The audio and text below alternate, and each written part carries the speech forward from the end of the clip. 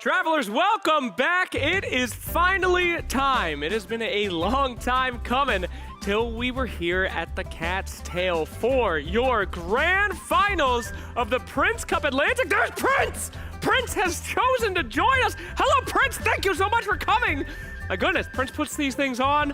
He is ready to see some of the greatest card gaming you have ever seen. Genius Invocation, my friends. We have the best players from around the world surviving. From our initial 8, only 3 remain. And by the end of the day, only 1 will survive the knockout phase, my friends. Our first match is a lower bracket elimination match between some teammates, some friends, if I may, some even mentors, senseis, if you will. Now, Kevin Z, you're in the lower bracket here today.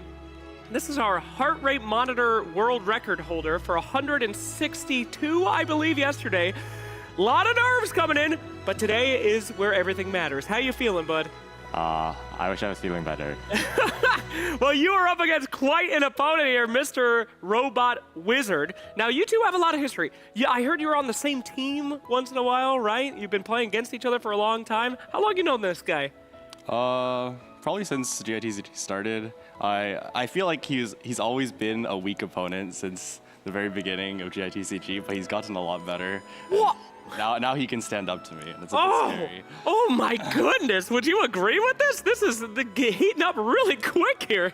You talk some big words for someone stealing my decks. Okay, there we go. All right, you guys have the lower bracket to get through, but we'll only have 1 survivor from that match to meet in our grand finals against the man, the myth, the legend, the top roller, the top decker, Mr. Ting. Ting, 2 very strong opponents. How long have you known these guys? Since the start of the game. Any thoughts on who you think is going to be meeting you in that grand finals, my man? I don't think it'll matter because I'll just beat them again. Yeah, that is what I like to hear. All gloves are off. Through this entire event, everyone has been like, I don't know if I'm going to win. I don't know, I'm okay. But now, it is over. These guys are ready to fight, and I am so ready to see that fight happen, my friends. We are in for one heck of a day, so do not go anywhere. We got Primo Gems. We got the best decks in Genius Invocation ever created. We might even have a whale. I don't think so. These guys are too cowardly to let the narwhal out. But I know 2 people that are very courageous indeed, willing to cast that lower bracket. Let's send it over to Sumi and other caster, Rin. Hello everyone, welcome to Genshin Impact's Genius Invocation TCG Astra Carnival Prince Cup Atlantic. I'm your Ambermain Rin Taicho. And I am your co-host for today, Sumi, the player turned caster, and I am excited for another round of excellent games. We are on the final day of the Prince Cup where someone will walk away with $16,000. That's a lot of money. That's a lot of money. But it's like, you first have to get to the finals and win. But yes, even this match, though, there is a lot at stake. Let me take a peek here.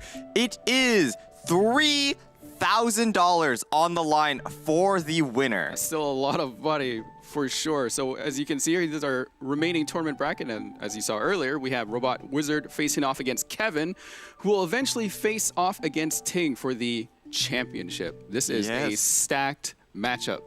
No, absolutely. Robot Wizard, our champion of last year. Many people expected him to do a clean sweep through the upper bracket, but got upset by Ting. And now Kevin Z, another player, knocked down to the lower bracket by a rather surprise match against Ting again. And now one of these two powerhouses must be I eliminated. was watching your reaction yesterday Yes. to that absolutely insane top deck. Lotus Crest, Woven, Other Woven. other Woven. It's just insane. As we look here, that deck actually is only 50% right now because that Sayu deck is actually super strong. Yeah, I think earlier on, like at the start of day 2, it had a close to 100% win rate. Sorry. Win and, rate. win rate. And speaking of, actually, this deck in particular, Kevin Z has a 100% win rate on throughout the tournament.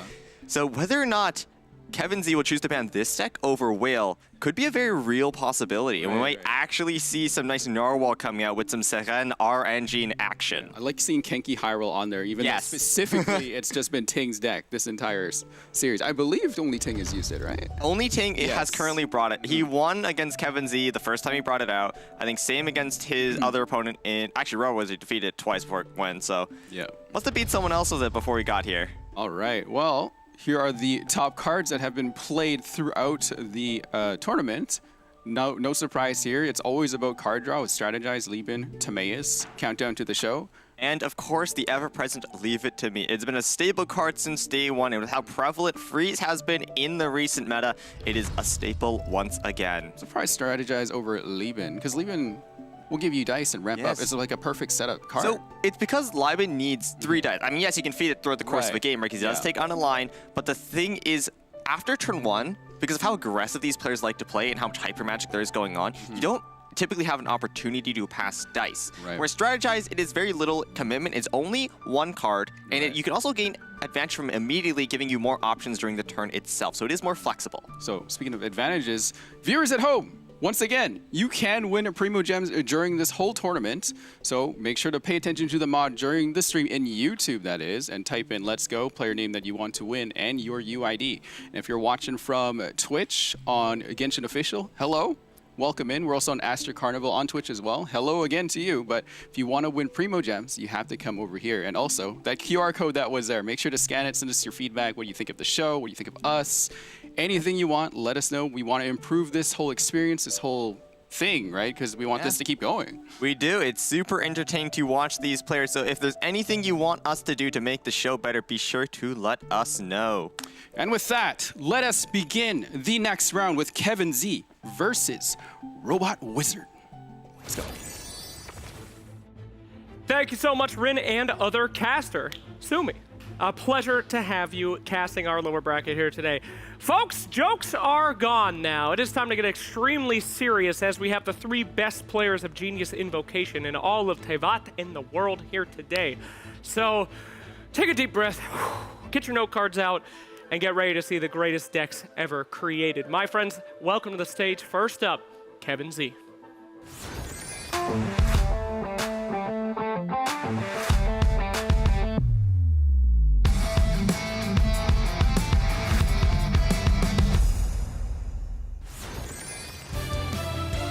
Kevin Z might have been sleeping in his first match, but he's been wide awake since then. No more Z's for him. Ladies and gentlemen, Kevin Z! Welcome to the lower bracket, a place I would never expect to see you from the legends that I've heard coming up to this event. But pretty long journey to get here, huh? Ting got very lucky. I've been hearing this many times, but now it is a battle between luck and skill. And who more skilled to be your opponent than the infamous last winner of our last event? It is Robot Wizard.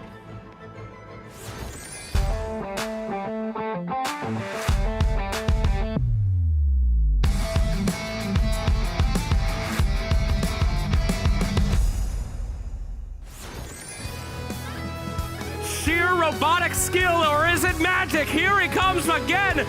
The feared, the wonderful, the terrifying Robot Wizard. Welcome back to the lower bracket. Have I ever seen you in the lower bracket? I'm not quite sure.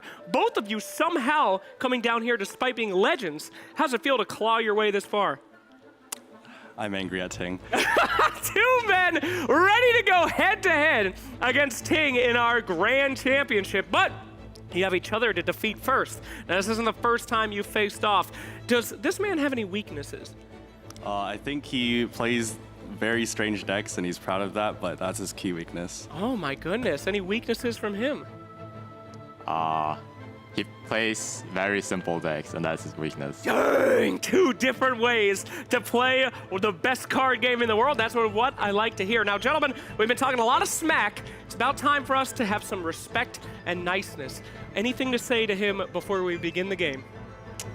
There's no way he beats me. I said respect! I said respect and niceness! Okay, any words for your opponent? I don't really care that much if I win or lose. Just make sure that Ting doesn't win. Okay, fantastic. Well, that is quite a call out here. Can we get a shake of hands before we go in? Old friends coming together once more, please, to your stage. A good luck wish for both of them. Incredible stuff. And only one will be able to get their revenge on Ting.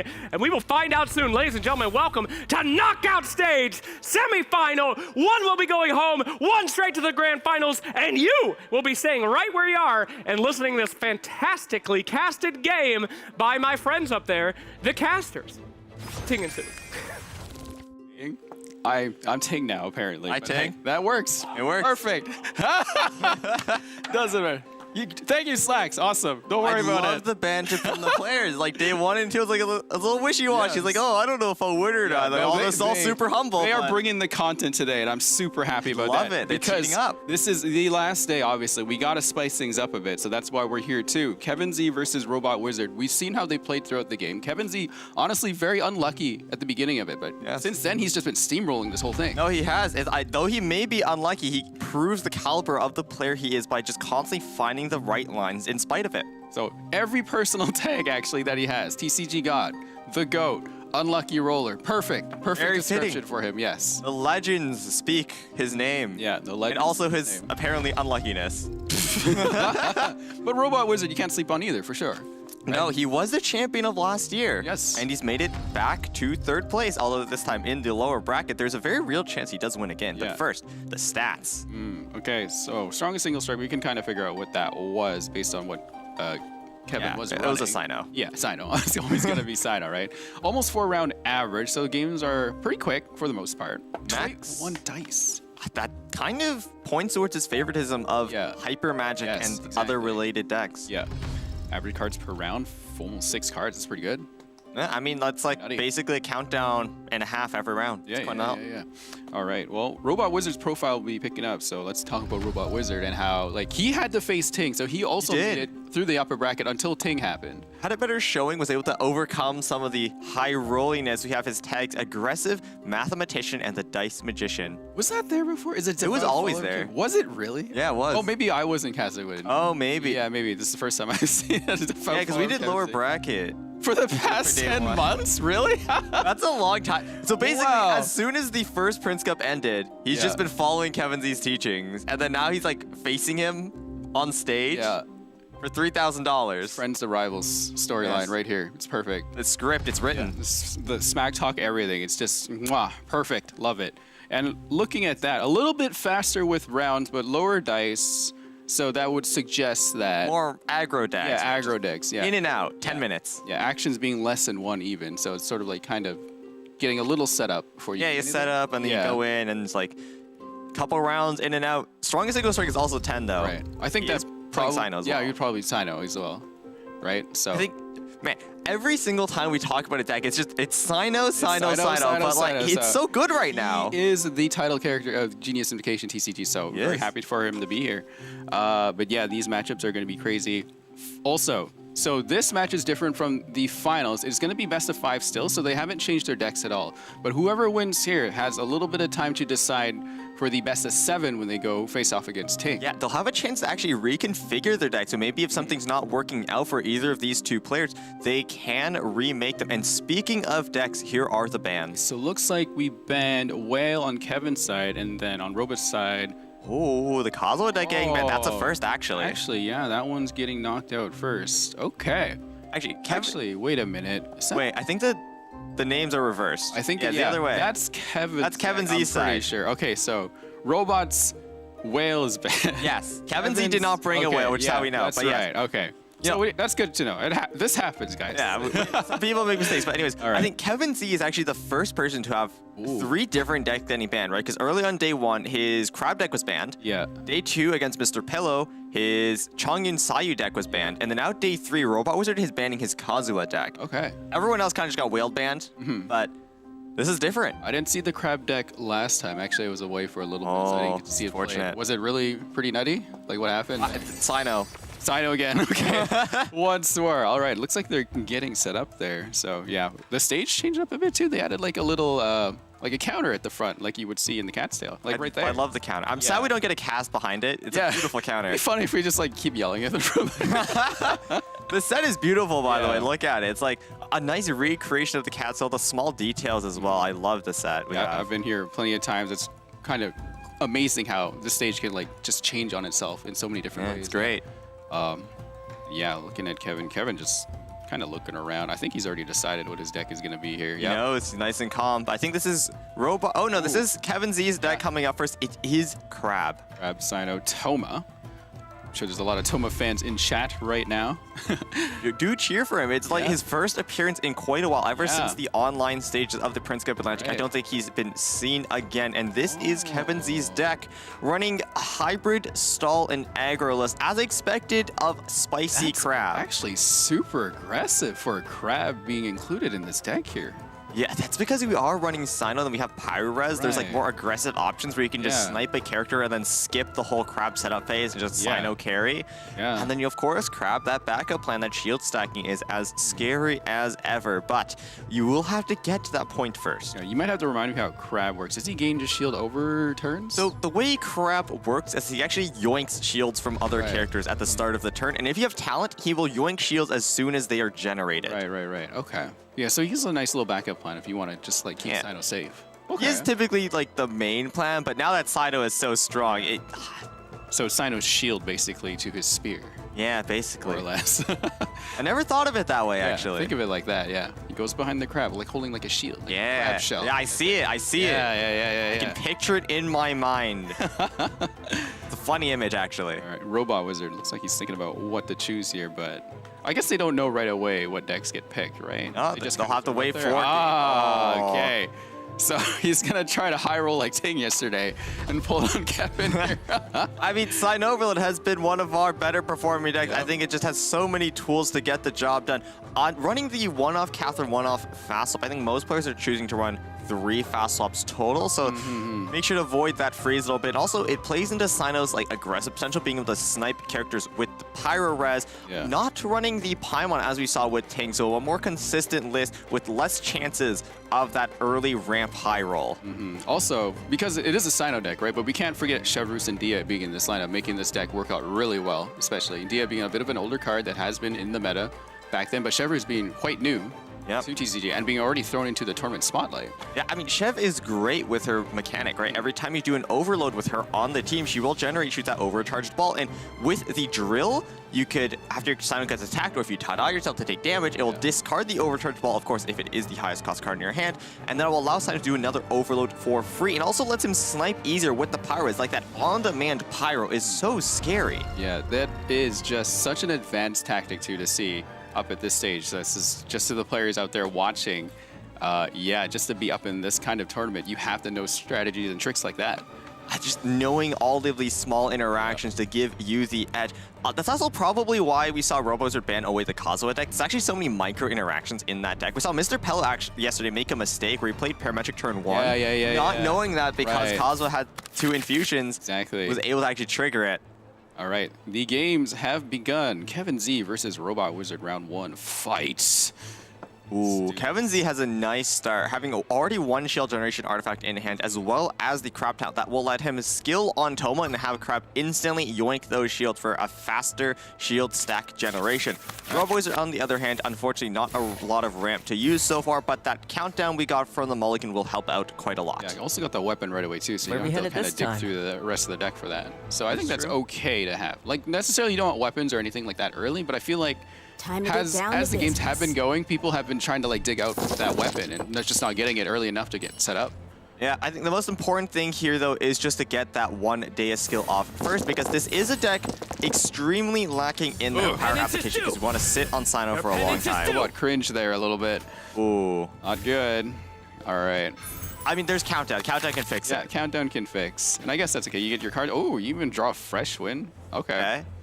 So we do want today is still just get that pyro out, but then after that it gets a little bit more complicated. Do we try to strategize to maybe find some of our other cards, or do we just play the drill and pass from there? Play drill, you would be left with 7. You'd have 9 cards the next round. I think that'd be okay. You can have some options there, and Dia can take a couple hits, I think.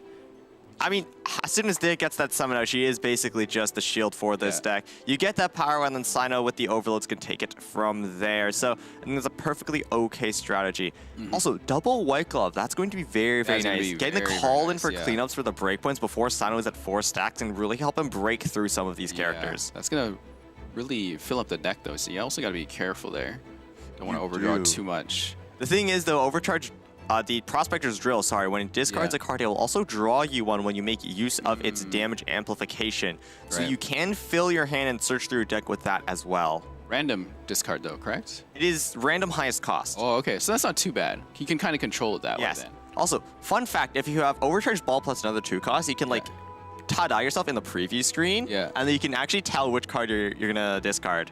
What the? Because if you see them take 1 power damage, you know it's the ball. If you don't, you know it's not. And then you can strategize that'll actually reset the RNG, and you can retry again for that. So it's a really cool interaction. Interesting. Okay, write that down, chat. I didn't even know about that. That's nutty. Like, once again, knowing these details will take you to these kind of tournaments. Yeah, it's the micro interactions, the min, max, everything to the max. All right. Also, just a quick reminder, if you just got here, welcome in. This is a Genius Invocation TCG, Astra Cup, Prince Cup, Astra Carnival Prince Cup Atlantic. If you're probably here wanting to get Primo Gems, make sure you're over on the YouTube channel, not on Genshin Impact Official or Astra Carnival on Twitch. You have to be over on YouTube. You probably can't enter while this is going on right now, but you can enter in the next match. Just pay attention to the mods when they let you know to enter. While Rin was talking, Kevin Z did play the Shield Generation artifact onto Crab, and also the talent as well. Crab Talent does self-apply power, so you don't really want to do that unless you cleanse an aura, because it does make Crab take extra damage. But since Dia's summon was already going to apply power anyways, it does not matter in this case, and he had 1 dice to float anyways. Robot Wizard is holding his head right now. Dice not good? All the math just running through. Think of that math beam where all the numbers just start popping up. And he is a robot. He's a robot wizard. So does he think in binary or does he think in magic? Actually, does he like calculate with like a computer chip in his brain, or do you think he has like some sort of rune inscribed on there? Probably both, maybe. Would be both. Yeah, I would think so both. It's always interesting to see how players name themselves. Like, how did they come up with Robot Wizard or Kevin Z or anything like that? Lore. Yeah, that'd be fun lore. I think that should be added to the profile next time. That'd be interesting, actually. Yeah. Why are you called Robot Wizard? Why Kevin Z? Dr. Pillow. He calculates like a robot and summons dice like a wizard. Yes. I think actually Jabu was something to do with Hu Tao, if I recall. I don't know for sure, though. It was actually something to do with chemistry, from what I recall. Oh, was it? It was his profile picture that was Hu Tao's ghost, and then he changed the Huohuo. Yes, Huohuo's ghost. Yeah. And then I think Jibu Toxic came from like a chemistry name that sounded similar. Oh, right. I don't know the exact one. If anyone in chat knows what Jibu Toxide is like a derivative of, or like what sounds similar in chemistry, let me know, because I don't. All right. Maybe Jabu will answer himself. Maybe. I saw him today. He's still here. Yeah, he's sitting in the lounge, chilling out. I think he was practicing with Ting earlier, and then Kevin's like, no, come back. Yeah, Ting had to go find Yahida to practice with. Because obviously you can't practice with Robot Wizard, because all their competitors. Yeah, the boys are all having fun outside of this, too. But now they're yapping at each other across the table. Day normal attack here is actually a surprise for me.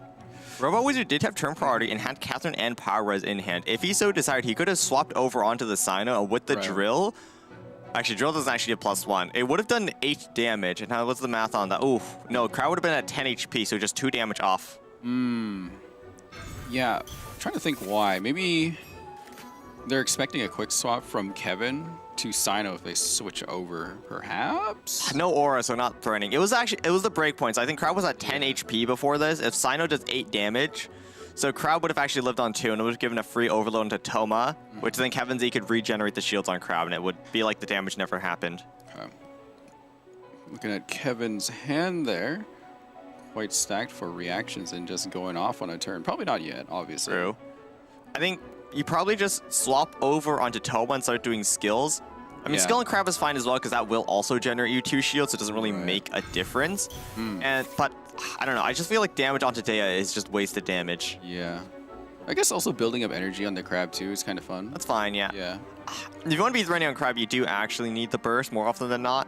For those of you who are curious as what Crab Burst does, because he hasn't been seen on stage for a while, it is a 2 energy, 3 dice burst, and it will do damage for 1 plus half your shield amount rounded down. And it is technically an infinite scaling ability, although I think the max damage we saw it do on stage was like 20 something. On stage. Yeah, outside where people kind of, kind of control the game to see how big they can go. I think I remember seeing Crab at like 1,024 shield in the screenshots. It was, yeah, it actually got higher. It was wow. 1,090 damage was the max I've seen with Crab. Robot Wizard just did the burst on Dia. Whoa. There's no threat of being overloaded No, either. there so isn't. Yeah. I think it's actually probably the best option he has.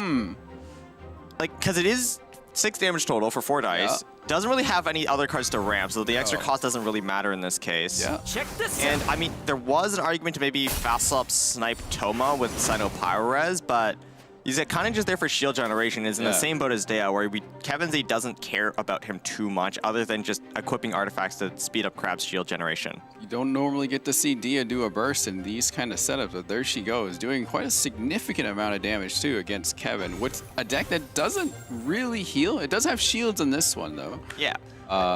So Any damage you deal to Kevin is more or less permanent because there is Yes. no healing, as you mentioned. It's not like a Nouvelette deck or like a Risley deck where you run things like macarons or a pizza. So whatever damage Toma's taking, he is not getting back. all right, Robot Wizard did throw out Catherine on the field for an easy quick swap next turn. Kevin Z's probably going to see that coming, but he has his own quick swaps to That is attack true. as well. I feel like for Kevin, he's going to definitely quick Whoa, swap. what the? Oh, wait. 4 calling for cleanups?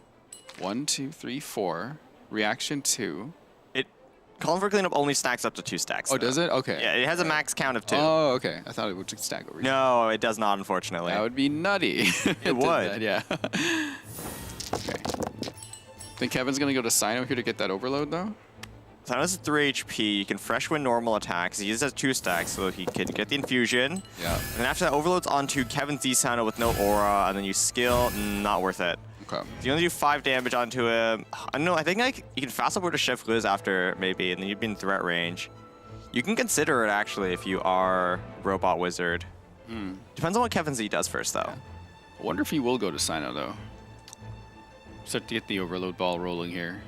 Because his health is starting to dwindle. He needs to start making some moves. It's true. But the thing is, if you do swap over to Sino, you are worried that Robo Wizard can skill on Dea to apply that Pyro. Yeah. And then fast swap over to Sino Pyro Res, and then double. Yeah. Calling for cleanup. Actually, you only need 1 to do 9 damage. Yeah, it's getting a little bit more difficult to avoid an overload pretty soon here. Like, you stay on Toma, you're going to get overloaded. I think no matter what, there's going to be an overload happening coming out this turn here.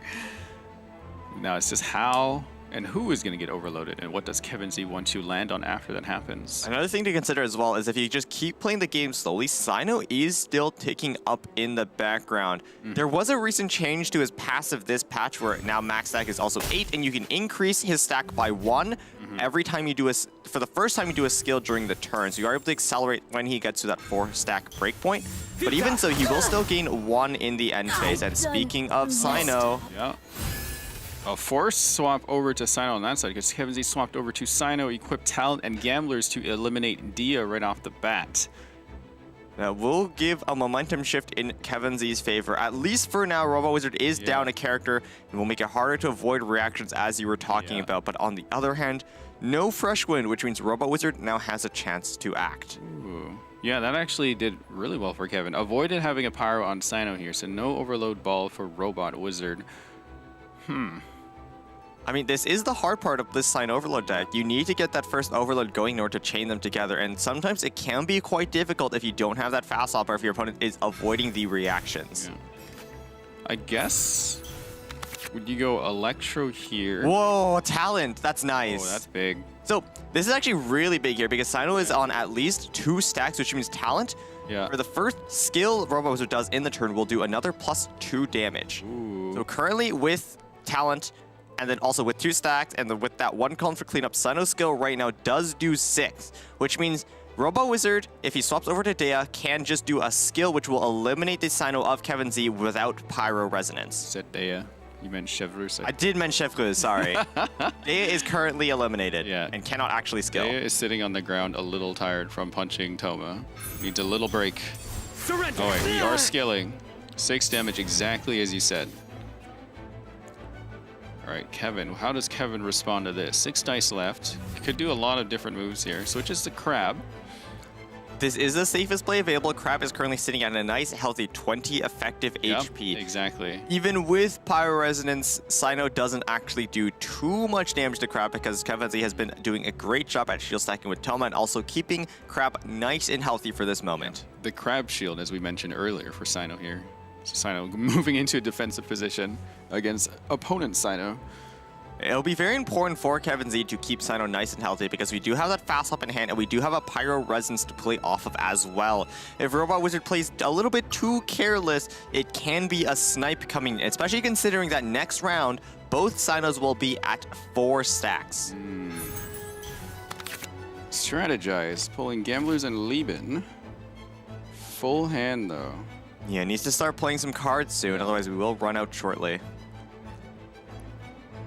What would he be digging for though if he did that? I think we're trying to find Sumeru Resonance, if anything. Ah. We can try to pull ourselves out a Tada or some of the likes of that. Ah.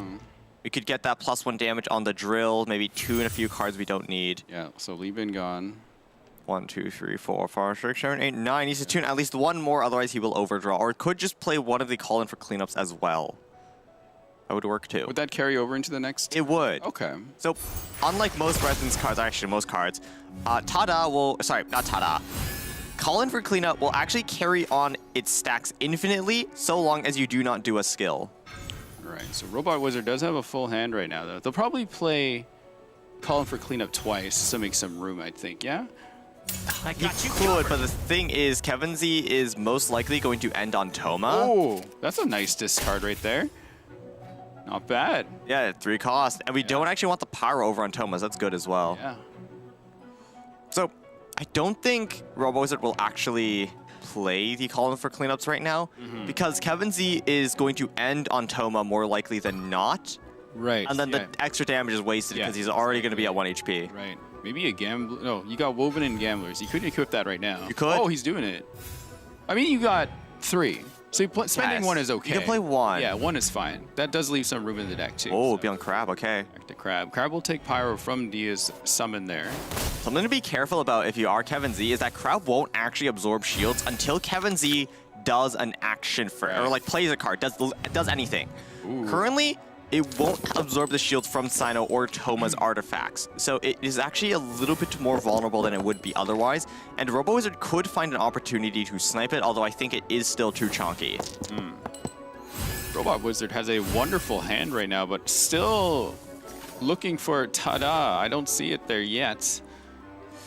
Crab is at what? That is Both 8 Sinos. plus 11. That is like 20 some. No, that's not how math works. 19 HP, which is way too healthy. Yeah. Lotus onto Sino for some protection.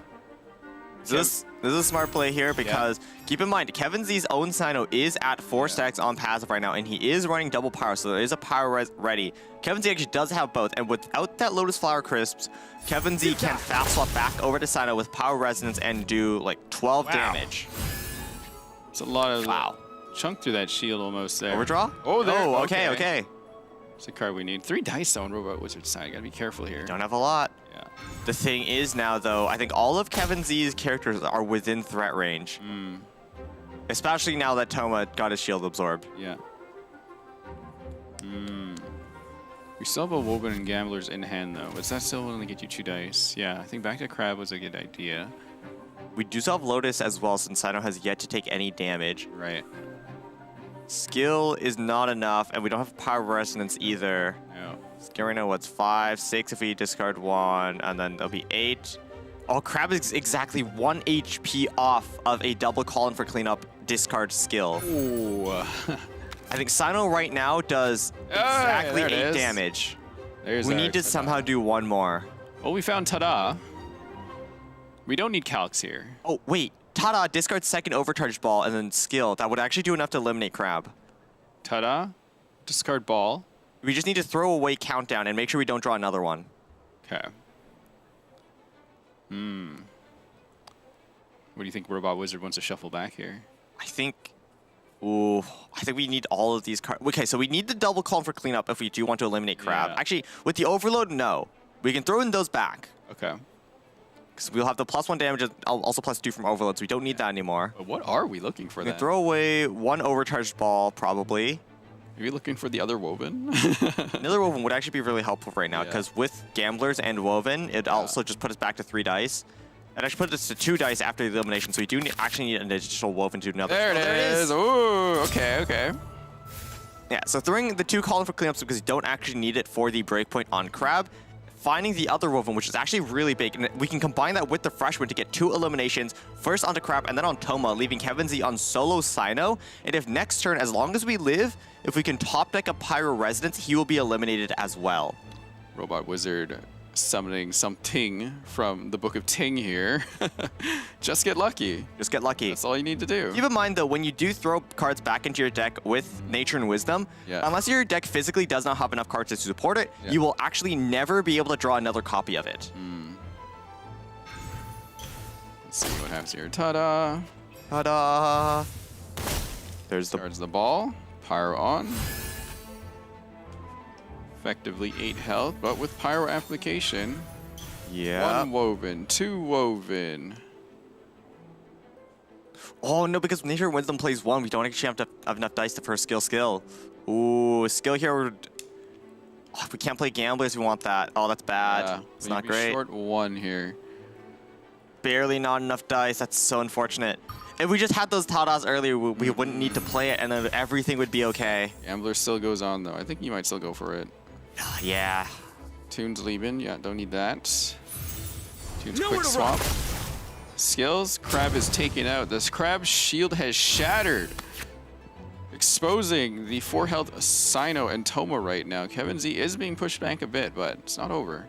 Really nice that we do still have that Lotus Flower Crisps. That's going to be very, very big. It means Kevin Z cannot instantly go over into his own Sino and Pyro Res skill. I think the breakpoints just barely do not work out. Unless I'm wrong. Well, there is going to be a There's quick talent, swap. actually. Hold on. What are we cooking here? So, base damage 5 right now. Yep. Talent makes it 7. Overload makes it 9. Power Res makes it 12. Sino is at 9 plus 3, which is 12. Hold on, it actually does kill. Is that... Wait a minute, you're right. It's exact lethal. Math. No. Oh, guess I'm wrong. Had to be a skill, right? Oh, Jesus. Okay, I think that was a good overload. That was nice, yeah. Yeah, keeps Sino protected. Toma standing guard for Sino right now. 1 HP as well. Vorkasha onto Chevros. And Yeah. turn, okay. There isn't much Robo Wizard can do at this point. There isn't enough dice to do another skill. Really unfortunate that we're just 1 dice short of putting Kevin Z on solo Sino. Back to Sino. Wait a minute. Oh, Elim. Is that a Gambler's on hand? Gambler's reset. Yeah, oh boy. Is that enough? Normal attack and the overload as well. Hold on. Wait. Oh my god! Kevin takes the first round from Robot Wizard. So, Oh, the man. reason that was actually just barely enough damage is Yeah. because Robo Wizard used both stacks of the shield from Prospector's Drill that turn. If it wasn't for that, I think the Sino would have lived on 1 HP, and the next turn Robo Wizard can come in with that fresh Wind of Freedom and the Gambler's Reset to claim the game. I'm glad you're here because there was so much to keep track of. I did not see any of that. Wow. That's why I'm here. I'm for the interactions that you miss. Yeah, I'm just here to bring the hype for you guys right now. But that was amazing. It was. It was That a great set. Yeah, like I couldn't even see that come. That's at least like 7 steps ahead for sure. No, it was actually really smart. They're not playing the Power Resonance mean because it will be eaten by the Lotus, and also triggering that second stack of the Prospector's Drill, making so that normal attack into the Pyro Fault from Toma for the overload, just barely enough to eliminate Robot Wizard in game 1. Wow. Yeah, looking at the replay here. It looked like it was going really well. It was for great, Robot. yeah. High health, everything was going fine, but Kevin Z did find a way to make it work out.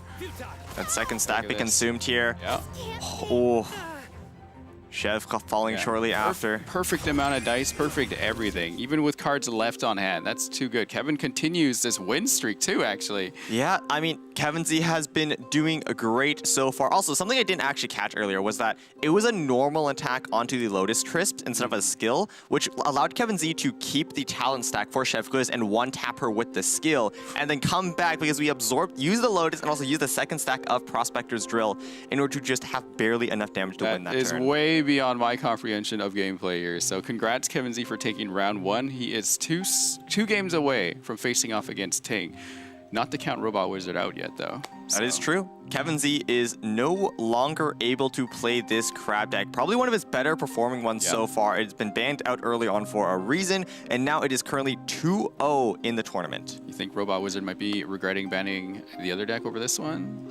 Maybe. It's hard to say. Maybe. Yeah, because the other deck was not performing very well early on. Yes, but in day 2, it really came back and proved its worth. Yeah, it's really tough. That's why you have a lot of really just very diverse decks, as Kevin is really good at that kind of setup. It also might be some matchup related thing where maybe like this deck does really well into 2 of Robot Wizards, and then the other deck only does well into 1 or 2, like 1 and maybe a second. So it's hard to see how the ban strategies work out, but still, Robot Wizard losing game 1 against Kevin Z, but still has 2 more to go. But you know who wins? These people on screen. One person from the Asia server, one person from NA. Congratulations, you have won yourself 1,000 Primo Gems, which will get to you in about 45 days, so hold tight. Be patient, please. But hey, there's more Primo Gems every time we have a round, so make sure to enter when the mod lets you know.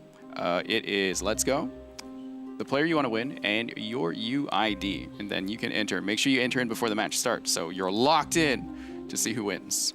Yeah, unfortunately, if you do not get the timing correct, you will miss out on it. Yes, and also, QR code on screen. If you want to send us your feedback about this entire tournament and anything you want, please scan it and follow us on all of the socials you see below. And also, hello, if you're on Genshin Impact Official and Aster Carnival on Twitch, if you want Primo Gems, you have to come over to YouTube to enter. Yeah, it is only on the YouTube channel, so if you're watching on any other one of our platforms, unfortunately, you will not be able to enter for the prize. But speaking of prize, both players still competing to up their winnings by 3,000. Oh, we have more. Giving more out? I wasn't told that. But hey, we got some more. 3 more winners with Primo Gems today. 1 from EU and 2 from NA. 5. That's 5,000 Primo Gems we just gave out. Yeah, I guess they're upping the amount for the finals. There's got to be a lot of people watching over on YouTube right now. If each of those are 1,000. Yeah. And we give 1 per game. That's 5K per game. Yeah. And then if we go to game 5, it's 25,000. Potentially 60,000 Primo Gems today. It's a lot. Don't miss out on this, you guys. Also, this is like a best of 7 later. That's a best of 7. If it goes 7, yeah. That's a lot. I don't know if Ting will let that happen, though. That's Remember true. He said 0-3. Oh, we did go... 4-0, sorry. He went 2-3 against Robo Wizard. Fair, yeah. But we saw Ting high roll a ton. Oh, I love seeing the cards like that. Can we see? Can we look around behind What is it? What is I see a Linny. I see Linny. Uki. Yeah, it's that deck. Nahida. Yeah. The not finale. Shinali, Kunali, whatever you want to call it. Chad, please give a better name for this one. I don't know what to call this. I think I heard a Kusanali somewhere. Kusanali. Oh, I kind of like that. Not bad. There's a lot of ways you can play into that name. Yeah, I'll explain later. Anyway, kind of a classic deck from like a few patches ago. We would see something like this run often, usually with Fischl previously, but Shinobu is actually a really strong addition to this deck. Surprisingly not with talent. I think that is probably one of the strongest parts about her, but maybe I think in an aggro deck you don't actually have the time to dig for that talent, so it's too inconsistent, and you'd rather run another card instead. Speaking of cards that we don't usually run, we have Chef Mao back once more. Yeah, Chef Mao providing the full course meal shown below. Eggs, Lotus Crisps, I think Sweet Madames are in there. And 2 Sweet Madames for the dice generation. Oh. And we're running it back. It is Sign Overload. Sino's coming back to this kitchen, and he's hungry right now. Unless Dia needs to punch again. Speaking of, yeah, we saw Dia actually use a burst that round. You never used to see that, and I guess it didn't work out. No, unfortunately did not. But, I mean, Kevin Z was doing a great job avoiding the overloads otherwise, and I think that was Kevin Z's best... Kevin Z, Robot Wizard, the best option.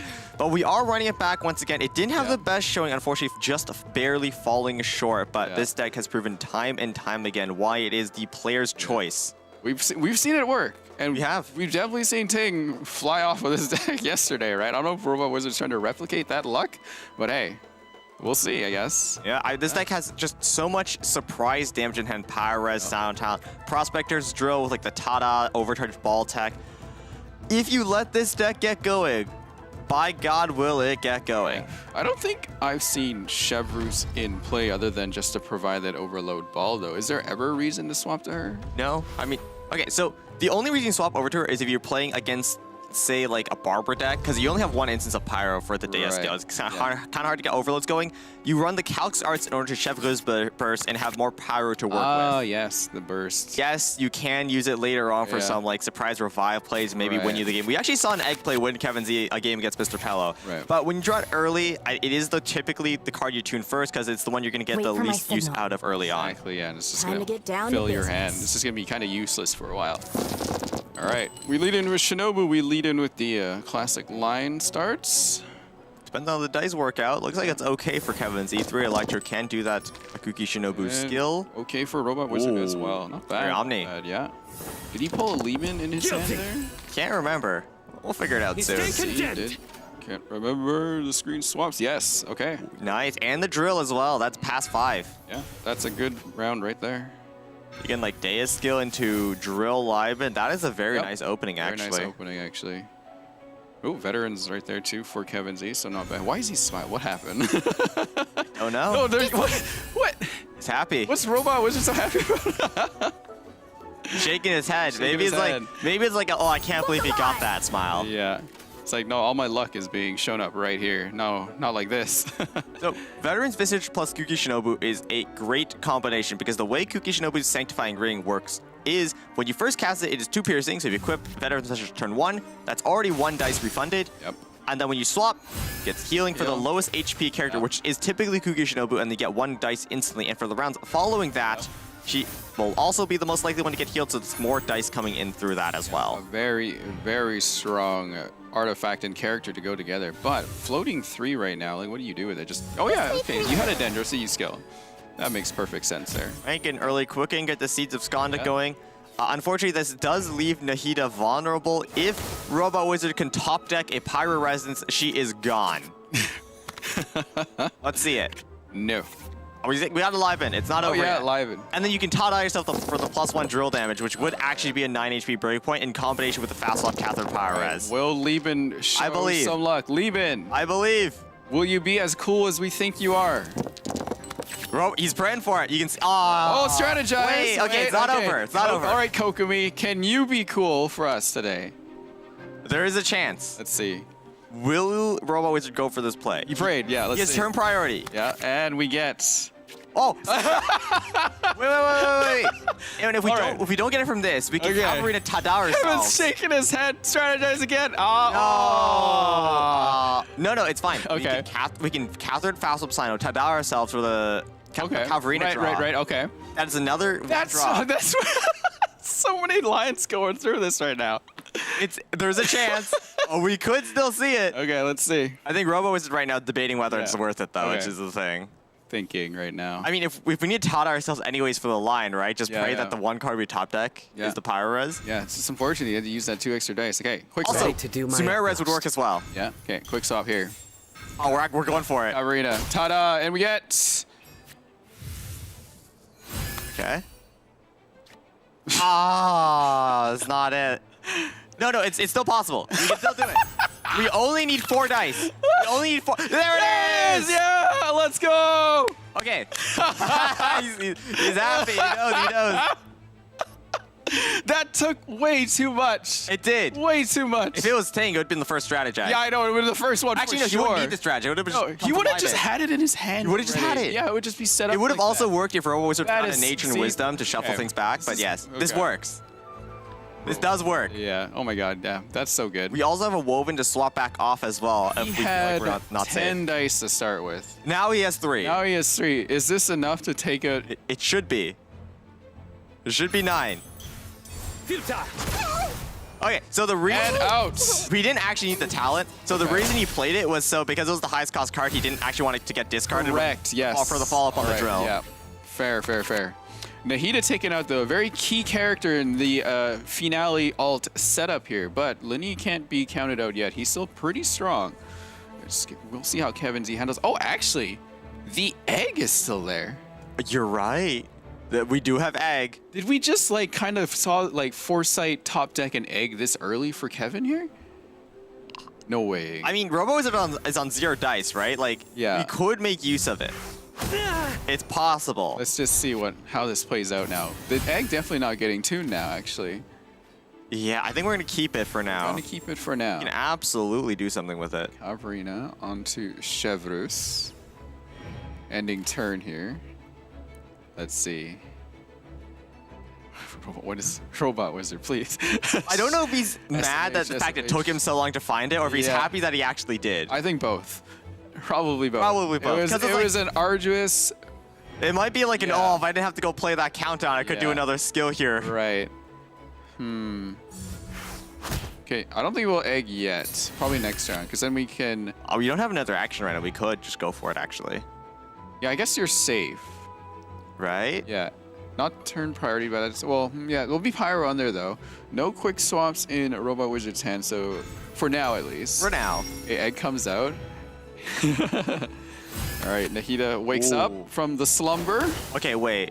We have a fresh wind in hand. Mm. Oh wait, no, we don't need Pyres because. Oh, never. We just have it. Okay, that's We cool. just get Pyros because why not? But now we overdraw on Robot Wizard's side here. Do we? Gamblers. Don't overdraw gamblers. No! So Oh, if we had gamblers, it'd be so good because we have fresh wind and we could have fast Yeah. swap. Right. Pyres. Yeah. Oh, actually, we don't have a fast swap because our Catherine Yeah, got Catherine, tuned earlier. yeah, had to get Unlucky. tuned out, Yep. Very unlucky. Unlucky. Scripted game, obviously here. Robot Wizard just playing up the dramatics. Okay, I think Ooh. Lotus in Kevin's hand too, really good here. Did yes. Protect Nahida for quite a bit. So, if we had our food tuned instead of Catherine, and if we didn't overdraw the gamblers, we could fast up Sino, Pyro-Res plus Colin for cleanup, 9 damage on the skill, and then Fresh Wind Gamblers reset, normal attack on Nahida, Linny solo, and Robot Wizard just wins from there. Unfortunately, Yeah. luck is barely not working out in his No, favor. Not at all.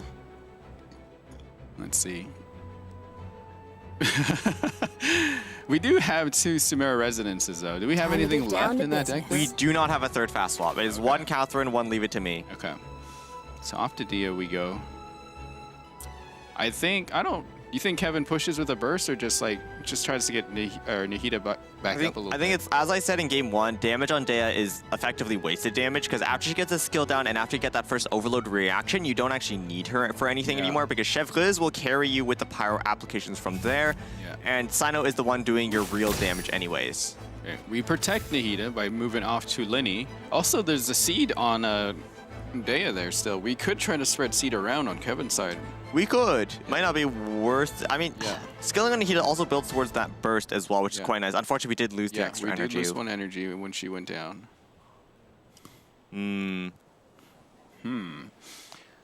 Back to Robot Wizard here. Full hand too. Might just be swap over onto Chevreuse. Yes, we do leave ourselves open to fast swap burst on Cookie, which will do 7 damage thanks to that overload. Actually, no. It will do 6 damage thanks to that overload. But then afterwards, as long as Kevin Z is able to get a reaction with Asita Skanda over onto Dea, she will fall, and we're out of overcharge balls for the rest of the game. But I don't know. I don't think swapping onto Sino is good here. We don't want the Pyro app on him. Might just be a Dea normal attack.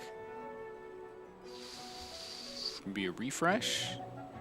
Don't know about a refresh. I think normal is fine here. I don't think the game is going long enough for us to actually make use of a refresh, so... Well, I mean, if you do it again, you do put Pyro onto Lenny too, You right? do, that's true, but you can just Tada overcharged ball. Oh, true now. Okay. Our Lotus onto mission Sino. begins. Okay.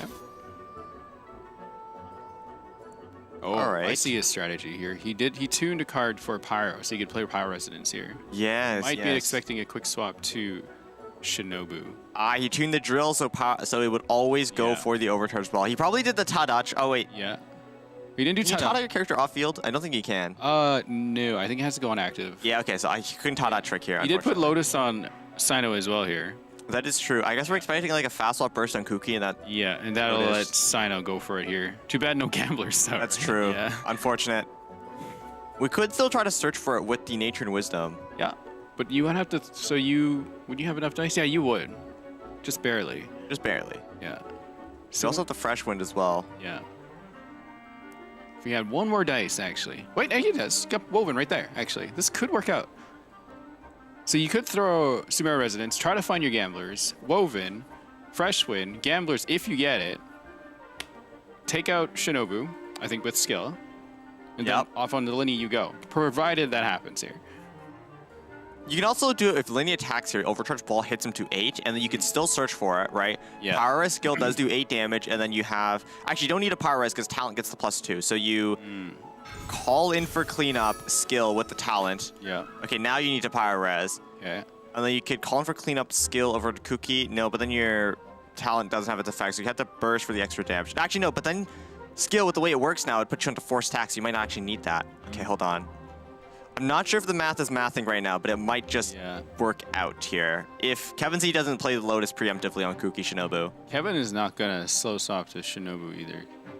there's no... Anything, it has to be fast. Okay, they stay on Linny here. Okay. That's the ball, yep. Ball, okay. So... Oh, wait, the top deck. Oh, top deck gambler. Hello. So, Okay. Talent skill here does 5 base, 7. Pyres is 10. And then that puts us on 4 stacks. That is Yeah. 5, 7, 8 with the column for cleanup. So we were actually 1 damage off. Unless we taught ourselves Prospector's Drill. No, but I think Prospector's Drill only gives the +1 once per turn. Unless I'm wrong. Hold on. Gamblers goes on. Well, Robo is going for it either way. We do have the Fresh Wind and Freedom, so we can chain a double overload. Oh, this actually, I think this will be our first overload of the turn. So we get our overcharged ball back, and we can Tada, puts Kuki onto 8. Yeah. And then I think it's 8. There's Fresh I think Wind, it's yeah. exactly 8 There it damage is. calling for cleanup skill, because we will be on 4 stacks. Hold on. Tuning this. Do we need to call him for cleanup this? I don't think so. This should be 10. Yeah. 11. 11. Okay. All right. Forces the overload over to Shinobu. And this is our too. first overload, so we should Yeah. get a ball, right? And then Tada ourselves. Second Oh, call for cleanup. what Okay. the- I don't think we need that right now. If we Right, Tada right. ourselves, it'll put Kuki onto 8. And then it is right now 7 damage with an overload, Yeah. plus 1 from calling for cleanup, which is 8. Yeah. And the overcharge ball will put Kuki onto exactly 8. Let's see. Robot is calculating right now. Yeah. One more dice. So it's either double cleanup skill or Tada tune 1 skill. Both work. Both do 8 damage, or 9 damage. Okay. That fresh wind being there. Okay, so we throw that back. 1, 2. Surrender. A 9 9 damage, damage to okay. Shinobu, and this looks like it is gonna be a Robot Wizards game. Nahida just left out there with nothing right now. Yeah, I mean, the snipe earlier makes it so you really can't do anything from here on out. Yeah. Hang on. What are we cooking here? Okay, okay. Never mind. Yeah, there's nothing. No. That is the final Prospector's Yeah. Drill charge for this turn as well. All right, team, let's move it out. Put the Lotus on, Kevin. Extend the match as long as you can. Just one more? Yeah. No, he said nah.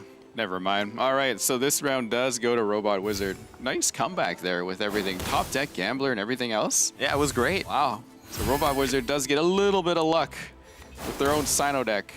And there goes Nahida. Back to sleep. Robot Wizard takes round 2 in the losers bracket final, I guess. Yeah, before Ting. So we do even it out 1-1 through a series of potentially rather fortunate top decks for Robot Wizard. But then again, this Kusanali deck for Kevin Z has been giving him trouble in the past. And Robot Wizard knows he got quite lucky in that one. Yeah, very lucky. It took a while. Remember at the start of that one turn, 10 dice. And down to 3? digging, like literally in the ground, hands scratching, looking for, what were they looking for again? Pyro-res. Pyro-resonance, yeah. You found it though. You did find it eventually after going through all that, and that did get him the victory. So props to Robot Wizard for sticking to that strategy. This is the turn 1. Robot Wizard kind of ramped a bit, but Pyro-res, you search for it. There it is, 9 damage. Right there. Wow. I remember he started like chuckling there a little bit. Then he starts shaking his head like, wait a second. Like, wow, where is this? Yeah. And Here's the play that won him the game, though. all in that one turn right The there. overcharged ball there in the top deck as well with the double cleanups. Ooh, yeah. See, Sino just going off. So both Sino decks now gone for Kevin and Robot Wizard here. It's true. Yeah. Our premier character of the patch no longer available for either of them. Sino showing his strength and why he is the king of invocations, but we do have some really strong decks still anyway. Yes, RoboWizard does have that mess with Chongyun, and Kevin Z has his Herald Claymore. 100% win rate for Kevin Z on that one, by the way. Other than that one loss to Ting, but we don't talk about it. And RoboWizard as well with the Bennett Double Revive deck, which has been having players really struggle to win on that one. But I think the major block for Kevin Z is the Kusanali deck. That is his main struggle point. If he can get that deck out of the way, you will have a very easy time going forward, relatively speaking. Do you think they mirror match then on this next one, or? Could be. I think they might. I think just Kevin Z needs to get Kusanali out the way, though. Yeah. Oh, besides, look at some more winners today. We got 2 winners from the Asia server. Congratulations. You both win 1,000 Primo Gems each.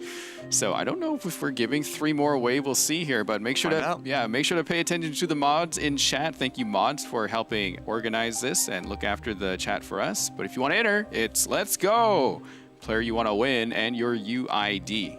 In YouTube, that is. So. Yes, in the Astro Carnival YouTube, if you are joining us from Genshin Official or the Astro Carnival Twitch channel, unfortunately, you will have to go migrate over there. Yeah, but try to stay on all the socials anyway. It's fun. And don't forget to follow all the socials of Astro Carnival on Twitter, Twitch, YouTube, and I believe TikTok is the other one. Yes, it is. Yeah, we'll have all our clips on the TikTok, I think. TikTok. I know the YouTube like was posting highlights for the online phase. Yeah. Now this is some promotional material for the in-person one. They probably post a highlight for the in-person event there as well at some point. Just look at everything like behind us. Everything looks The stage is amazing. great. Yeah, I'll probably share pictures when we can do it. But yeah, this set and everything else, like this cup. The cup does exist, by the way. I know, this cup is real. I can grab it. It's can't drink. Well, actually, remember yesterday, Javu was drinking out of it. Oh, was he? Yeah, right at the start before he went on, he was like kind of drinking out. I of it. must have missed this. I must have missed the walkout. That's why he lost. Not drink. You out touched of the forbidden cup. Yeah, don't drink out of there. It's like the forbidden chalice. You gained great knowledge, but at a cost. Yes, at the cost of how many dollars? How much did Jabu walk away with yesterday? Jabu got 4th place, which for the prize is 3,800 USD. Yep. The prize for 3rd place, which he lost out on, is 5,000 USD. So he lost on what, 1,200, I think. And 5,000 will go to one of these people here then, right? Yeah, it'll go to either Ting, or not Ting, Kevin Z or Robot Wizard, whichever. Are you loses. calling Ting? Ting is in the finals. Yeah, Ting gets the finals, right? Whoever right. wins goes against Ting. Okay. Well, it'll be really exciting to see as they get set up for the next round. Looks like they are. You're going to see some deck selections here coming up. Which one shall we pick? It will be Oh, okay. Kusanali once Kusanali again coming back. for Kevin Z. And then, yeah, we just saw this deck being played, so nothing too wild here. That egg coming in early, so hopefully it just kind of stays back in the deck with Chef Mao. The rest of Robo Wizard's decks are combo decks, though, so I think we're going to actually get even less use of it, because Robo Wizard would just have so much dice to actually combo off when the egg is played that I don't think Kevin Z will actually find a good opportunity to use it. But of course, because it is combo, his characters are less likely to get sniped by random Pyro Reses. Yeah, now at least. For now. Sino is gone now, so that can come back out and be a little bit more safe. Liar Song still showing up even since the changes. I guess the changes weren't too No, as long as it's your right? first card played, it will still give you the 2 discount. Yeah, so it's just kind of like a heads up. Make sure you do this before you do anything else kind of play. I think I wonder if they'll introduce more cards like that, because like, Yeah. Creation is kind of like that, where you need to have Right, at least yeah. 8 cards. If you have ramp, you can kind of play it later, but Oh, double revive. talk about that later. It is Bennett Double Revive. This has been the main struggle point for Robot Wizard. He has been finding a hard time actually winning matches on this deck. This was the deck that got top deck yesterday, wasn't it? Against I think it was a Ting Sino. different matchup. Wasn't it? Okay, so Ting beat Robos in a mirror match against this deck because his breakpoints worked out better. Right. But maybe he got top decked on it. It's hard to say. No, Robos got top decked on a lot of decks. Okay, so this was the match with this deck because it was the hypostasis at the end. They couldn't punch through the Lotus. Yes. Ting side, right? So, Yes, that was But this it. deck is strong for a reason. Like, it got to that point. Yes. Look, so it's basically like Sayu Wolf's Gravestone where you're able to double dip on the Bennett damage amplification with the prepare skills. Yeah. But the thing is, we need to actually draw into the Bennett talent first. Yeah. And Shan in particular was really struggling on. In 3 games, he only had a round 2 Bennett talent, which is when you want to burst in a single game. Yeah, so hopefully we do see Bennett talent in the first draw here. I would be surprised if Robot Wizard just mulligans the whole hand until he sees it. So he actually does have the reworked Stove God in there as well. Oh, actually, yeah. Yeah, the way it works now is that if you play a Stove God on turn 1 in particular, if you have at least 2 different talents in your deck, it will draw you one of them. Okay. He's running 2 Bennett, 1 Herald, right? Yeah, so it's a 75-25. Yeah, 66% chance. Right, yeah. Yeah, 2/3 and 1/3, right? Yeah, that's how So it's like works. gotcha. It is like gotcha, you're right. Yeah, so we're gonna have a little bit of gotcha here. Oh boy, but then we could try to draw it on the first hand, right? So Yeah, you can as well, in which case you can save Stove God for later. It will still have its draw effect of round number -1 up to 4. let's see. All right, they're getting set up in game. Will Kusanali actually be able to break through? I mean, it's a Bennett deck, right? If you can snipe Bennett early with a bunch of aggro, which Kusanali has a lot of early damage, Yep. Potentially. go Kevin Z's way. Yeah, that talent has to come out now. Otherwise, Bennett is going to get run over Wait real for my quick. signal. Bennett might also be run over before he actually has a chance to burst as well. There's a lot of damage in this deck. Oh, we didn't even get to see their cards yet. We'll find out soon, Let's though. see. So, Kevin Z is fishing for 3 Electro, 3 dead. Okay, well, he got nothing. I missed one. What did we get? Oh, the talent right there. Okay. Okay, that's good, that's good. So we have it right there. Okay. So, what Kevin Z needed to do was pray for 3 Electro, 3 Dendro, and then swap skill on Nahida next turn, and that should have been enough damage to eliminate Bennett. Unfortunately, we got unlucky. We got 2... We didn't even get 2 Electro. It's like... And we got no Dendro, so we're going to tune a lot of cards here. Yeah, that's looking good. I guess, no, that would discount that after that, too. Tune 1 skill Libin is, I think, what we're going for. Just... Ooh. I think Gambler's early, too. Didn't need that. We need to tune one of these, but we want all of them. Veterans is Yeah. just such a good combo with Kuki. I mean, Gilded is going to get a free discount next turn with Timaeus, and like, we're playing an aggro deck, and we're expecting to snipe Bennett early. We kind of need that as well. I mean, we have one more Gamblers, right? Oh, that hurts. He's tuned. Okay. That really hurts. Yeah. All right, at least you got your 4 dice here now. That's true. We can And then you swap. can draw something else right Yeah, after this. Yeah. We can swap Libin here, and I think it's probably fine. Got the egg again. Early egg, not what we want. If we got that earlier, we could have tuned it instead of the Gilded, by the way. Exactly, yeah. Unfortunate. All right, swamps to Linny this time. Okay. Oh, I think, yeah, just to like overload him off so he can't get the burst down. Yeah, it's like Yeah. the disruption play. I like this. Okay, egg tuned on Robot Wizard's side. Normal attack. I'm actually surprised Robo Wizard was running the egg in this deck. Because you have so many revives anyways, and if you revive a character with egg, they don't actually get the revive back. I mean, it is a double revive deck. It plays off revive mechanic. Maybe we can call it triple revive now. Good. This variation could be the triple revive. Yeah. Got the egg in there as well. 3 eggs. 3 egg breakfast. That's the team name now. It's a very healthy breakfast. If there's 2, it could be the 4-egg breakfast. Oh. Kind of like that, actually. I like eggs for breakfast. We had some 4 of them? 4 is a bit much. 3 max. 3 max, you're good. That's a good scramble. I'm not really an egg guy myself. I mean, like, I'll eat it, but I just egg adds like a standalone meal. I don't think is my thing. I'll eat it like in conjunction with something. No, that's fair. It's like the opposite of fish for me. I'll eat fish alone, but like not when it's mixed up. Interesting. Okay. I have to eat fish with something. Usually like rice or something. Why are we talking about this? No, I'll eat it with rice, but like not when you like cook it into something. Right. Oh, God. Oh, That's right. wow. The overload on the Bennett right there. Forced out, but we still have quick swap. Do we risk going back to Bennett just to get that burst out? Yes, we will. We do. Bennett doesn't matter after burst. Also, Really? Bennett's, yes. Okay. Like, Bennett can't double dip into his own Bennett burst. He doesn't have a prepare skill, right? So just go for it. Also, we have enough dice to play our Wharf and ramp the last dice to Libin and just pass on Bennett. And then now Bennett burst is down. We can feel free to do that. And the next turn we have Herald and Cube to just make work with. And Kevin Z will have to waste damage trying to bring Bennett That's right, down. because Herald can also proc off of Bennett passive on the prepare skill. Yeah. The idea is you double dip into the Bennett burst. And if you're Cube, you triple dip. Yeah, I see it now. I get it. You see it. I see the vision. You see the vision. Yes. Also, if Herald Revive is popped, he also has the bonus Hydro Infusion as well, right? Oh, yeah. It's a double dip. I see the vision now. I get it. Get it? Yeah, I get it now. Yeah. So That's like wicked. with the Wow. Bennett burst and then with the prepare skill, you get to like double dunk your fries.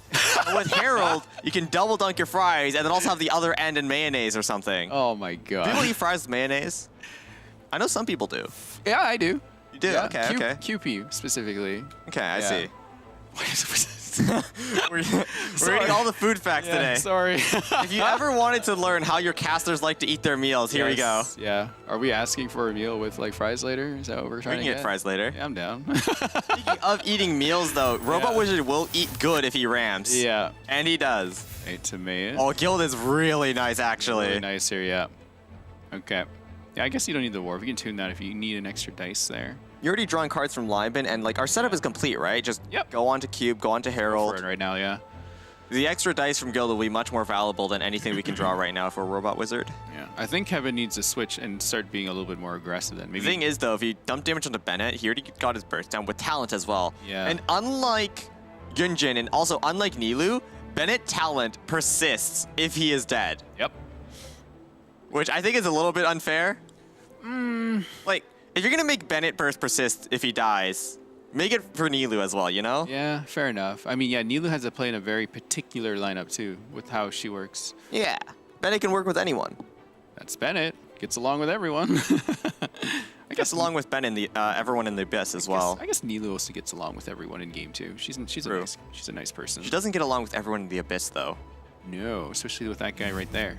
Yeah. I hate Abyss Herald in the Abyss is so annoying. Oh, that's why he's designed the way he is to make you cost more dice when you do stuff. Right? Yeah, because like it doubles your cooldowns. Yeah, it's frustrating. Speaking of being frustrated, Kevin might be a little frustrated here with how things are getting set up. Robot Wizard has a good setup and ready to go, leaving ramp and everything. But what will Kevin Z do now instead? Gilded first with 7 dice is a great start, and then after that, ooh, okay. We can skill again to spread seeds, which will be nice as well. We have Gamblers to reset as well, and the Boar for the free equip. We have Temptation too. We could snipe. Well, we can at least drop one of the Herald or the Cube here. 4 Gamblers, yeah. And then we could skill burst, right? Yeah. Just my luck. Can't burst yet, but we can definitely get the Domote right here now.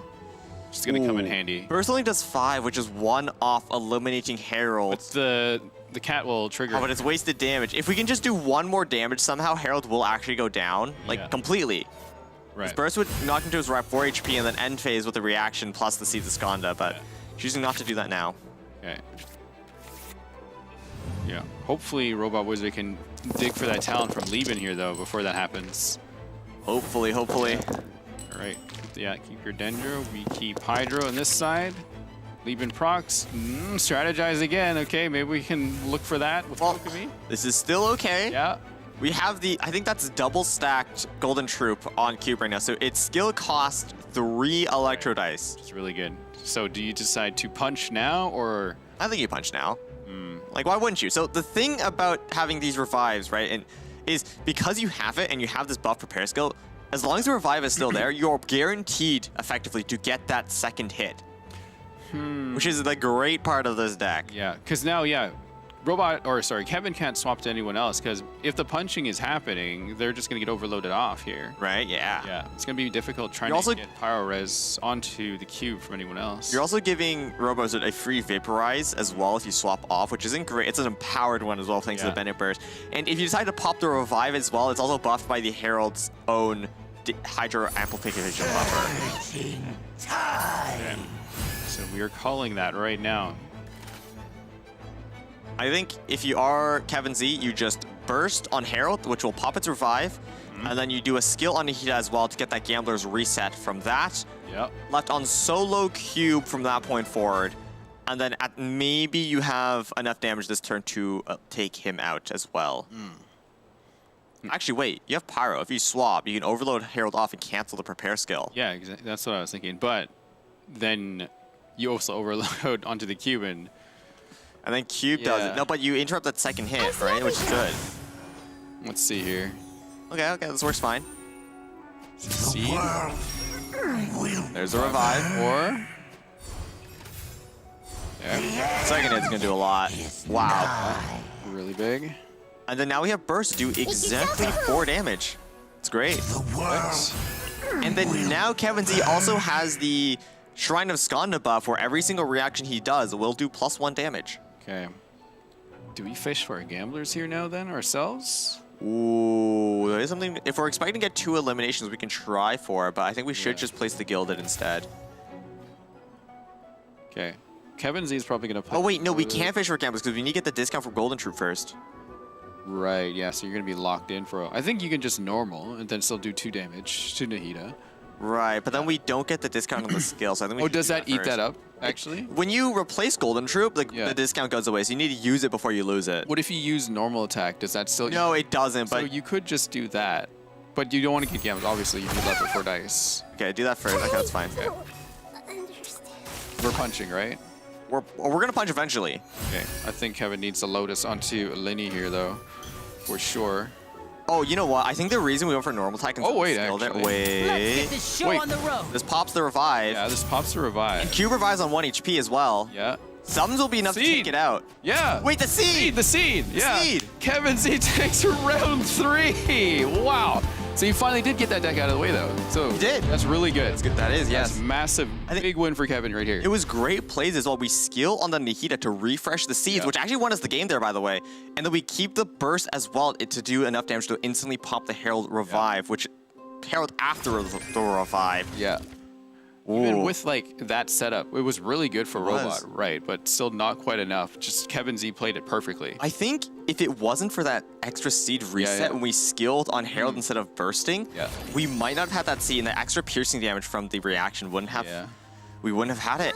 Just also having all that food there ready to go for Kevin as well in that turn. Yeah, That's I just really good, right? even so, just great understanding of this deck from Kevin Z. I mean, he Yeah. brought it, so he must know it. But just knowing the interactions and then knowing what he needed to do to have the damage just barely work out in his favor. Also, small interaction, but Robot Wizard normal attacked on Nahida because he was expecting Kevin Z to attack him back. Oh, Obviously right, not right, expecting yeah. him to die. Yeah. Because he did that, he would have been able to skill and get another instance of healing from the Bennett Burst Yeah. to hopefully avoid the break points for next turn if it went that long. Yeah. That's great heads up play there, for sure. Both players doing their best in these micro interactions, but just working out better for Kevin Z. And that really does speak to the caliber of player he is. All right, one last deck for Kevin. It is Herald Claymore.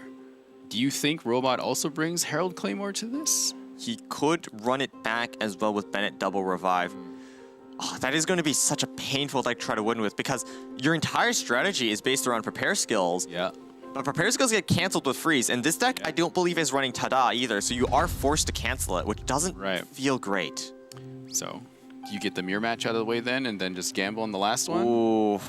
Or do you just try to get this matchup away first, because you need to deal with it eventually? Well, it doesn't matter to our viewers because every time we do more games, you get Primo Gems. Congratulations to a winner in NA and one winner in EU.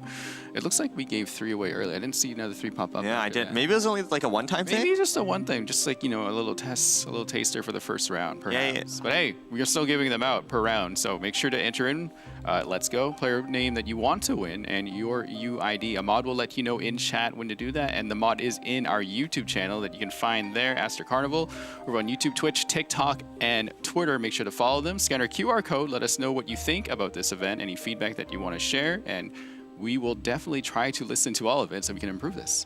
Yeah, I mean, if you want more raffles, or if you want your raffles to be bigger, maybe we give away 2,000 Primo Gems next 2,000 time. Primo Gems. Be sure to let us know in that QR Yeah. code. It will lead you to a sheet. But I see before it. that, Dex, Chongyun, Sayu, Herald, here they come. this is Kevin Z's deck. I mean, he won with the other two, so it must be this one. Yep. The thing is, what will Robot Wizard choose to counteract this? Chongyun, Sayu, Herald, Part 2. Part 2. 2 Claymores clashing right now. Wow. Yeah, Kevin's that. deck is a little bit different. This is a Yeah. different So typically in Herald's Claymore, you run double Wolf's Gravestone plus the Ancient Courtyard. Yeah. But I guess maybe will like the Lyre Song change? Like you're feeling you're not getting enough dice value from it. Maybe you don't have enough dice to do it. We Yeah. are running the Wagner Weapon Banner instead. Yeah. No talent either for the Herald, which is a really cheap talent and a really strong talent too. But We go in with what do we have? the mirror. Oh wait, that's Mona actually. That's Yes, not Herald. this is Mess with Okay. Chongyun. Right, right. So the breakpoints work out a little bit differently with Chongyun. With Okay. skill, he does 3 damage base. So with Wolf's Gravestone, he will always do 6 damage so long as the character is below 6 HP. But you don't get that explosive power from Grimheart. We called it mess because it is a variant of Mew, but instead of Eula, now we got Chongyun, right? Yes. Okay. Okay. Yeah, so This is the standard yeah, list. standard. It looks pretty standard. I think the one difference here for Robot Wizard is that we are not running the Ancient card, the Arcane card that if you already have an equipment equipped, your next one will cost 2 less dice. So he's going to have a harder time equipping the Wolf's Gravestone, and he's also going to not have as many discounts to work with in general, instead choosing to bring what I believe is a second Rhythm of the Great Dream. Yep. Yeah, not bad at all. No arcane cards in this one. Countdown to the show as well. No Lotus just for some insurance here, but okay. Robot needs to win this round here to push around 5. This is his do or die moment. Whether or not he falls here or if we can bring it to a game 5 and to potentially take back the series against Kevin Z will all be decided right here in game 4. Can't write it better than this. Maybe you can if Robot Wizard wins here, but let's see. All right, here we go. Yeah, I didn't realize Mona was in Robot Wizard's hand there. I thought that was Herald when I was glancing over at it. They're both blue. Yeah, very blue. Maybe if Mona falls towards the dark side, joins Scaramouche in the fake sky, and then hooks up. Fake sky. That might be spoilers from a It's not quest that was really. like 3 years ago. Yeah, it's not really a spoiler. It's like Did everyone. anything come of it, like any lore things? Huh?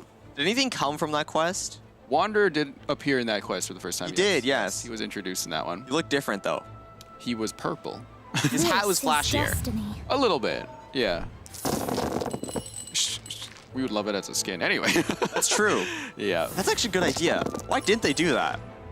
They already have the model. Wait, too. did you do Wanderer's quest? Did you do that quest? I did. You remember why you changed to Animo? Yes, I do. Okay, that's why then. Oh, but they could bring it back. Oh, maybe. We'll see. Oh my gosh. Anyway. It's so hard for Ren to decide whether or not I've seen something because I have a backlog of quests all dating to 3.2. I have to review your account later. I need to do this. You should. My account is actually so cursed. Yeah, I'm gonna roast the heck out of it. You can't roast my TCG collection though. I have so many gold card I packs. grade everybody on every single thing in there. You would Okay. score high on TCG, but everything else you're gonna score. Okay. So don't worry, you'll be fine. I know at least like 2 categories I'm rating low on. All right, full hand in Kevin Z. Oh, we're full ramping. Yeah, Oh, what? that's right. Wasn't that like the classic strat on Yeah, this one? countdown, like pass on 8. Yeah, okay. You think Robot Wizard answers the same? So Robo Wizard actually can't answer on the same because the reason this deck is so successful is that you're able to get a really nice swirl with Mona turn 2, effectively guaranteed with Sayu. We could go for it though. Like I don't see why not. It looks like we might be. Okay. Oh, okay, that works out perfectly actually. double Oh no, we're to- still 1 dice off.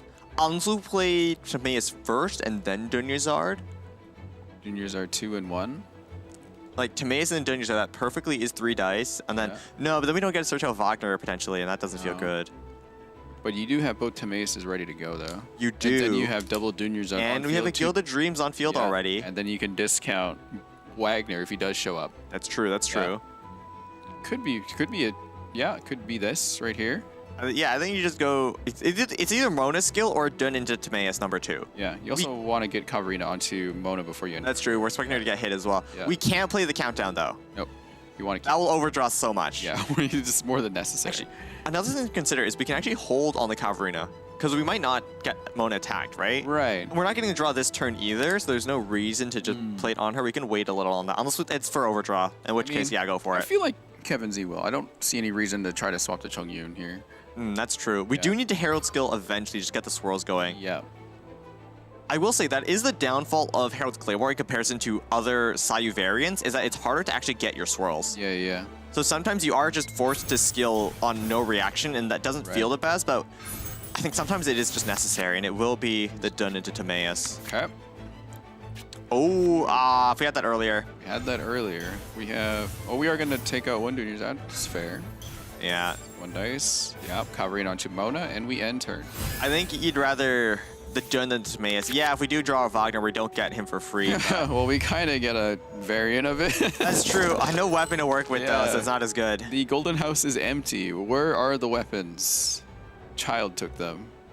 Actually, no, this deck doesn't have Wagner. What am I talking about? Is it not? Kevin Z's deck is the one that's running it. Right. Yeah. Okay. They are running sort of mirror, right? So yeah, we Yeah. had that idea. So typically, I think Mess does run, or I know Mew runs Wagner, and Mess is a Yeah. variation of it, so that's why I thought it had it, but it doesn't. Yeah, it's only got 2 Claymores, but no Claymores. It got even more confusing because Kevin Z is the one that doesn't run Wagner, and he is running it. I mean, he's right there, right? So, It is there, yeah. can we get the screen flipped for us quickly? Should just be a Herald skill coming out, though. Yeah. Looks like the dice work out as So well. sleepy. Oh.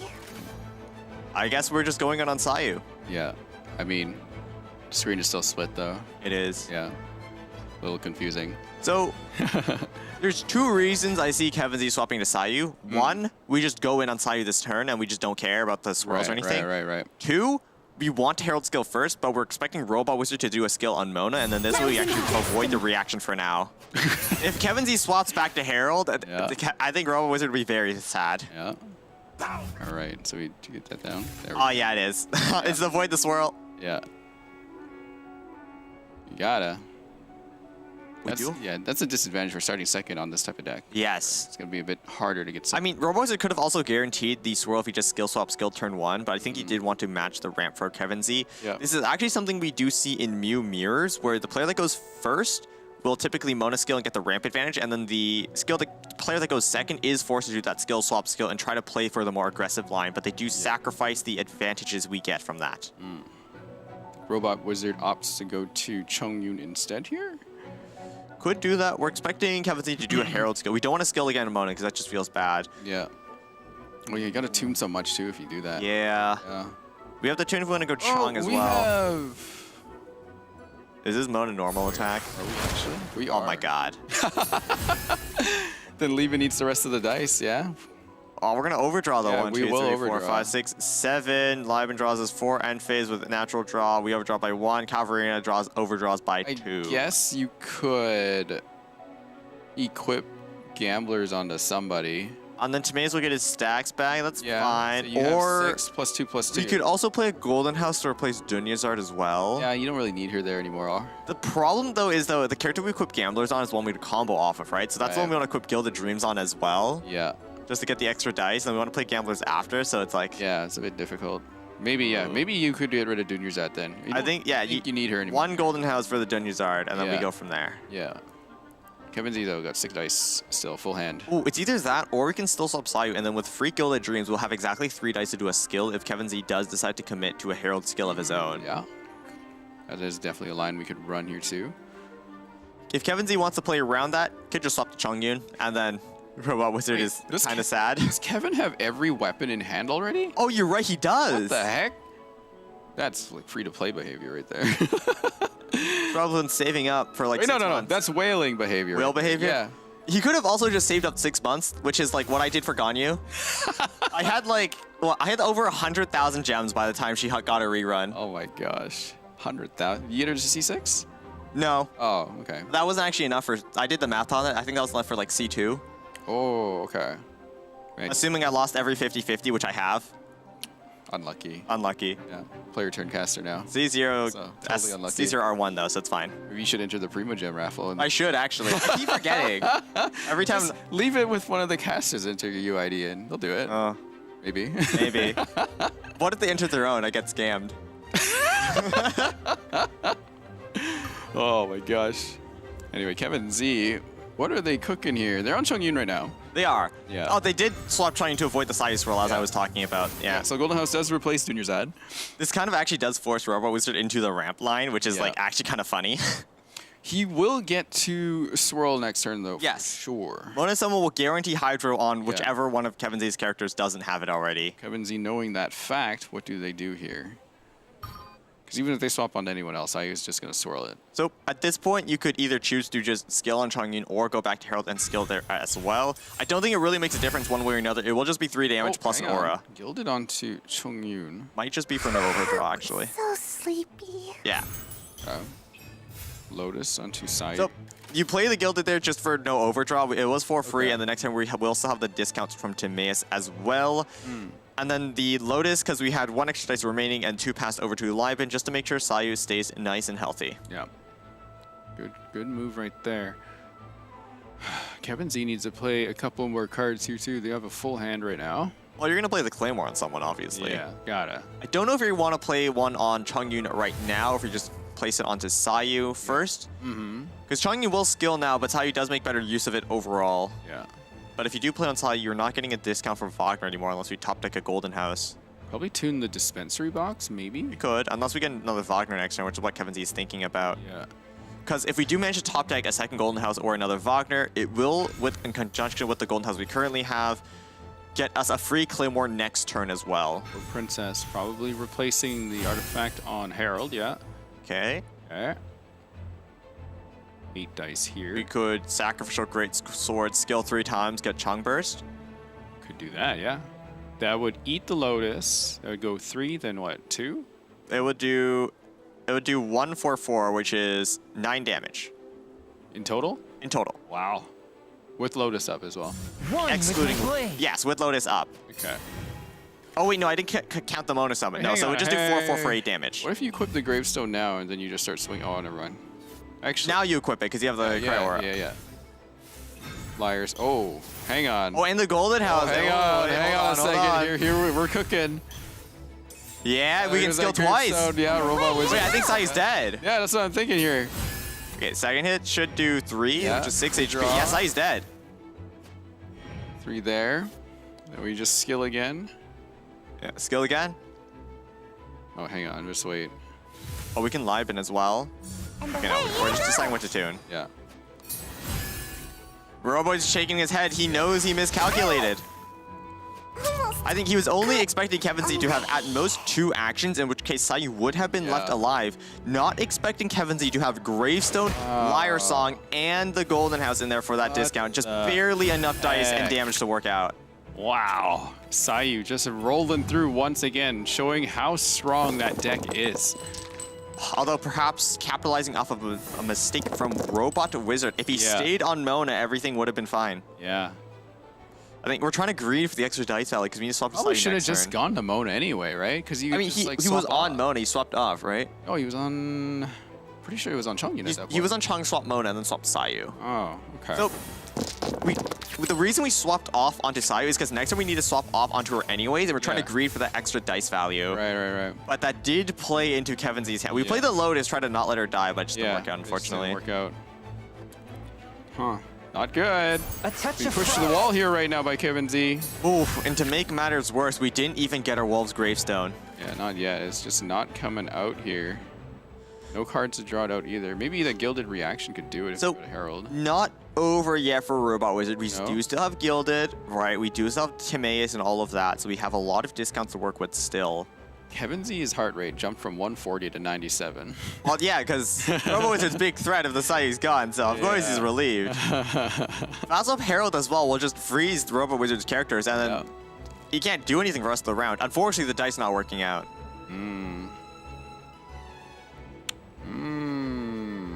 I will say though that even though it looks bad, it's not like bad, Right? because Kevin Z used a lot of his resources right now. Like one Lyre gone, one Boar gone. A lot of his discounts have been used, and because of the way Gilded Dreams, or sorry, not Gilded Dreams, Lyre Song works now, he's going to have a lot harder time generating dice in the future. Swaps to Chongyun. Back to Robot Wizard here. Aw. Should just skill again. I don't see why not. Yeah. This is nerve-wracking. What I'm surprised about though is that Kevin Z didn't swap over onto Herald. Because look at how much dice Robot Wizard has, right? Before the skill is 10 dice plus a full hand. We're expecting him to have probably at least 2 more equips. So that's like what, 14 dice total, excluding any Boar Princess This Gambler's is Reset destiny. shenanigans. So why didn't we just go for the freeze? Huh. I don't think there was really anything to be wary about. Swaps to Mona. Mona can get frozen here. Does that happen? Mona getting frozen doesn't matter too much, is the thing. I guess so, yeah. Looks like we will just normal hit and get 2 cryo back. Oh, wait a minute. No, that wouldn't work. What are we now. thinking? So we get 2 dice back here. Yeah, 2 cryo dice refunded. That's another skill into Chongyun. No, never mind. I thought I saw a line here. No. Oh, I guess it wasn't? No, nothing there. Unfortunate. yeah. What does Robo Wizard do now? I mean, he needs to even out the HP this turn, otherwise I don't think he realistically has a chance at winning. What we're worried about, though, is just fast up Herald freeze, and that kind of stops our chances. Yeah. Oh, that's very difficult. Oof. The worst part is we can't even play Liven because look how full our hand is. We overdraw so much. You have to play so much here for sure. Don't have our Claymore either, so we actually can't afford to overdraw. If we had our Claymore, we might have actually just sacked the rest of our deck because we already have so many discounts in hand. But because we do not have that very critical card, we can't afford to do it. Do you have a Lyre Song, some Golden House, and a Gilded still? Oof, forced to skill on Mona just in case Kevin Z has the fast swap Herald in order to freeze Chongyun. And now with... How did he skill for 1-2 dice? Oh, we What got am I a missing? Mona Burst, though. We could get some dice back, too, here. Lyre Song Gilded. Yes, we can indeed. Not entirely sure if it's worth it, though, because if we Mona Burst right now, like next turn Kevin Z just swaps over onto Herald whenever we're on Chongyun. Yeah. And then it's kind of wasted, because the only character Robot Wizard would want to use an empowered attack on is Chongyun, because he is the healthiest. Or Sayu. Sayu works too, but she's at 4 HP, so not the best. Lyre Song bringing Gilded back. Oh, this could be a decent turn coming up here. Because we got Boar Princess, too. We can make quite a bit of dice. That is true. Yeah. We also have Rhythm of the Great Dreams and Double Timaeus discounts to play off of as well. We can also equip the Golden Troop and replace it with something just for some extra value. That as well. I think Robo Wizard can absolutely make this turn work. Okay, Rhythm. Does Rhythm play first? Good question. I don't actually... I'm not entirely sure on how the artifact operation works. It does. Okay, look. Okay. Timaeus and Golden House both keep their stacks, so Robo Wizard still has more discounts to work with. We freeze Chunk. Another Lyre Song. That's great. That's big. Huge. With Golden House also not charged yet. Or with the charge still. And we still have another one in our hand and another Rhythm as well. Yeah. Plus a second... Oh, we didn't play the board. Never mind. No second Boar Princess. I mean, you could. You got Gamblers too, as well. Yes, that's true. There's potential here, actually. Robo Wizard can absolutely still make a turn of this. Yes. Ooh. So... Or do you end turn here? You could take turn priority and just get that insta-freeze. Especially if Kevin Z ends on Herald to no freeze throw, we can go from there, but no. You have to watch out. Well, yeah, you can freeze Herald here. Probably don't want to do it this turn. No, only 1 dice remaining. It wouldn't really matter. And if Robozer takes a turn priority, Kevin Z will just swap off onto another character. Yeah. And with how low Mona is, eventually Kevin Z will have a free opportunity to freeze the Chongyun. Well, if they freeze... well, they can't, though. I think Kevin will swap off if Robot ends turn here, yeah. If Robot Wizard ends first, Kevin Z will swap off. Yeah. So we do have that Phantom, though, that will throw Hydro back across the other side. If we just had Claymore, we would have popped the revive, then all 3 of Kevin Z's characters would be in lethal range. Just not having that Claymore, it's so bad. Okay, Kevin Z decides to stay there. Yeah, no reason to swap off into any of our other characters, because Chongyun has Burst now, right? So it would be enough, with another set of Gilded Dreams refreshes, be enough to one-shot one of Kevin Z's characters. Herald takes at least 2. I don't think this is good for Robot right now. No, it's Have not. to figure something out here. So I think we do have enough to pop Revive, and then maybe also after that to get a Gambler's Refresh. Yeah. But just if we're able to get another action after that remains to be seen. If we are able to, though, we actually have a very realistic chance of winning, because a Chong Burst would one-shot Chongyun, and then Mona Burst would one-shot the Sayu. So no matter what Kevin Z goes on of, we should have a chance to win after that. Play Boar Princess. I wonder if they're going to throw down Golden Troop into Gilded. And then Rhythm into Gambler. I mean, we committed, right? I think Robot Wizard just thinking how to maximize his dice generation right now. Unfortunate thing here, though, is, oof, we don't actually have enough dice to Lethal Herald and pop the Revive afterwards. I think Herald lives. That's so bad. Yeah. No grades, then it's actually such a debuff. Maybe swap over to Mona and Burst. We could skill swap Mona. Yeah, we could do that. Ooh, okay, another Yeah. boar. We can work with this. Work with that. Can make some more dice here. Choose your cost and Rhythm Gamblers. Hold on. That puts us on to 5. No, we still need 1 dice. We're 1 dice short. I'd say swap to Mona Burst. But then I think that would... I think Kevin would stay on Herald. Then Kevin stays on Herald, yeah. And we're forced to waste the Mona buff on Herald, and he's already at 4 HP, so... Yeah. Oh. Tricky, tricky, tricky. Lieben. Yeah. Kevin shake. I think both players know it's over for Robot Wizard. Yeah, it's over. Just not finding that Claymore in time. Look at all of Kevin Z's characters. They're all so close. Harold's staring at him right in the face. They're like, come and get me. If we had weapon, it'd be over. No. Well, it's going to be over for Robot Wizard. The Chongin solo was possible, but just not the weapon not coming in time. Or Princess. This is Sort out destiny. to Mona.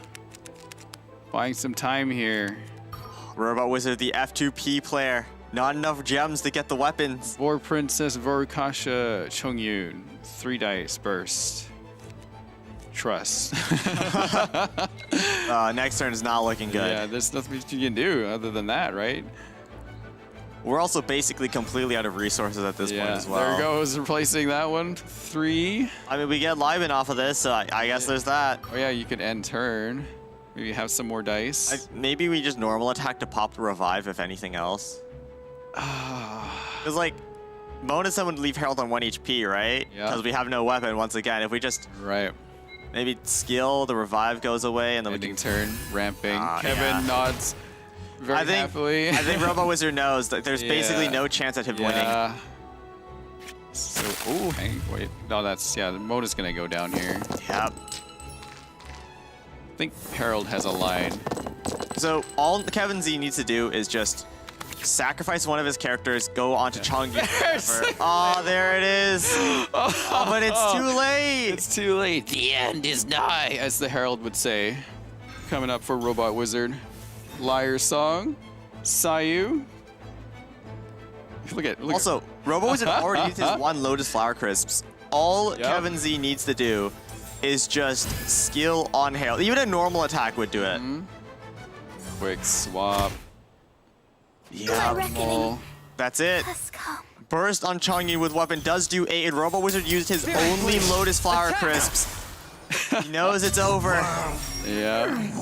Just bursting for the style points. And here we go, everyone. Your victor.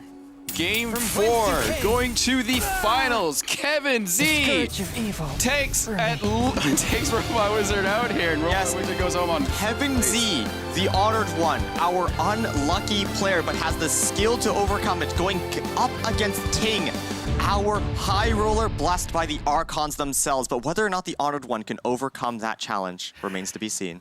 Robot Wizard, I know that's not the way that we were expecting to go out on this one, but it was an incredible fought series. If you go out to anybody, Kevin Z, best one you can, right? Absolutely. At least it wasn't Ting.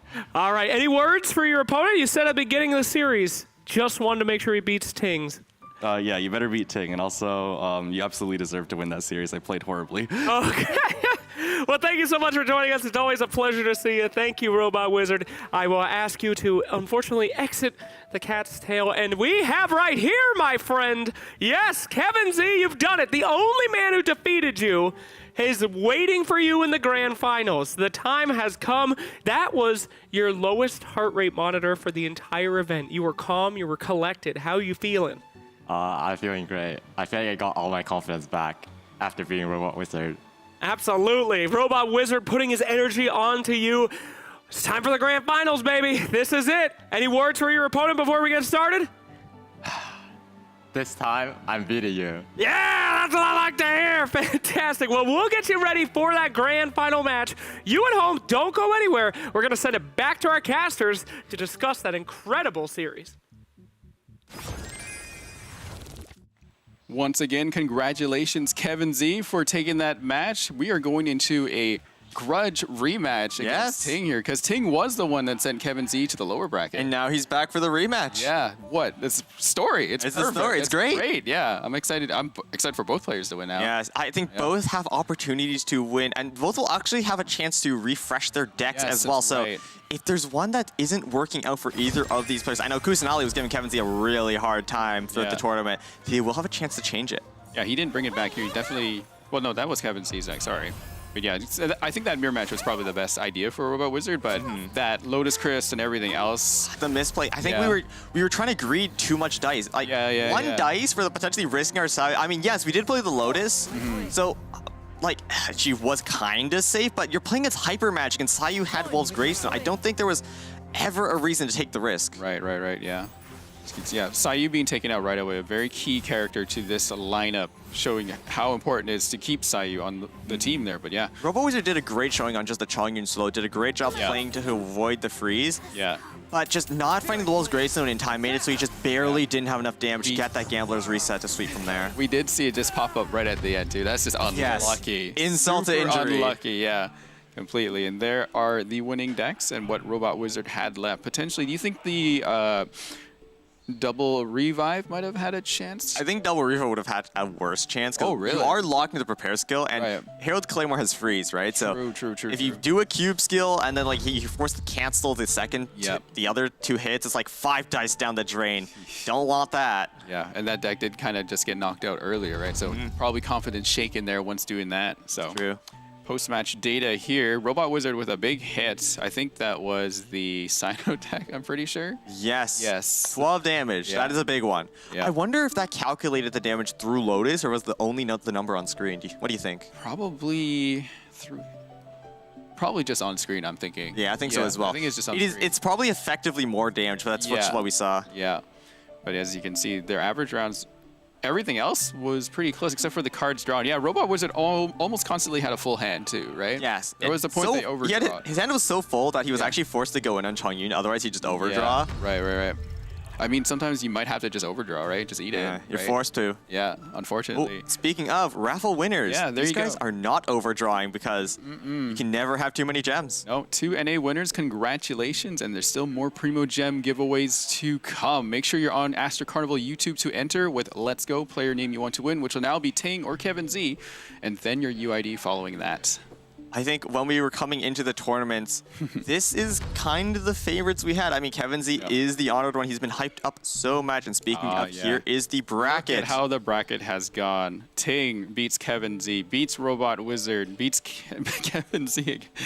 Oh, yeah, they're not going to beat Kevin Z again. No. I'm not calling that early. My bad, right? Oh, they can't say that yet. Can't say that yet. But Ting versus Kevin Z finally, because Kevin Z got beat by Ting, but then had to survive the entire lower bracket. And they've been doing a wonderful performance going through there. I think only losing like maybe twice the whole time. Yeah, it's been an absolute run. I think losing once against each opponent. I think once against Pello. Actually, no, Pello's a 3-0. Yeah. Once against Robo Wizard and once against G-Boot. So almost a clean run through the lower bracket. Yeah, so yeah, Kevin Z got swept first game. And then it's never just again. Back. Never again.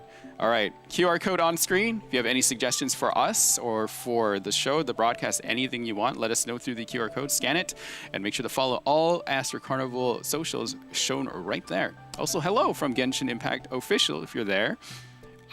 If you want to get some Primo Gems, make sure you come over to YouTube. You have to do it there. But yes. Unfortunately, we're not doing giveaways on any other channels, but I think that's all for us today, Rin. Yeah, Leah and Blep will be taking over the finals, so this will be the last time we see you. This has been wonderful casting with you, Sumi. It's been a great time. Yeah, I hope this is like your first experience live too, right? It is. It's been nice. The set is amazing as always. I can't say that enough. It's beautiful. All right, well, introduce yourself out, and then I'll. Okay, I guess I'll throw it to you then. We'll do it different. Yeah, do it different. So, this is all for us today. I am Sumi, your player turned caster, and this on my side is the Amber Main or Rin Taicho. Thank you for watching, but don't go away. The finals are coming up.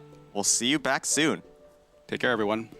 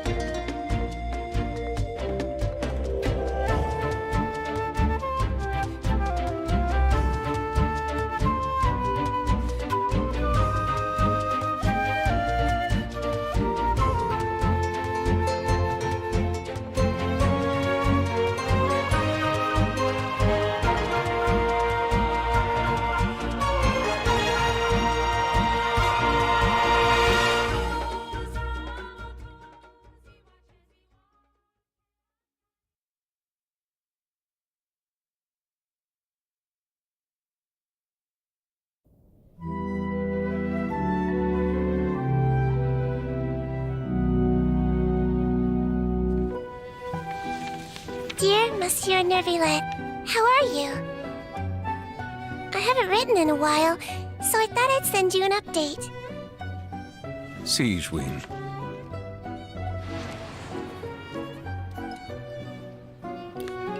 The Duke tells me that you're always asking after me. Please, don't worry. Everyone at the Fortress of Meripede is really nice to me. Walsey, we've had it with you! What even is this? It's completely inedible! Suck it up and eat it! The food here is delicious, and the people are super friendly. The other Melusines come by to visit me sometimes. They're always full of praise for the fortress, and they get along great with everyone here. Sneaky sticker for you. This one's really cute. Let's give it to a cute person. You once said we have to discover the meaning of life for ourselves. I think you're completely right. Life at the fortress is often pretty uneventful, so my infirmary is empty a lot of the time. He's down! He's down! Ha! Too easy. But everyone trusts me, which is really great. I really like being a head nurse. Anyway, the Duke and I are planning on taking a trip out, so we'll definitely see you soon.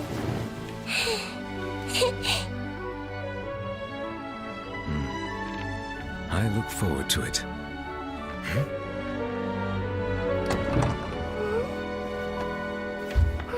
Hope you're not too busy.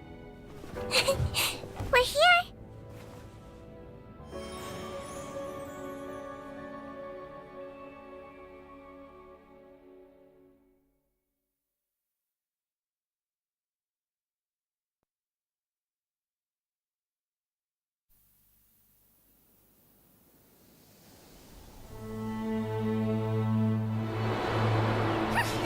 Ready? Let's go! Attention, please! Kachina will now release the ball to promote the upcoming tournament. Huh? Gotta get a photo to remember it. Hey, that's too close. Great. And... No! Too far!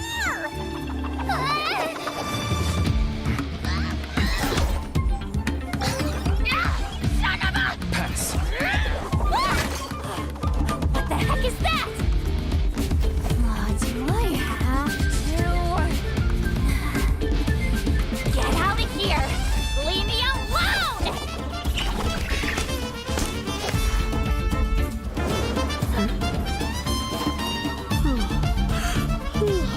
Is it that time of year again?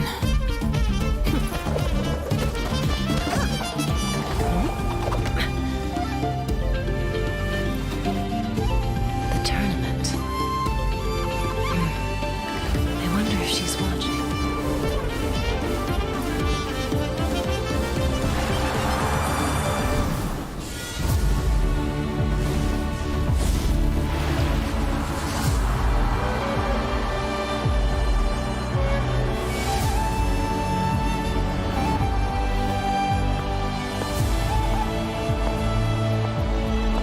The tournament will soon begin! My dear friends, take your positions! Embrace your competitive spirit and give your all! This battle is for winners only! The champion will take all.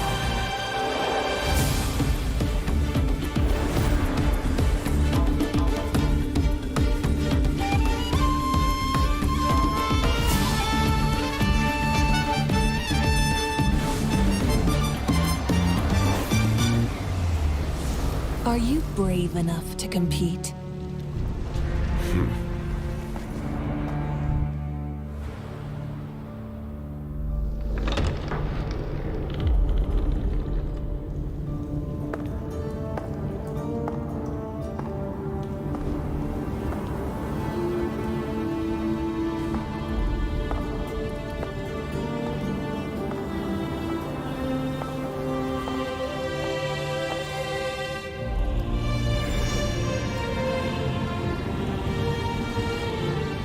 To burn again!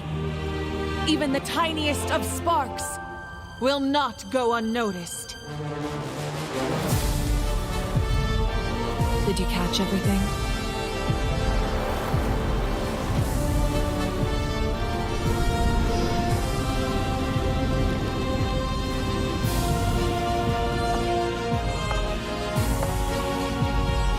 What our eyes see ought to be our fate. But now, close your eyes and feel. For with our blood, we will forge our true fate.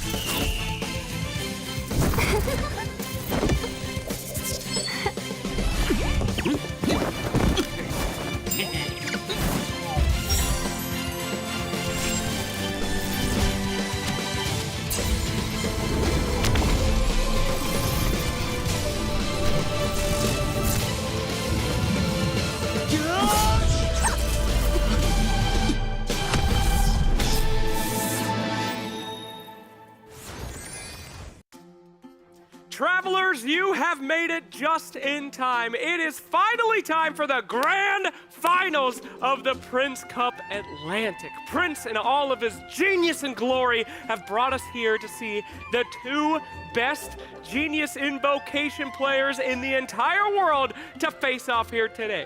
You are going to see a series that will change the entire history and future of this game. But before we can get there, my friends, we must not only honor Prince for all he has done, but we must invite one more special guest to the stage. That's right. We don't call it the Prince Cup for nothing. Prince's globe-trotting cup must be brought forth because they're playing for money, they're playing for fame, but most importantly, they are playing to appease Prince and earn his coveted trophy. So let's take a peek at where that trophy has been until it got here to this stage.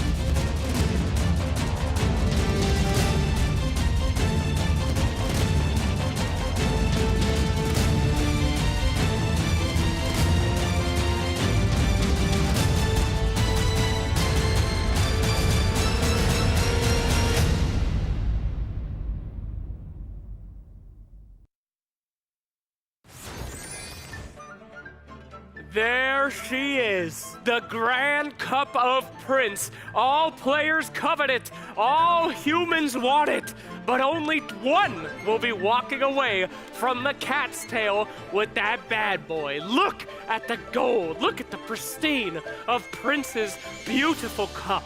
It is here that we fight for those beautiful dice and the cup and everything, all that it represents. The glory of Genius Invocation put into one cup in the tavern. It's very exciting for me, okay? It's a big deal. It's been happening for a long time, and they've been waiting for their chance. For the glory and the esteem of the cup. The cup of the Prince's Cup Atlanta. Sorry, I got really hyped up about the cup. I don't know what to tell you. But anyway, we are about to have one heck of a series, a grand final where they will go head to head and you will see the best decks ever created in this game. Feel free to take them, for these champions are going to do everything that they can to ensure that it is the best series you have ever seen. So, enough building it up, my friends. Let us bring these old rivals together once more onto our stage. May I please introduce our first competitor, Ting.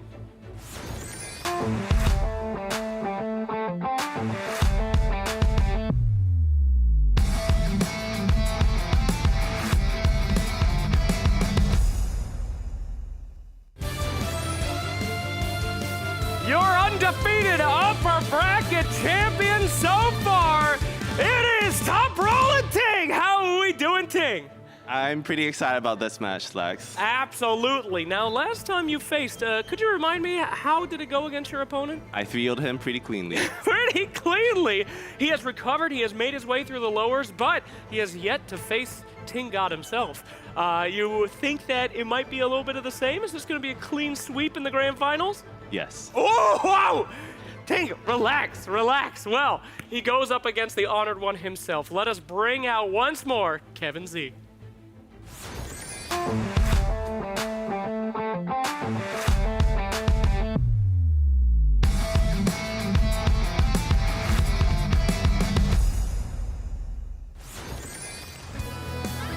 Back for his revenge, Kevin Z knocked out in the lowers, clawed his way through the stressful knockout series, and we're back again. Kevin Z, you've got a lot of, practice playing against a lot of different opponents. Seems like your nerves are gone, your heart rate is low. Are you ready for this grand final? Of course I am. All right, now, you said you especially wanted to take out Ting here today.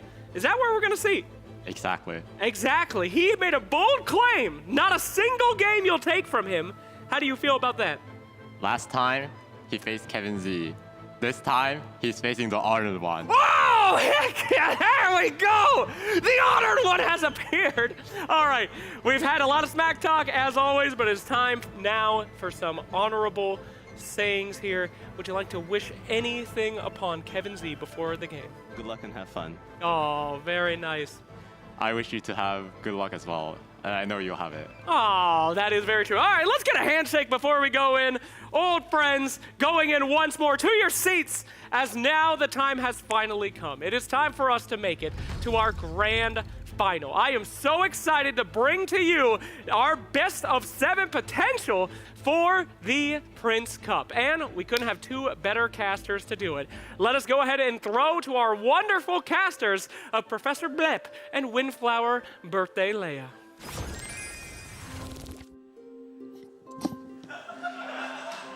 It's still not my birthday, by the way, but anyway, hello travelers, we're back for the grand finals. This is Leah, also known as Windflower Leah, here with Blep the Cat. Yeah, and it is an honor to be here casting the finals. We've had 2 days leading up to this. Epic games, but I'm so excited to be here to close it out. Definitely, and I mean, just what a journey it's been. Ting has already defeated both Robot Wizard and Kevin Z once in this tournament. Now he's up against Kevin Z again. Ting is literally a god slayer. Yes, of course, that is referred to Kevin Z's chosen tag for himself, TCG God, but we'll come to him in a little bit. Well, we're talking about Ting. He's the God Slayer. He's the God Slayer. So, I mean, look how quaint this God Slayer is. He loves baking, he loves fantasy novels, and he's definitely known in the community for being a high roller. If you've been watching the first 2 days, I'm sure you know him as a high roller too. Yeah, if you are just joining us, of course, from Genshin Impact Official, any of the Astrocarnivore channels, and you don't know these players, you'll get acquainted with them very soon, but make sure to check out Day 2, you know, that best of 5 series against Robot Wizard. Game 1. Sorry, well, the entire series, that entire series against Robot Wizard was really a highlight of not only just this tournament, but really, we've been in a lot of the tournaments, and that was by far. The entire story thus far. I mean, Robot Wizard was the North American Prince Cup champion from last year. He was the one to take down, he was the one to beat. He made it to the top 3, and it was Ting that took him down a peg before Kevin Z knocked him out entirely. Exactly, yeah. I mean, it's been a hard-fought battle among all of these players. I mean, some statistics for the players gathered across the Prince Cup. And we see that Ting does not draw a lot of cards, so that's actually a pretty low number. And the reason why, he does prefer that aggressive playstyle. Right. Those aggro decks don't draw a lot of cards, but they do a lot of damage, and that has really paid off for him. Yeah, that's like one of the lowest card draw stats we've seen so far. But I mean, this meta, I think, really favors aggressive type decks, and they were falling out of the meta for quite a while. Yeah. You know, it lended way to Hyper Magic, which is more combo oriented, and Stall, and now we're kind of back at an aggro meta. This is perfect for players like Ting who prefer that. You can even see their chosen tags there. You know, Ting bringing that aggressive tag. But here is Kevin Z, the TCG God, the only player in the top 32 of the Atlantic Prince Cup tournament to bring that title. And that is because he's known in the community as the honored one. He is someone who is very hyped up behind the scenes, and this is finally his time to show what he's worth. Yeah, he deserves all of these titles. Again, I know I've talked about him quite a few times as we've gone through the days, but he is a very good coach of players as well. He cares a lot about the correct play at any given moment. He cares about consistency, not about high rolling quite as much. I mean, he has Unlucky Roller as his tag at the end. It's kind of an ironic thing, you know, he believes that if he can just play good decks consistently and make less mistakes, unlike me, he'll get through. I mean, that's definitely true. He told me personally that he considers inconsistent decks as a bad strategy. Like, those were his words, and I think it's shown. Like, he's the only one taking that Kazuha deck, and I know we were talking to the players earlier, like, okay, Ting, okay, Kevin Z, which one of you is Kazuha in the trailer, and which one of you is Sino? Kevin Z, of course, immediately was like, I'm Kazuha, because he prefers that consistency. Yeah, that Kazuha deck, definitely a highlight. You know, I love seeing that that deck in action. It's very cool, has a lot of combo potential, but we see here Kevin Z stats and immediate difference, you know, lots of max dice, lots of cards drawn. This is his preferred playstyle of deck, which is, as you mentioned, that Hyper Magic deck. If you're not familiar with TCG, the whole goal of that deck is to draw an entire deck and then play all the best cards. And that's what we mean by consistency, right? You don't need to rely on RNG and top decks and top deck Pyro-Wovens if you just draw your entire deck. I mean, you know, Ting does have the professional top decker tag, so that's his specialty. Just, you know, that's why we call the Ting mid-roll, because like his mid-luck is everyone's really good luck. Yeah, I do want to say, we go on about Ting's lucky rolls a lot of time. I had time to talk about him, that, you know, that game on, again, very much a highlight, but what you didn't see in that is he chose to play around a very particular card. He took a line that played around his opponent's Lotus Crisp, which we knew Robot Wizard had in hand. There was not a guarantee that he had it, but he chose a line that would not lose to that, or would not lose 100% of the time to that card. And it's that combination of strategy and then relying on your outs that made it so important. Very excellent observation, but we're getting into the finals now, and these are our decks. Of course, Ting has Whale with Consecrated Scorpion. It looks like on Ting's side that Sign Overload deck is banned. For Kevin Z, it looks like Crab is banned with Sino. And he's rolling with that Sayu Chongyun Herald deck. Anything you see here? I mean, so the 4 decks for Kevin Z are the same, except for that Whale, which he did not bring in his original lineup, but now has added, which most of the players. And for Ting's side, actually quite a new lineup. We're going to have to talk about that a little bit, but we see the Sino deck banned on both sides. I think Sino has been the dominant card in this metagame, and you saw those statistics with the 10 damage stronger single strike. That was Sino, right? Exactly. You know, we have his passive plus talent plus Pyro Resonance easily being able to threaten characters in one shot, and I guess both players are very afraid of that.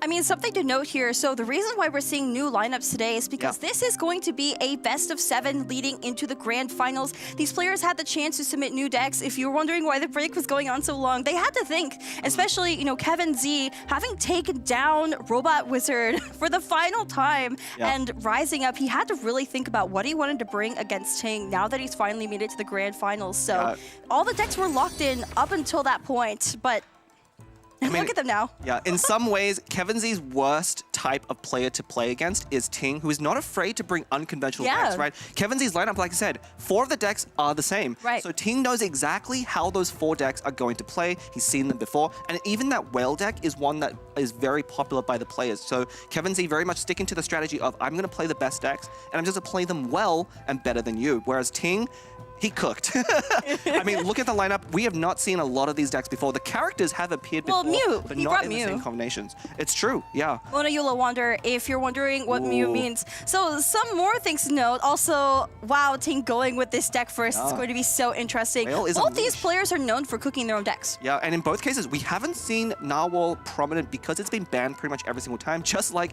in the previous version. But now, both players... more threatening. Exactly, threatening. And, oh wait, first of all, we're getting so excited about the decks.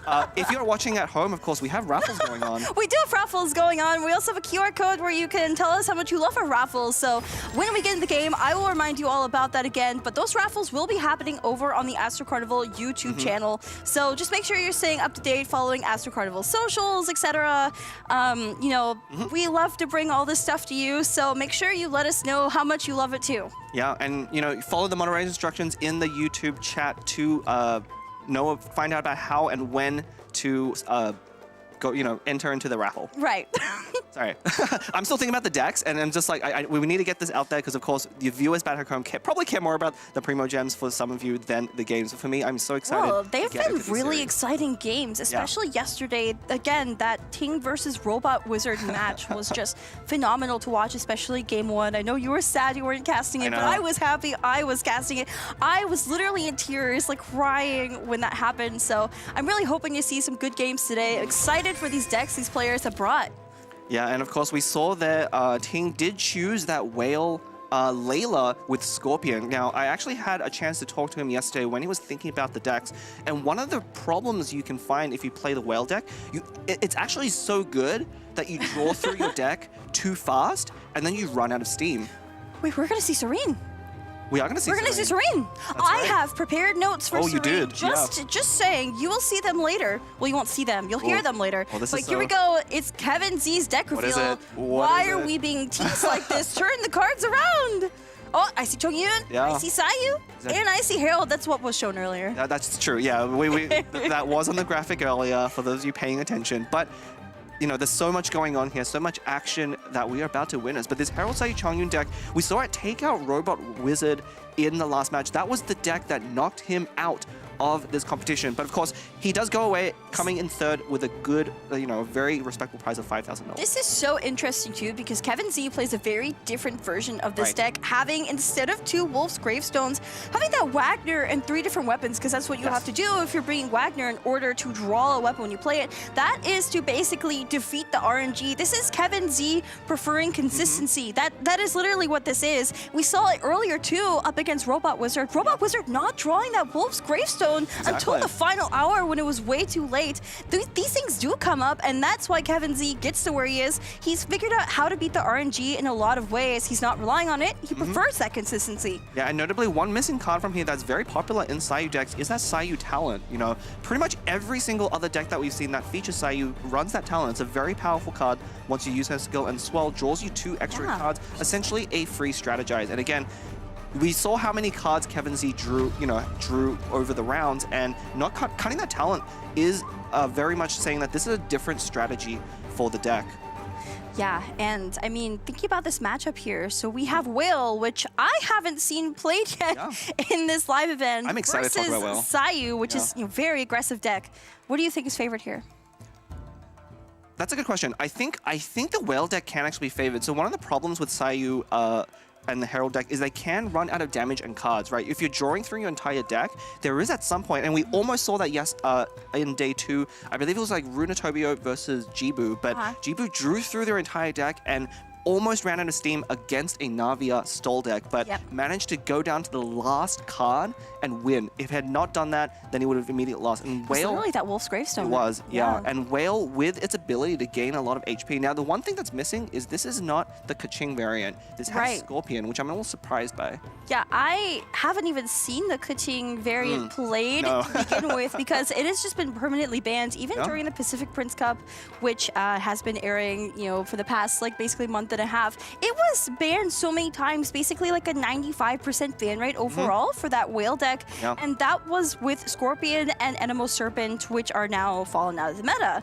But, you know, I have not seen this Kaching variant of Whale, and is that because of the Stiletto card? Yes, so the way, it's very funny. Kaching is mainly there as a way to generate that 3-cost Stiletto card, and Kevin Z did bring that variant, so we may see it and may come up a little bit later. But just to explain the general strategy, is it's a lot more reliant on Whale Burst. If you remember how the Whale Burst works, it takes the highest cost cards it's devoured and uses that to the number of cards you've eaten, basically, to decide how many usages of that burst come down. Now, if you played with the Anemo Serpent Consecrated Beast variant, you'll notice that burst wasn't always very high because most of your discards are 0 cost. And so with Kaching and the Stiletto and the makeup of the new deck, that burst gets up to like 10, 12 usages very, very quickly, and you're threatening much more damage on Whale throughout the late game. Interesting. Which one of the 5 cats in the trench coat answered that question?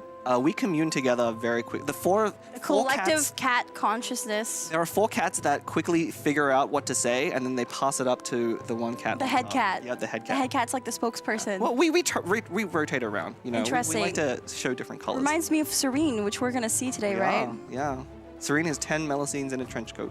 Which, you know, speaking of that card, by the way, so Ting being a notorious high roller, bringing Serene, which is basically gacha in a card. It is. I mean, it's a good gacha. I've been really looking forward. Yeah, really looking forward. Oh, did I not bring my Serene card?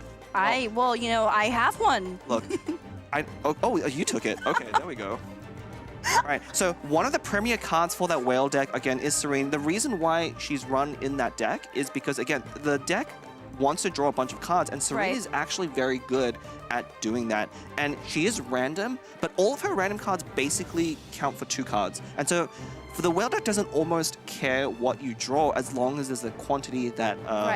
Yeah, that critical mass of cards that gets Whale up to those 20 stacks of the Devouring passive. So, you want to know why it's Serene as the Melusine in this card? Please. So, I've been doing some digging into the lore of these Melusines. Serene, just, you know, if she gets her own support card, it's 0 cost, you get 2 food, right? Yep. So, if you speak to the different Melusines in Mercy Village, they actually call her their big sister. She takes care of everyone. So because she helps everyone else, she gets a bunch of helpers. So that's why we have Serene as the main card. That's so cool. It's cute, I think. Yeah, it's cute. cute. And then she gets the food because I guess, I don't know, you make food when you take care of people, right? I guess so. Yeah. Are you going to save the rest of those facts before we see each Yes, card? yes. Okay. I'm going to wait to All right, see chat. who appears when Ting plays Serene. He has to play Serene. I hope he rolls it. Yeah, I mean, it's almost certainly going to come up.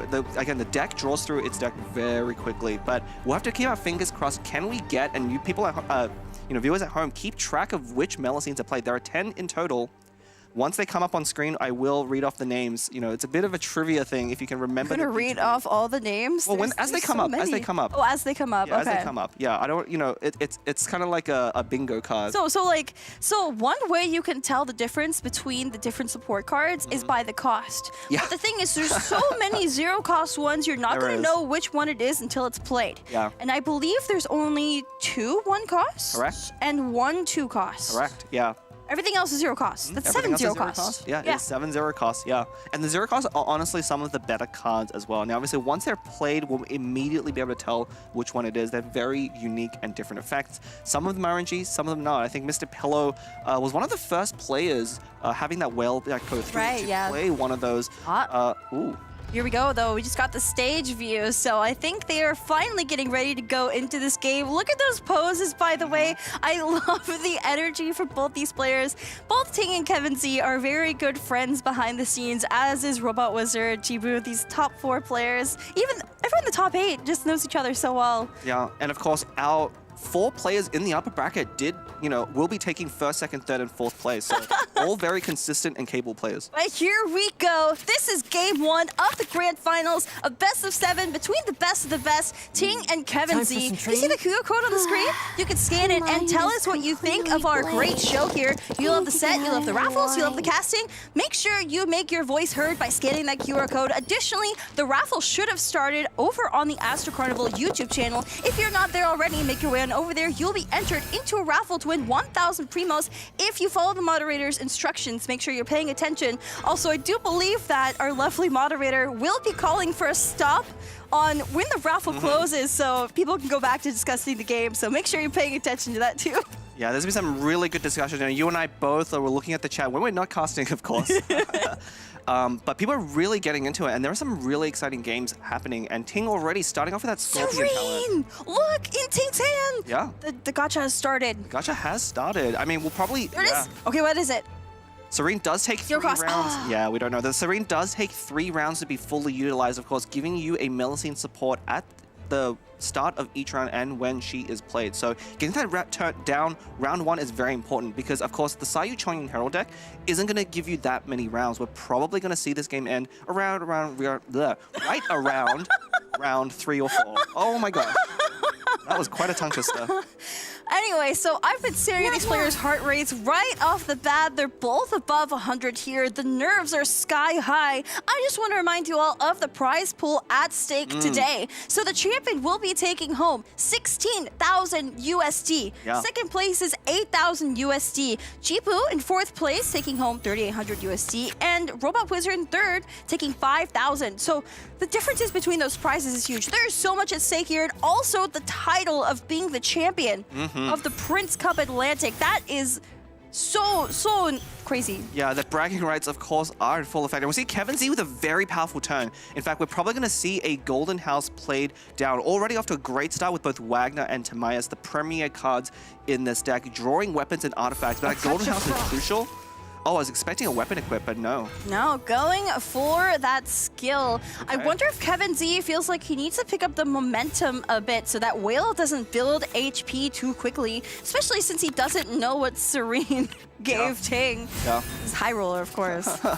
I mean, you almost can't predict it. All of the effects, again, roughly generate 2 cards for your opponent, so you don't need to play around that much until they play it, and they can adjust your strategy accordingly. That's one of the things I love about the Serene card is, yes, it's very RNG, but it doesn't swing the game completely in one direction. It's a very effect that you can calculate and play around. There's another 0 cost from Serene. Every turn, Serene's going to give another, well, basically like a support card. Exactly. They're like her companions. They are her companions, yeah. It's actually very hard to manage your hand as the Whale deck. Oh, here we go. Drew 2 cards. Is that Topius? No, that is Lutine. That's Lutine. That is Lutine. Look at Kevin Z. He knows. Oh, it is Lutine. Oh, no. Ting is smiling. Can you explain how this works? Oh, yeah, so of course. So Lutine draws you those 2 cards, as I mentioned, but you see that status at the bottom of both Layla and Chongyun on Kevin Z's side. Anytime they use a skill, it will do either 2 damage or heal that character for 2. Oh, no. But it's completely random. Look at Kevin Z's reaction. He's smiling. The most expressive we've seen him so far, honestly. His pulse is skyrocketing. He knows this is now a gamble. And when it comes to, to RNG, Ting is always on top here. Yeah, it is very much a gamble. It is a 50-50, basically. You flip a coin to see, do you lose 2 or gain 2? So, a bit about Lutine, by the way, as a Meloseed. So she is someone who cooks. You'd think she would get the food cards, right? She's Ting. She's also Kevin Z. Kevin Z cooks too. But you would think that she would get the food cards, right? But she doesn't because she cooks Meloseed specialties. Okay. And if you remember from the Archon quest, what Sijuan was giving to people was not really normal people food, right? So there is a chance that it could heal you, or I guess there's a chance it could poison you, so it's plus or minus 2 health. Okay. That's quite, I had no idea about that, so thank you, Leah, for providing that lore. I really look forward to hearing about all those Meloseeds, by the way, so I hope we see them I hope all. that's a different one. Okay, so that's one out of 10. It is 1 out of 10. All right, we are well on our way. Now, Kevin Z is a very interesting decision. I saw him hold onto that weapon, so he did have a free weapon equipped last round with the Golden House plus Wagner that he just played. I believe what he might be doing, this is a matchup where Whale can get out of hand very quickly. Oh, there's Sack Greatsword. Yeah, I was expecting, so with that second Wagner and Golden House, he will actually be able to draw the Wolf's Gravestone. So I think this is, it's funny to see, look at him shaking his head. He's like, so. Of course. He lost the gamble. All right. There's a Veteran's Visage on Whale, and what is this? Oh, it's 2 weapons. Which one's that? 2 weapons is going to be Kasanziana. Kasanziana. All right. So the only thing I have on her is that she's a gardener. She grows exotic flowers. I don't know what that has to do with weapons. Garden tools can be used as weapons, probably. That is... Yeah, so that was actually so one of the reasons that is actually a very good card for Whale deck. Now, obviously the weapons, 2 of those characters cannot equip weapons. That's not why you want to play that card. Lots of weapons are 3-cost cards, and again, tuning and discarding 3 costs is the name of the game for this deck. Now, unfortunately, Ting did kind of low-roll that a little bit by grabbing a 2-cost weapon in Cash Flow Supervision. Now, luckily, he will be able to tune that or discard that along with other 2 costs, but he's going to have to time it very carefully. Now, if you're not familiar with Whale, we haven't seen Whale very much. True. Okay, go on. The way it works is anytime you tune, as we're seeing now, or discard a card, you see those that number ticking up underneath Scorpion. Once you hit 3, depending on if you did 3 matching, the cost of the 3 cards you tuned, you get different amounts of HP. So yeah, if you tune 3 cost things, you will gain 3 health on Whale. If you tune 3 2-cost things, you'll still gain 3 health on Whale. If you tune 2 3-cost things and then a 2-cost thing, you will gain 2 health on Whale. So you have to make sure that the numbers align. It's a math game. He brought the tag mathematician, I think. He did, yeah. So he may be very adept at playing this deck. And again, it's so important you manage your discards and costs correctly because every HP matters in specifically this matchup, right? With Sayu probably eventually getting a Wolf's Gravestone, the longer you can keep Whale above 7. Oh, what's it gonna be? Oh. What's it gonna be? Is he gonna heal or take damage? Oh! This is 10, you high roller! Kevin's reaction here. This is severe emotional damage already inflicted by Ting right in round 2 of game 1. This is how you start a best of 7. There's still 1 shot left for Kevin Z. It could backfire on Ting. You know, the best case scenario is that Lutine rolls even for you. If you take 2 damage now, as long as you heal 2. But here is the really scary thing. Kevin Z has to take a gamble. If he attacks again on Chongyun, he could be brought to 3 HP and lose immediately to a Scorpion skill. And he does not, he's an unlucky roller. He brought the unlucky roller tag. Yeah, he's not taking that risk. You know, he does not want to take that gamble because if it goes poorly for him, he will just lose the game on that spot, losing that weapon equip on Chongyun as well as 3 energy. Noticing after Kevin Z swapped to Sayu, Ting swapped over to Whale, who does not have that cryo aura on. Ting does not want Sayu to be swirling anything here. Yeah, but and there's the Sapwood Great Sword. What is it going to be? Oh, yeah, it is. Yeah, it is. Yeah.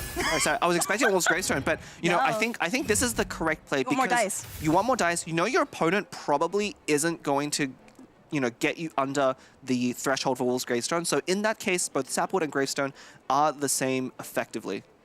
They are, but Ting is swapping over from Whale onto Layla, just basically swap stalling it out. Kevin Z with that, basically, so the passive of any Sapwood weapon, you normal attack, you get 2 dice back, corresponding to the character you normal attacked on with a Sapwood equipped. It's a one-time effect, and it has to be in the round that you played Sapwood in. But he got those 2 animal dice, and now he can go for the skill. Oh wait, what was that? Hang on, we missed the effect. Okay, it must have been healing. It must have been healed because Sayu didn't take damage. Okay, but here's the thing. Sayu was already at 10, so Kevin Z lost out on those 2 points of healing. He did. So he's down 2 HP to Lutine, and that can matter so much. Breakpoints are everything in this matchup. In fact, Chongyu being at 5 instead of 7 puts him in range of a Whale skill further down the line. Once Whale gets up to 12 stacks, that skill does do 5 damage at base and would have been safe at 7, but no longer at 5. Swap over to Herald to finish things off for Kevin Z.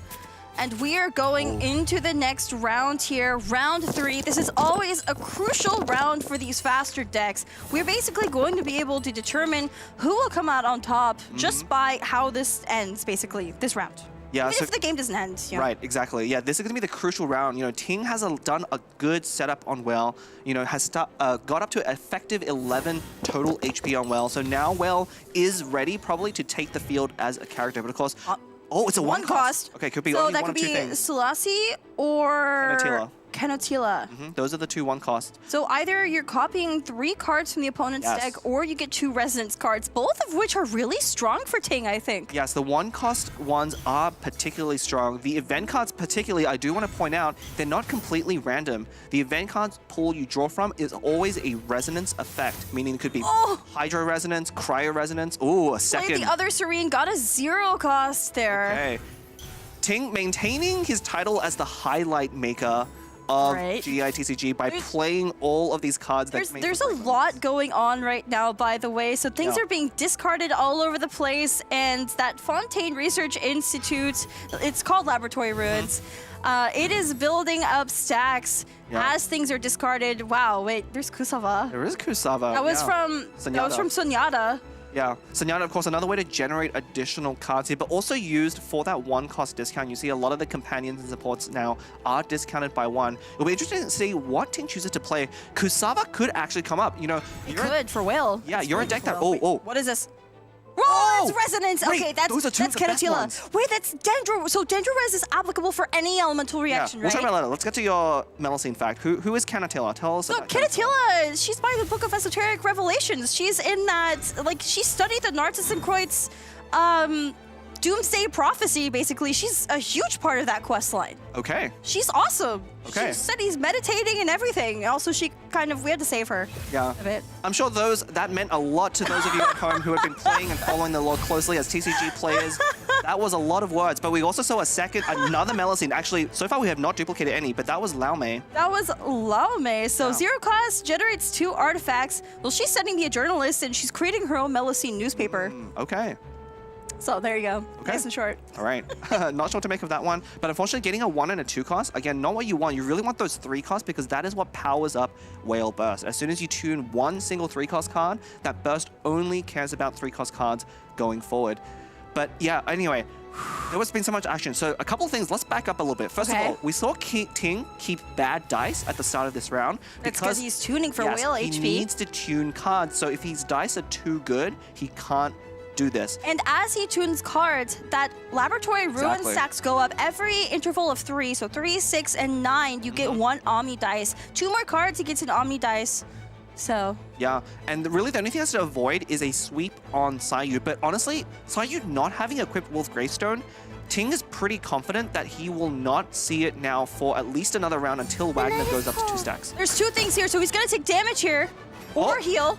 Oh! What is this guy? Look at Kevin Z's reaction. He's shaking his head. How does he get healed twice in a row? Also, speaking of healing, he has a Hydro Resonance in hand, which is going to heal him some more. Oh my god. Is the Ting high roll, well, mid roll. Mid roll. This is just a mid roll. This is just a Tuesday for Ting. That's unbelievable. So he's been able to heal 4 extra HP. And again, the Sayu deck needs to pressure the Whale deck before Whale gets up to that 12 stacks, before it can take the field and just chunk for so much damage. But with 4 extra HP and these Layla shields are now going down, it is going to be so hard. There's the Liar's Song. Kevin Z pulling back that Gilded, re-equipping it onto Herald, generating 2 dice there. And there's the prepared skill, freezing Layla. So here's the thing about this. Look at Ting's hand, that most right card. It's ta-da. Ta-da. So how can he use that in this matchup here? I mean, okay, yeah. So Tada, if you're not familiar, is one of the new cards added 0 cost. We've seen it quite a few times. Ting loves to bring this card, by the way. It's fun. It's great. It deals 1 physical damage to your active character and then draws a card at the end of the round, which sounds awful. It does. But the way it works is you can break freeze with it. If Ting played it now on Layla, she would take 3 damage, but can immediately break out of freeze. Now, we're probably not going to see it played now because that's going to be for Whale. Yes. Whale is a character that's going to have a lot of HP, but be very vulnerable to freeze. Yes, and like, so the thing with Whale, if you freeze lock Whale, it's next to impossible to do anything. You basically lose the game, even if Whale's at like 20 million HP. And so, this is why you bring that Tada card, especially for Whale. Look at him tuning 3 cards, all of the same cost to get those 3 health. Oh, and there's a Tada! Whale's broken free! There is Tada, yeah. Felt a little bit early, but it looks like Ting is gonna go for that flip on Herald. Oh no! Wait, no! Resonance. The Hydra Res! Okay. You probably should have played it.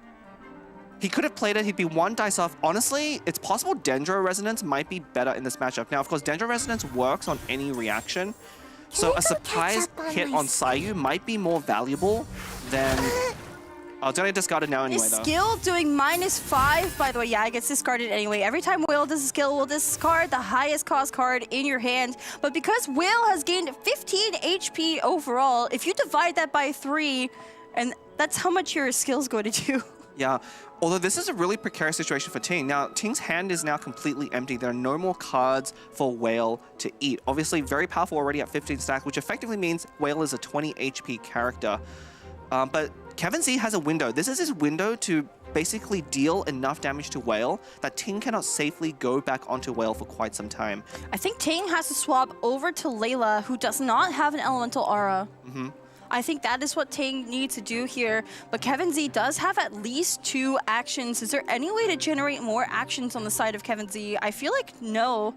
There's no Boar Princess. No, there's no Boar Princess. There is a Timaeus that could draw something, but again, without a Golden House, you cannot usually utilize Timaeus on the round that is played. There's that free Gamblers, but it wouldn't generate another action, right? Unless you take out 2 characters. Exactly. Ooh, swap over onto Chongyun. Yeah, Chongyun is the one with another sacrificial greatsword. So swapping in this way protects Sayu and allows Kevin Z to basically get another die with a skill here off of that sacrificial greatsword. Just making the use of the weapons as much as he can, because really he's behind. He's behind 4 HP from Lutein and then another 2 from taking the piercing damage. You know, Kevin Z's deck is supposed to be aggro. It is aggro. It's supposed to do so much damage so fast. That's why Jibu banned it yesterday. Yeah. Did not want to face against it. Would rather face against the Sino Crab from Kevin Z. But yeah, this is really hard. He's already this far behind. That Whale is not to be messed with. Yeah, but the danger here for Ting, again, his hand is empty, so Whale's going to have a hard time getting more cards. This is not the position you want to be in the Whale deck. It's very good at drawing out your cards, but if you don't get your card drawing quite the right order, you can get into the situation. So now Ting actually needs quite good dice rolls next round to continue generating dice and damage on Whale. That timer ticking down. Kevin Z even tuned a card just for that timer to extend just a little more. Hear it going down. What is he going to do? It's almost going to certainly be a skill that will build up to Chongyun's burst. There's and Timaeus. He has a sacrificial greatsword, so that will refund an additional die. So that seems like the best play in this situation. Now, of course, he has to be thinking, does Ting have a quick swap effect to go onto Whale and then one-shot Chongyun? But with Ting only with 1 card, I actually wonder if Kevin Z is just thinking about ending first, and that's why he's taking so long to make his decision. He does have that Leap It in hand. There's a chance that he doesn't skill here. Yeah, there's the Leap In, replacing that Dunyarzad, and I think those dice are just gonna go to Leap In. He does not want Ting to have turn prio. Doesn't matter if he swings now or later. There we go. Yeah, the turn priority is interesting here. Obviously, doing damage on Layla doesn't really matter at this point. Layla's already got her skill down, and she's really there for that utility. Ooh. Why did I say Hunter? Okay, and if you have been keeping track, the last 2 cards discarded to Will was a 1 cost. Yeah, 2 1 costs. So Ting does not have another 1 cost to discard, so not going to get maximum efficiency out of that Will. We'll see, because Serene's true. still out there. Serene's still out there. What support card are we going to get this time? I have my Melocene notes ready to go. I mean, Ting's really actually have to rely on that. He's already been blessed by RNG, but now he needs a little bit more. Okay, it's a 0 cost. 0 cost we have usually, no idea what this is. Yeah, but they usually will at least be able to draw 2 cards minimum. Now, the one scary card for Kevin Z would be Topius. Yes, but I saw Tink smiling a little bit when he drew it, so I'm wondering if it's a good card. I'm really wondering. I'm watching his player cam intently right now. He's so stoic most of the time, but I want to see it played. I hope it's something that will benefit him. Yeah, one very important thing as well, you see the HP life totals on Kevin Z's side. Every character is below 5, which is crucially how much damage a skill from Whale will do. There's the Liar's Song, because it's the first card played. It discounts by 2. Heart of Cavarena onto Herald. Strategize, drawing out Boar Princess. It's going to be very important here with all those artifacts in hand. Now the question is, what does Kevin Z want to do with all this dice generation that he has? Yeah, it's very tricky here. I mean, it looks like with that hard equip on Herald, we are going to see a swap onto Herald. I think what Kevin Z wants to do is stall out this turn as long as possible and force Ting to use up his dice. You know, he doesn't have a laboratory ruins on the field to generate extra dice. He's down to only 5 cards in hand, and I say only because that's actually pretty unusual for the Whale deck. Golden Troop replacing the Heart of Cavarena. Maybe we don't see a swap here. Oh, wait. Okay, so Guild replacing the Golden Troop. This is using up both stacks of Boar Princess. Countdown to the show, turning everything into Omni. Draws out that Herald talent. Yeah. That's so important. I think we're going to see it go down. Second Boar Princess being played. Yeah, almost certainly. Herald talent very devastating against Whale. And in fact, this could be really tricky. Ting only has 8 dice this round, and he didn't roll enough Hydro to really skill twice on Well with that Herald debuff, of course, increasing all skills by an elemental die. Now, it's not only an extra die, but you have to remember it's an extra Hydro die, most importantly, and when you're running low on cards, that can really add up. How do the blocks work in this patch? I know that the Consecrated Beasts have not been played so much these days because of the changes. However, we do see Scorpion here, so can the blocks help him? The blocks work the same way with the one caveat. They no longer give energy to Scorpion. So Scorpion's burst is not going to be able to rush down. Oh, what is it? Oh, it's another Lutein. It is another Lutein. Okay. Oh, wait, gets a 2 and a 1 cost. Look at Kevin Z's reaction. Will getting 3 HP because Drew, the other Scorpion talent, not needed to play, gets to toot it. Yeah, I think Kevin Z... Look at them. And there's Layla's burst, bringing Herald down. Wait, and then Starry Nights. Oh, yeah. Literally bringing Herald down. Okay, what is it? What is it? What is it? What is it? Because there's a heal or a damage. Kevin Z doesn't want to find out. If it's a healing, that could put the game out of reach. Because Layla at 7 is so scary for him right now. If it's 2, she goes down. And also, when Kevin Z does his own action, he's going to take he's going to take either healing or damage. It almost doesn't matter though because of the breakpoints. Actually, healing for Kevin Z would be really good and really bad for Ting right now. But Kevin Z needs to figure out what to play around. Does he play around a heal? There's... Oh! How? 3 times in a row! Ting! Kevin, this is why he's the God Slayer! Ting winning 3 50-50s back-to-back. Kevin Z losing his first one, but he won the second one on a 10 HP Sayu. So he is now down 8 total HP. That's a whole character. They're living up to the standards they've set for themselves. Ting coming in with sheer confidence, knowing he's a notorious high roller, and he's high rolling. Kevin's... Oh! Oh my god, are you what? What is this? That is 10. Now it is an entire character. What is it? That is so devastating. Kevin Z. Kevin Z taking the tag unlucky roller and showing why he did. Oh my god. This is devastating. I mean, this is really devastating. What a way to start off. This is going to be a best of 7.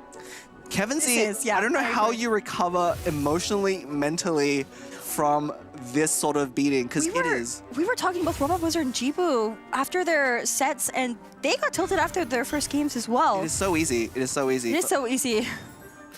What are we drawing here for Ting? Yeah, a block being played, discarding a Marachose. 17 health! Yeah, so I think Ting's plan at this point is going to stay on Layla and try and shield and delay. He's so ahead right now. Oh no, it's going to go for He can skill, and then it will take that countdown and discard it. It's 3 cost. Because he just tuned the Marachose. Yep. And he can tune the 2 blocks as well. Well, he need to. He wants to find one more 3 costs, I think. But there's Chungin's Burst. Bring Will down. Oh, he got the healing! Actually, that's really important because now with the healing, I believe a burst doesn't quite kill. It'll still go down to a skill. I mean, I think it's too little too late. Oh, this is, yeah, it's too little too late. Unfortunately, Ting only got to heal 2 here, but I mean, he's had enough healing this round. There is the Whale Burst, and this is going to deal piercing damage to Sayu. 7, okay. Actually kind of low. And again, I think this is why the Scorpion version is a little bit less effective. Wait, did we heal or damage? We didn't see. I think it was a heal again? It was a heal. Are we serious? Yeah, it was a heal. Are we? I was wondering what he healed from, and then, yeah, it was Latine. Ting just won 4 50-50s back-to-back. Chat, who do you know that is that lucky? Who has won? Who do you know that you hate has won 4 of their 50-50s back-to-back? That is Ting right now. Something we should point out about Ting, it's not just luck that helps him win. He knows how to use his luck to his advantage. He's a very high-level player. I said that at the beginning. Not this game. Not this game. This game was 100% a Melusine RNG victory. There was nothing. There was nothing Kevin Z could have done in the face of that kind of RNG. Ting looking calm and composed. This is what he expected. I'm having a day watching these player cams. I feel so bad for Kevin Z in this game. I really hope that, in the time we get to the second game, he's going to compose himself and not get tilted from this first game. It's going to be so crucial here. Oh my god, what a way to Wait, what is this? What is that? That would have been Topius. That was Topius. So, Topius is a musician. Plays the contarb. Also wants to play a song from Mare. But here we go. Ting taking the first game here in this best of 7 grand finals. Look at Kevin Z going, how did you high roll that? Okay, can we talk about a different high roll as well? Ting literally only doubled up on Lutine. Every other Melusine that he rolled as well was a different Melusine. And Lutine worked in his favor. Yep. So we have 5 Melusines down. That was an unbelievable game. What a way to start this best of 7. And again, the sheer emotional damage suffered by Kevin Z here. We were talking about how Ting's first game yesterday would not be beaten today, and it's already beaten. We can watch the highlights here again. Yeah.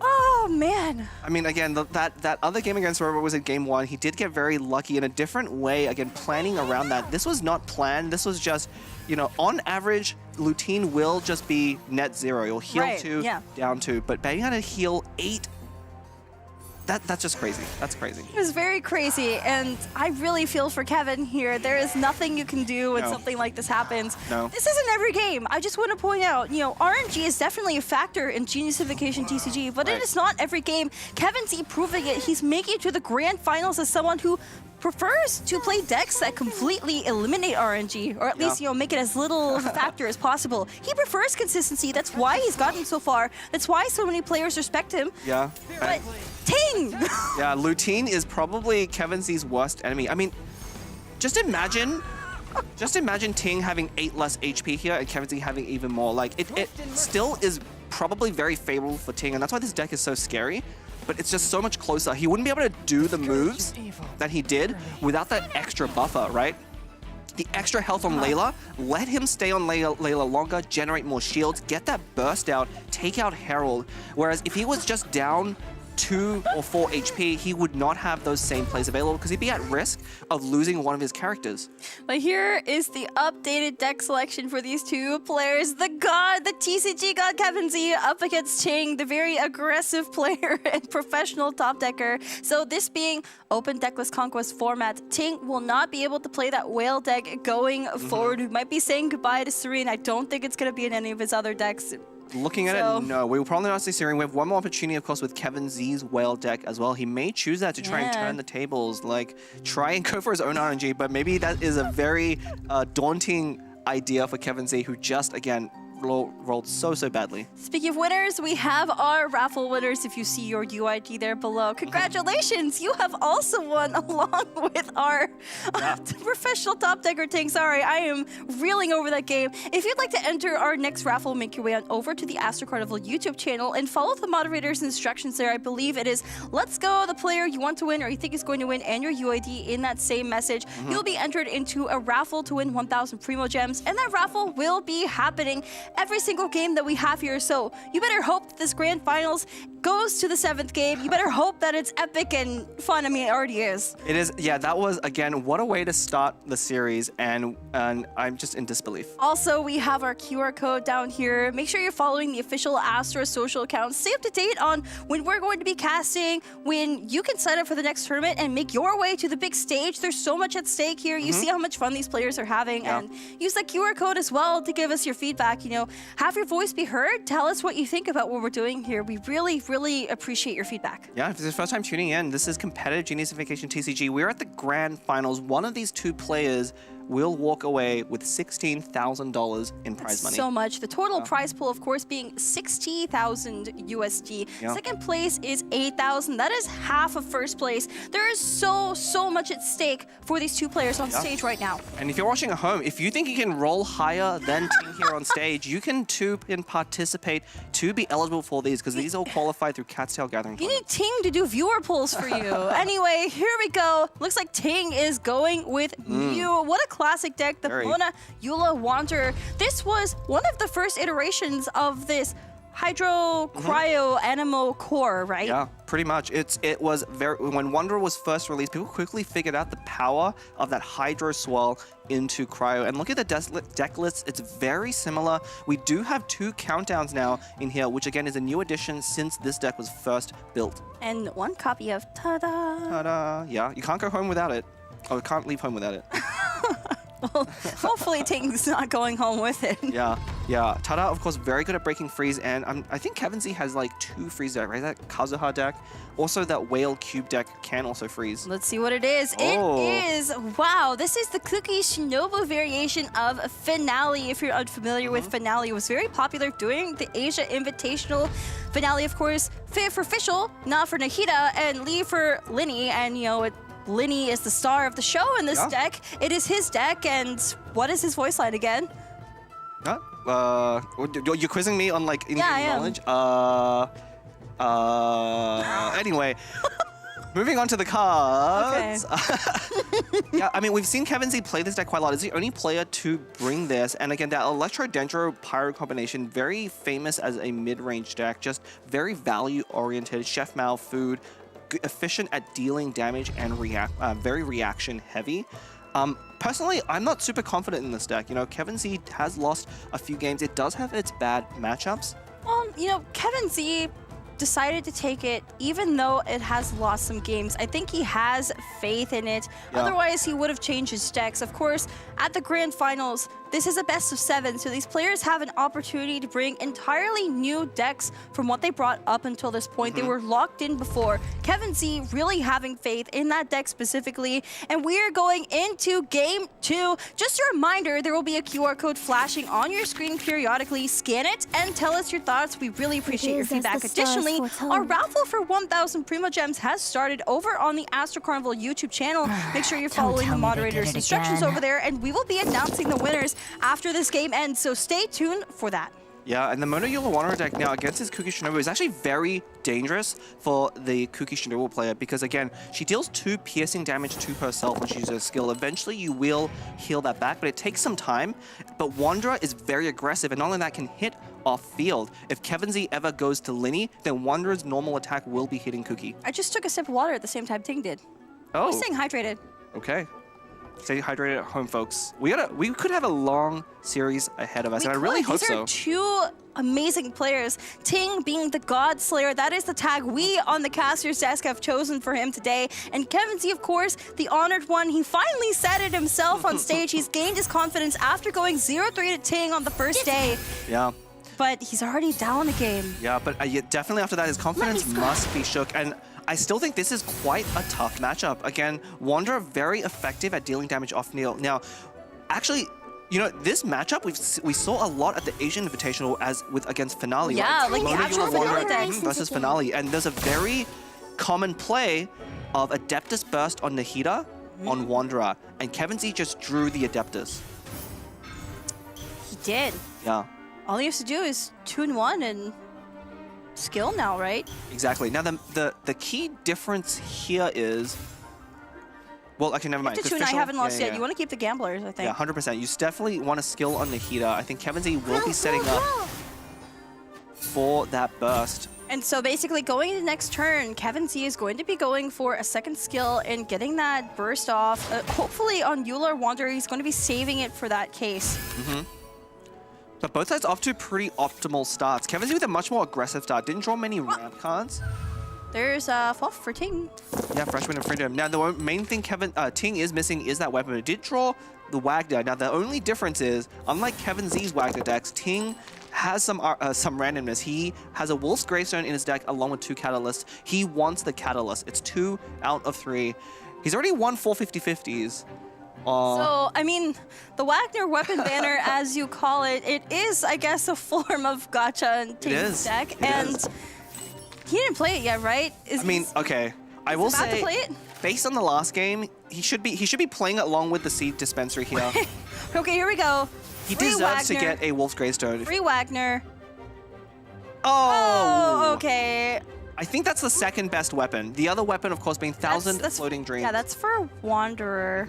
Tula also quite good. I mean, again, as long as it's not the Claymore. So Ting won 4 50-50s and now won a weapon banner pool.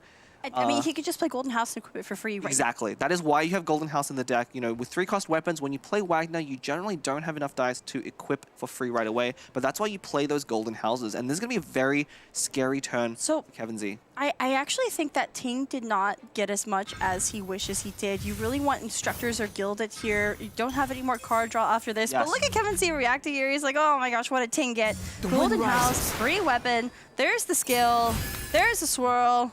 Yeah, definitely. Kevin Z has to be worried about a Gilded, but notably, Ting didn't play the Gilded that round, right? Ting didn't play any artifacts. Right. Kevin Z knows now. Should know that. Well, I mean, I think it's a bit telltale. Like, look at his player cam. Yeah, I mean, it's still a very scary turn from Ting because that Tula, what it does, of course, not only is it buffing Wanderer damage by 1, but it will be discounting charged attacks by 2. And charged attacks, of course, are attacks when you're on even dice. With that swap play, Ting is now exactly at even dice. So he'll be able to do 2 more normal attacks, but most importantly, and we know, and Kevin Z should know based on what just happened, there's no more dice coming out of Ting's deck. He cannot burst this round. Well, that's assuming that he doesn't get anyone low enough for the Gambler's play, right? I mean, Kevin Z wants to skill burst on Nahida, and Ting does have a fast swap, actually. Yeah, it does have that Leave It To Me.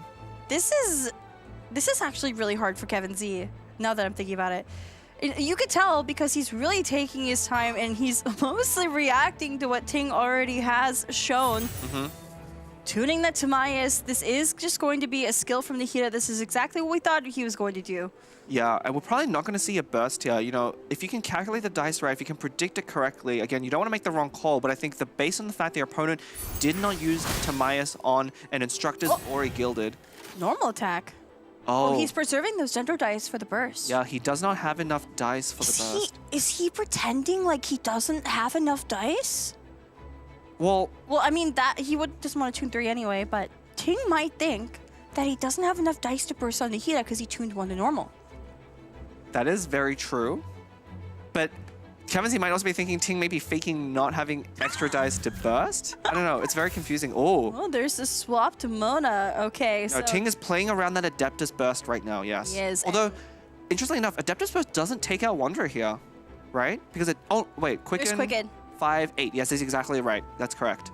So yeah, Nahida's burst does 4 plus 1 from Quicken plus 3 from Adeptus. That's why it's 8. Would take out Wanderer entirely. Ting having to swap off here. Very heads up play. Knowing that burst is ready to go. Knowing Kevin Z could potentially have that Adeptus in hand and that the damage would be right. So, you know, as much as we talk about Ting high roll, yes, he knows when to play safe. He plays around. Yeah, he has very specific cards in mind, knowing to play around them. Now the danger here is, Kevin Z does have a quick swap, but one important thing, by swapping off now Nahida, Kevin Z's at 5 dice. He no longer has enough to swap back onto Nahida and Adeptus Burst. Yeah, Adeptus Burst, and there is the fast swap. Of course, already using the Mona passive fast swap before, and going to Wanderer to get the normal attack down. Has one more normal attack left with that Chule Chulas because he's on even dice there, discounted by 1. So Nahida would fall, 1 stack of Wind Favorite left. Kevin Z has to think about this. Yeah, he cannot stay on Cookie. Now, the main thing is thinking about, is it safe to go to Nahida? Wait, fast swap. No, you can't Adeptus, you're right. No, you can't Adeptus Burst. Now, the only thing is it safe to go to Nahida? Your opponent has not shown you. Okay, we're still going to What's going to happen anyway? No Adeptus, but we are going to burst. This is going to take Wanderer down to 3. Yeah. And I think Kevin Z, with that quick swap, will also have priority going into next round, so can still quick swap to take out Wanderer on another character. That burst may not come out, especially because Ting having to do that swap on Mona to play around Adeptus now doesn't have enough dice to get off of Wanderer. Misspoke, it's only 4 because the quick attack was used when swapping to Kugi. Right. I mean, the breakpoints here where Mana Wanderer will go down in general to another skill. Look how low all of Kevin Z's characters are, but there's that egg. I wonder if that's gonna come up. Egg being a very controversial card, I think. It can help you and it can be totally useless, but there's the Gambler's Equip on Eula, actually. Yeah, actually, this breakpoint is very, very bad for Kevin Z. Notice Wanderer at 4, there's no quicken stack. Nahida cannot take Wanderer out right now. I don't think Kevin Z runs any Tandoori. That would be the only card that would allow Nahida to take out Wanderer here. I didn't catch all the food cards. There's so many food cards in that deck because it is running that food engine with Chef Mao. Yeah, this is actually a really, really bad spot for Kevin Z because he's kind of forced to stay on Nahida. If he switches to any other character without a quick swap, then he will go down to a Wanderer Burst, and then all his other characters are just so low. So he wants Nahida to fall. So I think he wants a quick swap. If Kevin Z can draw a quick swap, he has turn priority. He can go over to Linny and take out Wanderer before burst, because I think getting a burst off a Wanderer, he does not have it. There is no quick swap here. Of course, though, so 1 damage from swapping, plus Nahida's burst, prepare to be amazed. Quicken. Does this kill? No, because there's no seed on Wanderer. Yeah, this doesn't take Wanderer out. And part of that was, you know, Kevin Z not going for that skill on Nahida, either intentionally or because of bad dice rolls, that could have made the difference there. So this is kind of a bluff, right? Because does Kevin Z bring Cookie Talent in this deck? I believe he does not. He does not? He does not. The list is 7 artifacts. I remember that top row, it was 7 artifacts. This does not have... So no Cookie Talent. I was thinking, could be bluffing. You know, if Wanderer bursts Linny, does have that I haven't lost yet. We know that Kevin Z tuned it. Ting does not know that Kevin Z tuned that card. So I was thinking you could I haven't lost yet burst on Cookie, and then with talent that would be even more brutal for Ting. However, without talent, it's not as threatening, but it's still a threat. Yeah, I think I'm looking at Ting's face right now. I think he's also trying to figure out what does this swap to Linny mean, because that would be the least likely character I would expect at this point, because Wanderer's burst is up. You can take out Linny here and be left with 2 characters with Hydro Aura on them for Eula to clean up. And that seems like a really good trade, especially if you have Fresh Wind and Gamblers. He could even Gamblers, Fresh Wind, and then swap off of Wanderer at this point to avoid getting taken out. There's the Golden House. There's a fruit on Mona. What are we drawing? Instructors and Tada. Tada's not going to come up here, but Instructors might. You know how Tada could come up? You can play it on Wanderer now for a free quick swap after he bursts. Oh my gosh. Well, you don't have a weapon for Mona, though. Well, you don't need a weapon for Mona. You would go over to Eula. Oh, you go to Eula and freeze the next character. Next character in that's line. Such a big brain play. So Wanderer burst after Fresh Wind. Fresh Wind? Yes. Wanderer burst, take out Linny, play Tada. Oh, no Fresh Wind. No Fresh Wind. Mustn't fail. Okay, I think Fresh Wind would have been a funny play, but maybe this is more This is probably, this is probably more consistent, but that would have been so funny. Partly because you want your opponent to take out Wanderer here anyway, and really Wanderer's done his job. Look at how much damage he's done. This is all Wanderer's damage, bringing Kuki Shinobu down to 6 and Nahida down to 3, and that is through all of the other healing that has already come down. This is how you play this deck. The thing is, so Kevin Z is sitting on that egg, does have Chef Mao, so it would be a 1-cost egg essentially. So maybe Kevin Z wanting... Oh, this is not good, actually. This is... I mean, I think this is the best play. The way you want to take out Wanderer here is with that swap. Anything else would be really inefficient. And now, I'm pretty sure Wanderer cannot threaten Kuki Shinobu here if he goes for the skill. So... Oh, and actually the breakpoints are really good because also Eula cannot kill. Yeah, Eula does not have Wolf's Gravestone. So you can't do the Tada play or even tuning the Tada. We're just going to go for a skill here, keeping only that Fresh Wind, and Kuki Shinobu is on 1. If that was 1 less health for Kuki, that would have been game over for Kevin here. Yeah, but most importantly, that Instructor's Equip does give Ting an additional dice. Now, he has exactly enough to go and skill or even normal attack on Eula with how low the other 2 characters are. Kevin Z cannot safely go over to either of them. There's Chef Mao. Is this going to be the egg? That is the egg, bringing back Linny from the dead. Oh, there's even a Lotus. Actually, that Lotus is really big because it takes a character out of range of Eula. This is looking so precarious for Kevin Z, but Eula doesn't have a Wolf's Gravestone. So there are certain breakpoints, and until she uses that first elemental skill of her her elemental skill, she will not have a buff that lets her do more than 2 cryo damage at a time.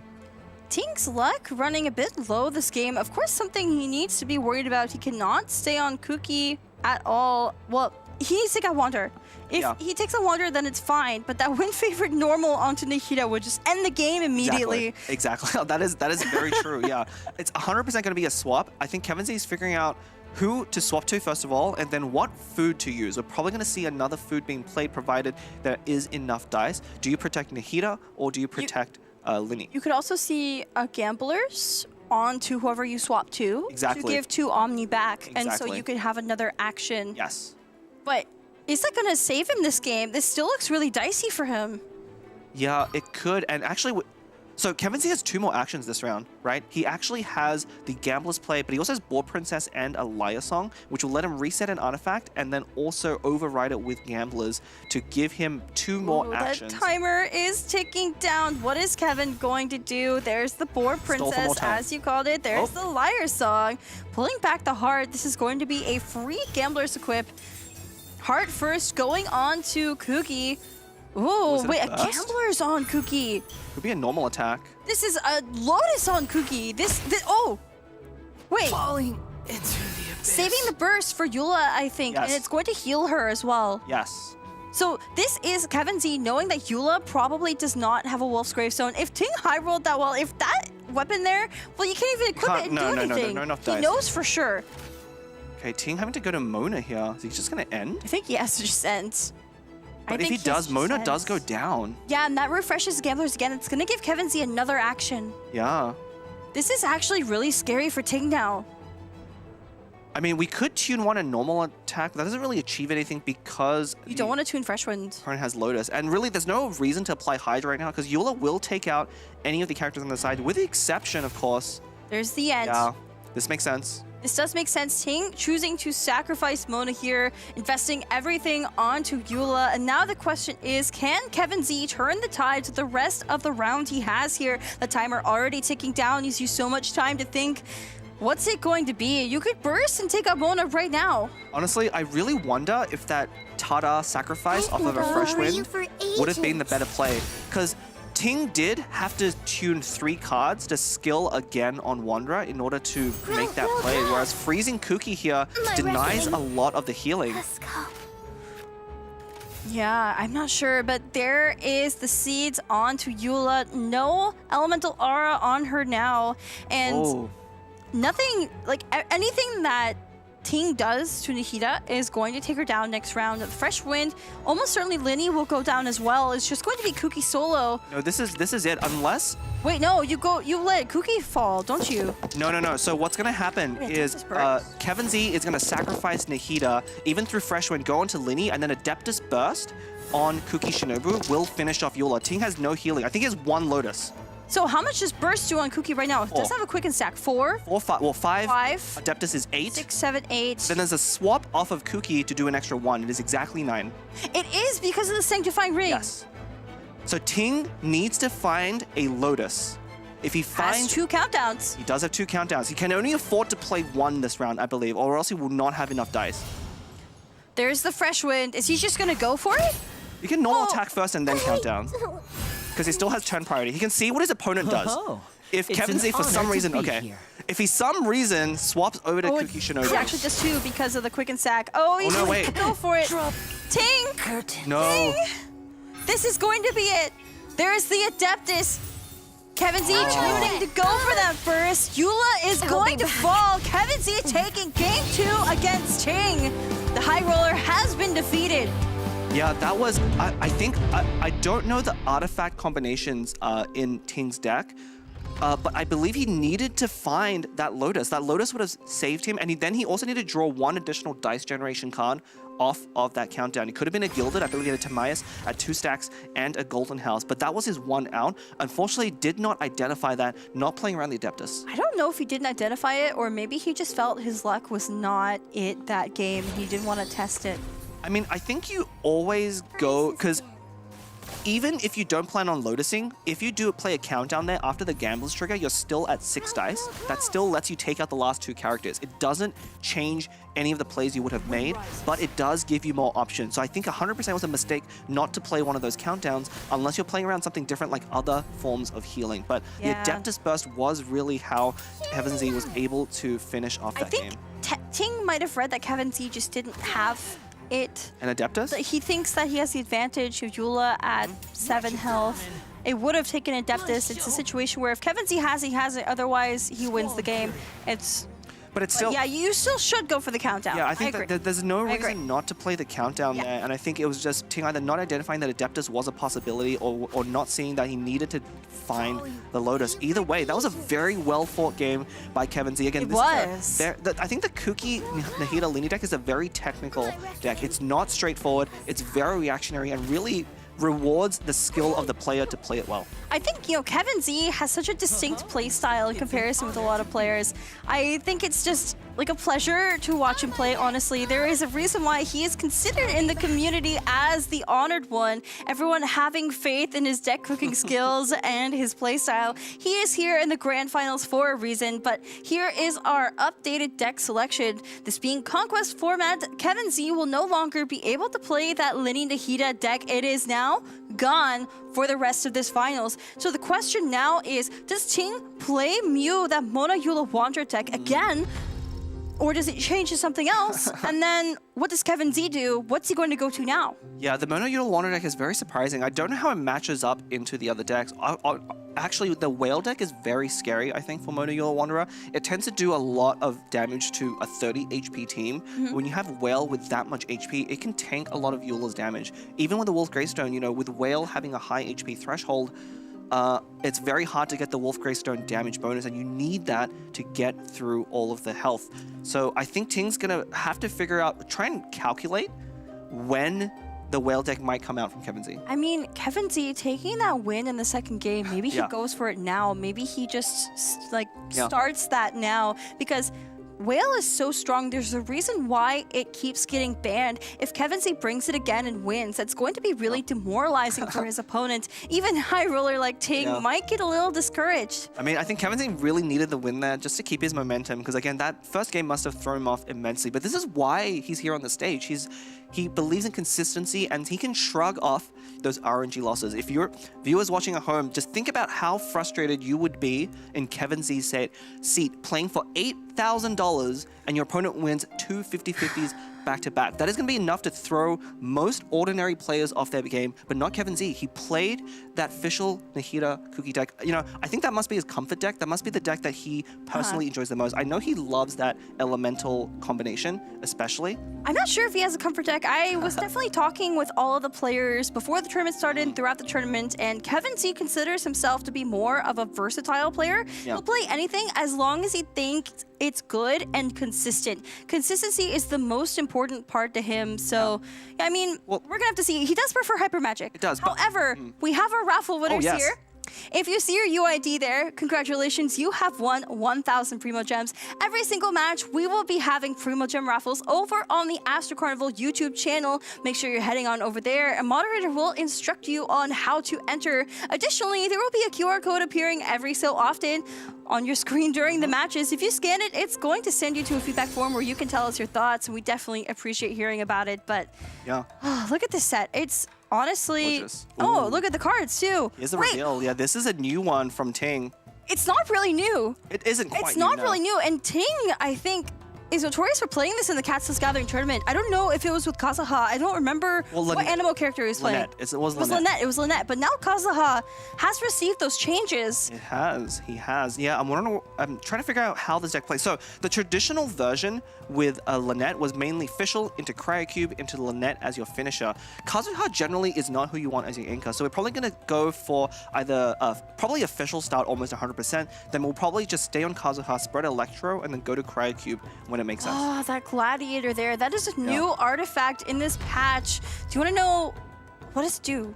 Yeah, so Gladiator is going to discount normal attacks by 1 elemental die, but provided you only have 2 or fewer cards in hand. And it's a very aggressive card, and obviously perfect for an aggressive player like Ting. Oh no, Kevin Z bringing out his own whale deck. Here is the big reveal. This is just as I predicted. I think this is the time for Kevin Z to seize the momentum against his opponent. Yeah. He thinks so too. This is a very scary deck. There's a reason why whale has been banned, but these players thinking that Sino has the edge just a bit more. Sino is too unbeatable. Both chose to ban Sino. Now they have to deal with the whale. And there's our Serene here, so maybe we'll have more Melusine fun facts going into this game. I really hope so. I think we have 5 more Melusines yet to visit. Hopefully we see them. It is Kevin's turn now to hopefully turn the tables on the Origin. Okay, the worst thing that can happen for Kevin Z in this matchup is he also goes for the Lutein Gamble. Oh no, and loses it. Every 50-50.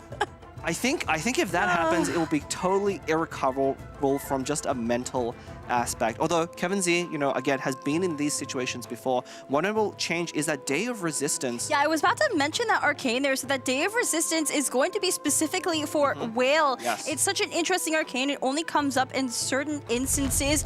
And coupled with that Tada is going to be very important in avoiding being freeze-locked. Yeah, and actually, that's a good interaction to call out. If you have a Day of Resistance on you, you can play Tada and mitigate their damage. It's actually normally pretty hard to use up all 4 shields on Day of Resistance, but if you deal 1 damage to yourself.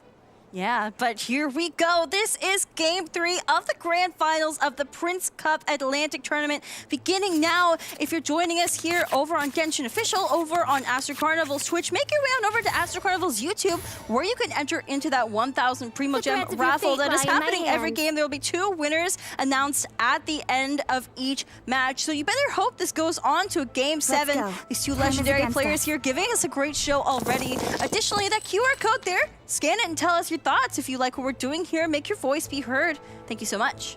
Yeah, so Ting here with a deck with Electrocharge Reaction, or Superconduct rather, is I mean pretty good at dealing damage to Whale off field, really threatening Whale to not get that much HP. What is it with you and Sumi calling the Superconduct Reaction Electrocharge? You know why? We are still shell-shocked from the Oceanid meta, the official Oceanid meta, when Electrocharge was the premier reaction. What? Ting and I, again, taking a sip of water at the same exact time. Sorry, look at him. Stay hydrated, guys. But look, Kevin Z playing that Serene. What is he going to get? It is a 0-cost Melusine card, so it could be 1 of 7. We don't know what it is until he plays it. Unfortunately, Kevin Z's dice are not very good. You usually do probably want to lead in with a Kaczynski Elegant, starting to generate those stilettos. Most of them will be used for tuning. It can occasionally come up. Marshall say, Hunter, what is it going to be? Oh, wait, this is a new one. This is Therona. Odds reveal thyself. Therona, yeah. So Therona, 0 cost and a super awesome event card is added to your hand for the next 2 rounds at the end of the round. So we're gonna see what Kevin Z gets here. Yeah, and as a reminder, those event cards always are resonances or either elemental or regional. Therona, of course, wanting to join the Marshall say Phantoms. Oh. Yeah.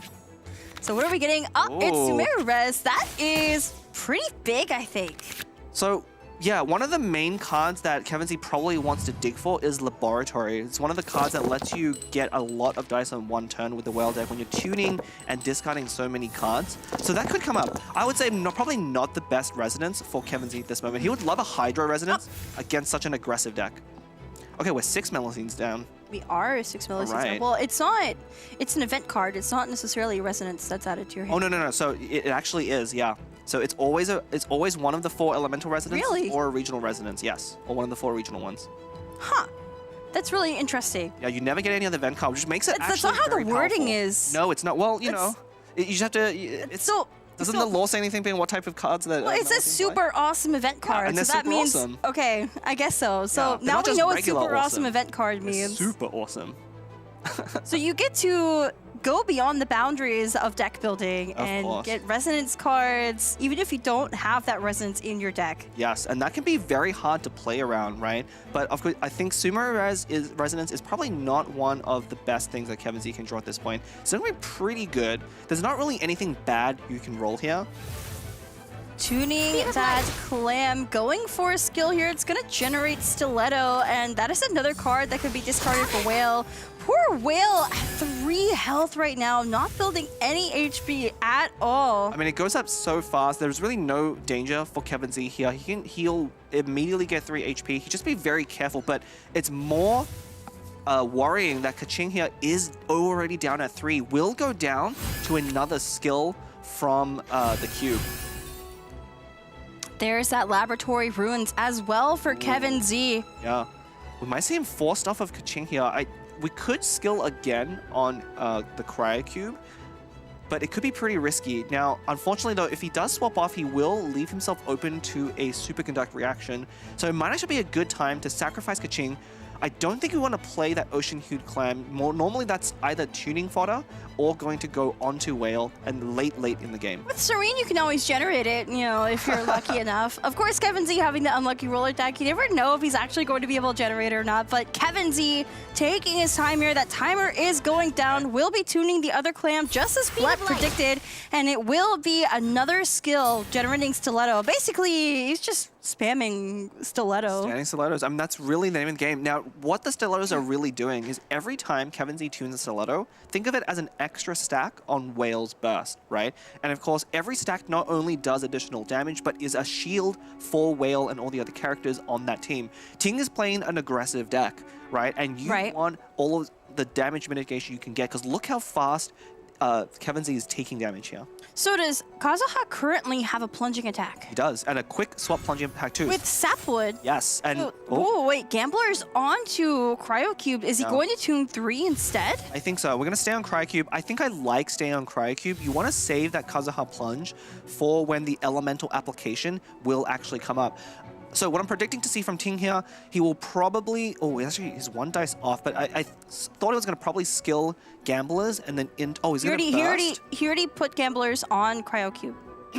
Okay, so here's a sequence from Ting that I'm going to predict. He's going to skill, get 2 dice from Gamblers, then he's going to burst Cryocube, then he's going to Covenant Gladiator after tuning 1 card to get down to 2 cards, and then normal attack on Cryocube for a ton of damage. There's going to be so much pressure. That's really scary, and I mean... It's already starting to happen. Ting going for that skill on Cryocube, generating those 2 Omni Dice. Kaching does fall on Kevin Z's side, and now he has to choose who to go to. It will be his own Cryocube. And now, is this going to play out the way Ting thinks it's going to play out? Is it going to be a Cryocube burst? I think it will be. I think it will be. You're almost certainly going to go for the burst right now. It's going to be very good at Again, this is focused on dealing off-field damage to Whale, right? You can control where that Cryo Burst lands. Wait, should have played that before Tudik. No. I think Kevin Z wants to save all the triggers for Laboratory for next round. Interesting. Yeah, he doesn't need an extra dice. So that was intentional. That was 100% intentional. Here is the skill from Kevin Z's own Cryocube, now completely out of dice, triggering Ting's Cryocube Revive.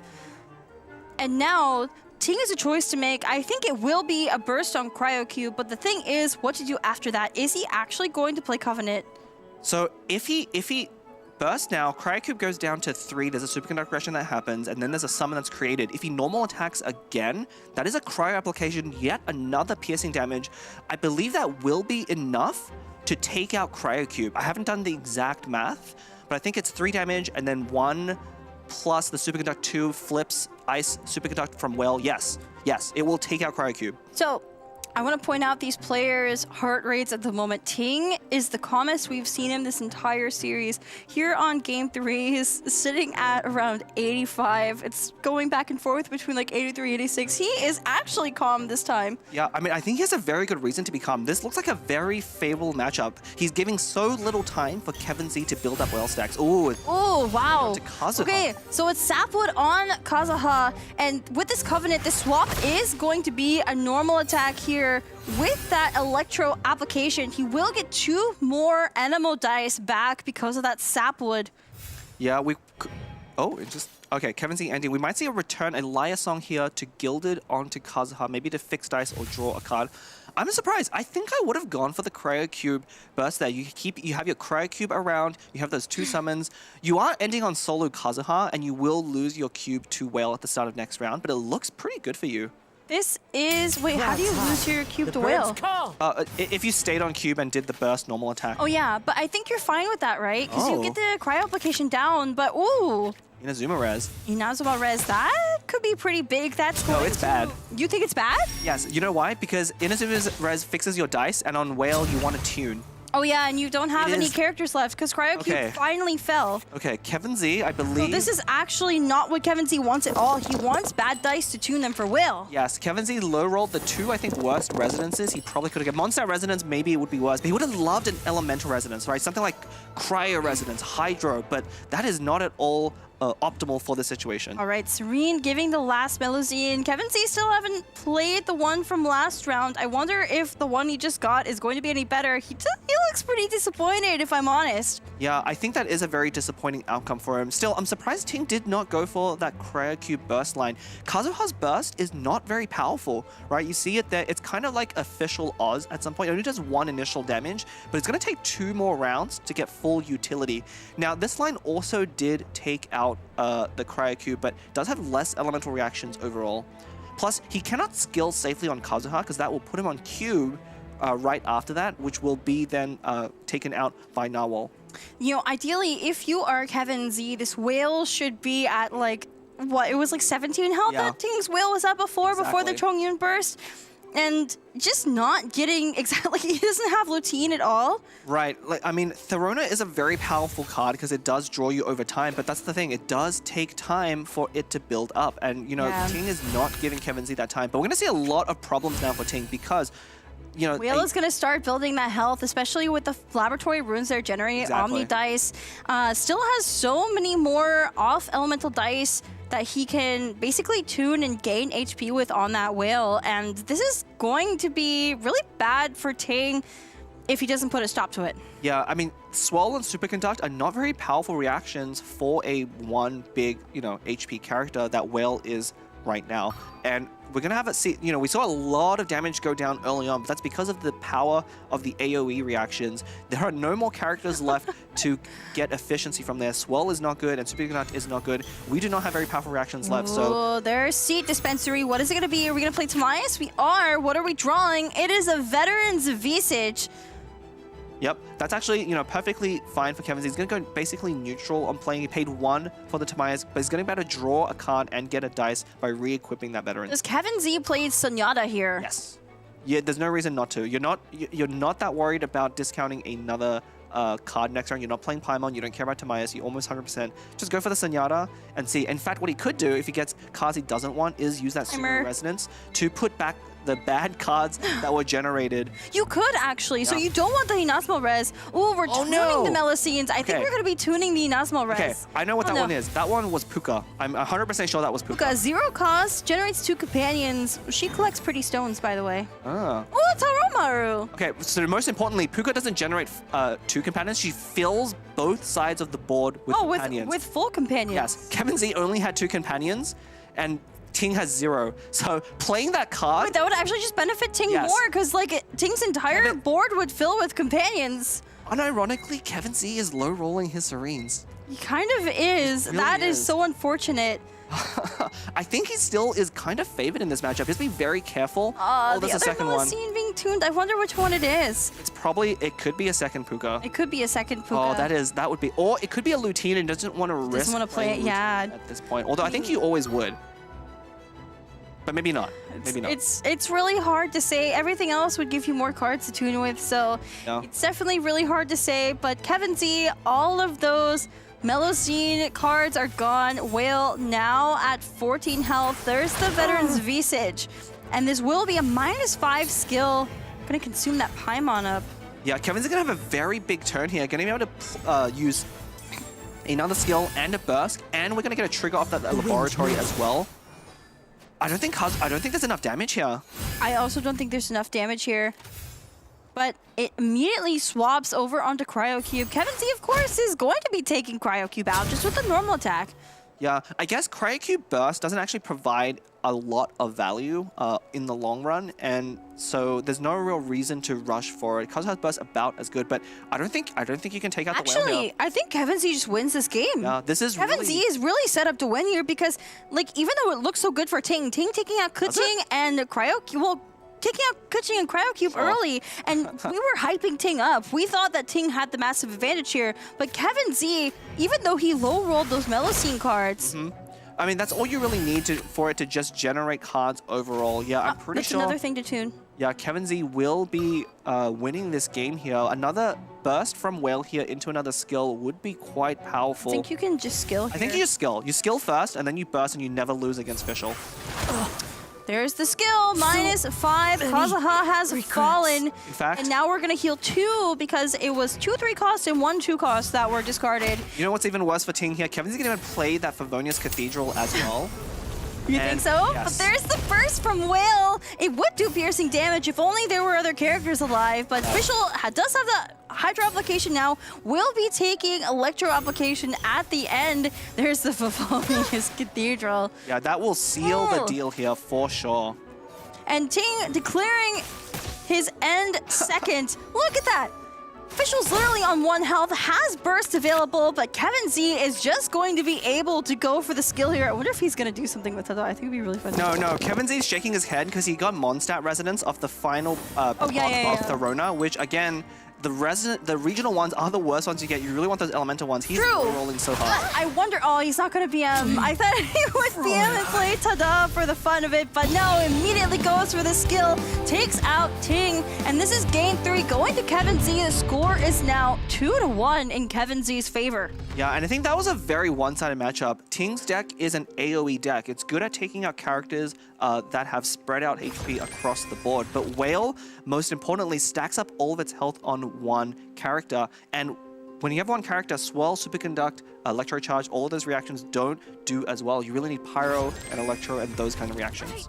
And let's look at some highlights here again. So Ting, it looks like, especially to a casual player, that he has the upper hand, taking out Kuching and then taking out Cryocube there. I wonder, you called this earlier, Cryocube Burst might have been the better play, but he didn't go for that. He went for a play on Kazuha instead. I wonder if that was a misstep. Yeah, I really don't know. I mean, one benefit is, you know, Ting started that round on Kazuha, and we see here, Whale to get 5 damage onto Kazuha right away. Had Ting ended the round on Cryocube, it's possible that he would have had to use up dice on that Cryocube initially. But I think that's fine, because the problem for Ting is that he only had Electro application at that point because Kazuha's infusion was always Electro, and then you're finishing on Fischl. You don't have any Superconduct reactions. I mean, I know that it does piercing damage and there's no characters left alive for Kevin Z, but it's still additional damage on hit. Yeah. You're trying to whittle that Whale down. And I feel like, and you can also control, I don't know. It really doesn't matter. I think this 100% was a matchup win for Kevin Z. He had to stumble very hard to win, for instance, by playing a Lutine that just deals damage only to himself. But here is the updated deck selection. So Kevin Z, winning 2 games now, can no longer play that Linny deck or that Whale deck. Whale is long gone in this tournament entirely. Both these players winning on it. Ting, of course, cannot play his own. And now, what are we going to move to? So something Ting did that's very interesting. Ting knows Kevin Z has that Crab deck with Sino. That is very powerful in itself, but of course he bans Sino. And Kevin Z bans Ting's own Sino, but now Ting has a crap deck of his own with Thunder Manifestation. Yeah, but that plays up very differently from the Sino version. I think the Sino version is better. I think what Ting was doing was spreading out his characters a little bit. Yeah. So that was the point I was trying to make. He is basically taking Kevin Z's deck that is kind of 2-in-1 and splitting them up, and you still have that spicy crab, if you want to call it that, because of the overload reaction, but without Sino. So Sino's deck was banned. And Ting has Whale as well open. There's just so much availability. Also, I want to mention a fun fact about our player Ting. He is a Fire Station fiend. More on that. First, we have our raffle winners here. If you see your UID there, congratulations. Head on over to Astro Carnival's YouTube channel where you can enter into our 1,000 Primo Gems raffle. There will be one every match, so hope it goes on to a 7th game. This is the grand finals of the Atlantic Prince Cup tournament. And so far, the two players are very evenly matched, right? We've gone back and forth. Now, Kevin is up 2-1. That can turn the tides very easily. Again, that was a matchup loss on Ting's side. I don't think there was really any way that reasonably you can expect that AoE deck to beat a Whale deck. And that might be why he banned the Crab deck as well. I think that would also have a very poor matchup into this Kazuha deck. But here is our QR code. So you can scan it now or you can scan it when in the game. It will be appearing periodically throughout the course of these games. So just if you want to leave your thoughts for us, please let us know what we're doing right, what we're doing wrong. We would definitely love to hear from you. Thanks so much. Also, make sure you're staying up to date with Astro Carnival's socials. Make sure you go follow us on all of our platforms so you can join in on the fun too. Yeah, definitely. We would love to keep doing these events. I mean, it's these kinds of live events that get such exciting moments. This is the last day here at the Atlantic Prince Cup tournament. This is the grand finals, and here is the reveal. Ting going again with Mew, that Mona Eula Wanderer deck. Really, this is a nice staple deck. It is. I want to say it's consistent. It's not really consistent. It's definitely high rolling. Yeah. So the if you haven't been following TCG for that long, I mean, for those of you who have, this is a very familiar deck, but this is famous for doing very poorly on camera. It is one of the worst performing Bisa decks on camera, and it's the strangest thing. And I've played this deck a lot of times as well, and it's always betrayed me. Well, I feel like, and I've heard from competitive players as well, including the players here today on the big stage, that this deck, you have to high roll with it to really pull off the win. You need everything you need the first couple rounds because it is an aggro deck, but it looks like Kevin Z is going to be matching Ting with his own freeze, except it's Zayu this time instead of Wanderer. Yeah. Actually, very interesting. It's okay, so these two decks are basically the same deck, but all the characters have been swapped out for Kevin Z, right? Instead of Mono, you have Herald. Instead of Wanderer, you have Zayu. And instead of Eula, you have Chung Yun. And it's basically, Kevin's deck, I think, is the more consistent deck, but the Wanderer deck has the higher potential. What's interesting is that Ting could have very well taken this deck as well, because Chung Yun, Herald, and Zayu are not used in any of his decks he brought today. So he just didn't bring it at all. Yeah, I wonder if that's actually consensual. Kevin Z is actually very famous for this deck, and the reason I know that is one of the times I came top 16 in Cat's Tail Gathering is playing this, a variant of this deck from the last version, but one that he shared with me. He kind of came up with this core on his own and really popularized Herald as this Hydro staple. I just heard the sound. That means another game is starting. So we're going to be heading into game 4 really shortly here. There's the pop-up on the screen. So just a reminder, as we enter this game, a raffle has started over on the Astro Carnival YouTube channel. Head on over there to enter for 1,000 Primo Gems. Additionally, that QR code will be appearing, so stay tuned for that. But yeah, here we go. This is game 4 of the grand finals of the Astro Carnival Prince Cup tournament at Atlantic between two legends, Ting and Kevin Z. Ting the Godslayer, Kevin Z the Honored One. Yeah, Kevin Z falling from the upper bracket very early on, knocked down by Ting in a 3-0 clean sweep, but crawling back, fighting his way through the North American Prince Cup champion. And both Ting and Kevin Z have taken down the North American Prince Cup champion in this tournament. They were the two players that actually defeated him. He won last year. He won everything, Robot Wizard. Just want to give him another shout out. He has performed so well, did make it into the top 3.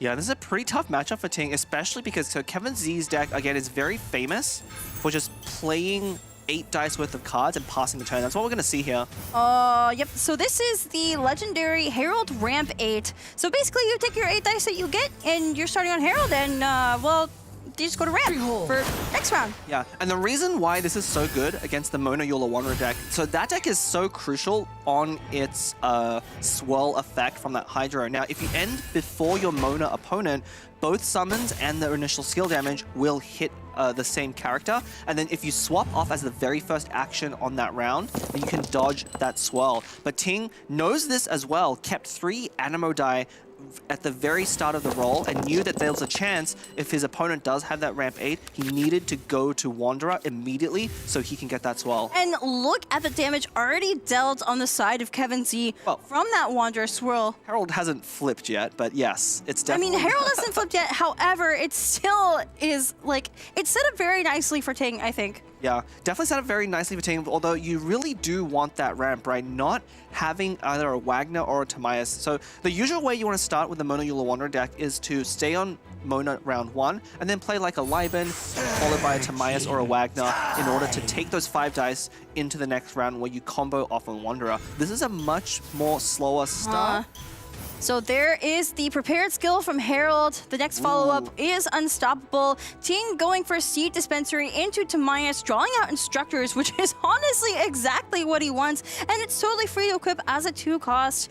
It is. I don't think you want to override... So Wanderer still has a Gilded right now. Of course, anytime you use a reaction, he's going to override There it goes. I mean, so he can generate dice every time he does a swirl. And I think that's more important this turn to match Kevin Z's ramp from round 1. Yeah, so the important reason for equipping the Instructors there is this does give Ting the enough dice to skill again and burst. Yes, exactly. And with Gilded, you could draw cards, but what's it going to do for you, especially since Kevin Z did ramp this round? And what are you going to do here? There's no quick swap for Kevin Z. He's locked into that prepared skill on Herald. Oh, wait. Wait, no, Curse of the Undercurrent because of Herald. Hold on. Wait, we missed that. We both missed that. That's actually, if Ting didn't factor that in, that's going to be a crucial misstep. And then you would have much rather have kept that Gilded Dreams. This could actually cost him the game if it was not an intended play. We'll have to see. I don't see any other good way for him to use up the last few dice. He cannot play Countdown. He cannot even play Wagner right now. Liar Song, pulling back the heart, playing for Princess, putting back the heart on Herald, and is going to wait to equip any of those artifacts. But Ting should know it's coming. Just going for that normal here, not caring if Wanderer falls, I guess. Just getting all that damage down. He's enough dice to swap over, too. This does make sense in some way because the burst isn't super relevant on Herald. You don't want to burst Herald anyway, but look how low Chongyun is, right? Chongyun also is the one with Golden Troop. Golden Troop's reward that Kevin Z equipped at the beginning of round 1. So it's getting a dice discount, but now you basically need to quick swap. Well, Ting has no dice left. Use that last dice to swap over to Mona. This basically signals to Kevin Z he's going to be ending his turn here. Of course, Kevin Z finally using that 1 stack of Boar Princess to put Gilded over that heart of Kavarina and has a free Gilded still. So Ting is in a little bit of a pickle here because I think Kevin Z could honestly swap over to Sayu here. Does Sayu have enough? So without a weapon equipped, Sayu can only do... Nope.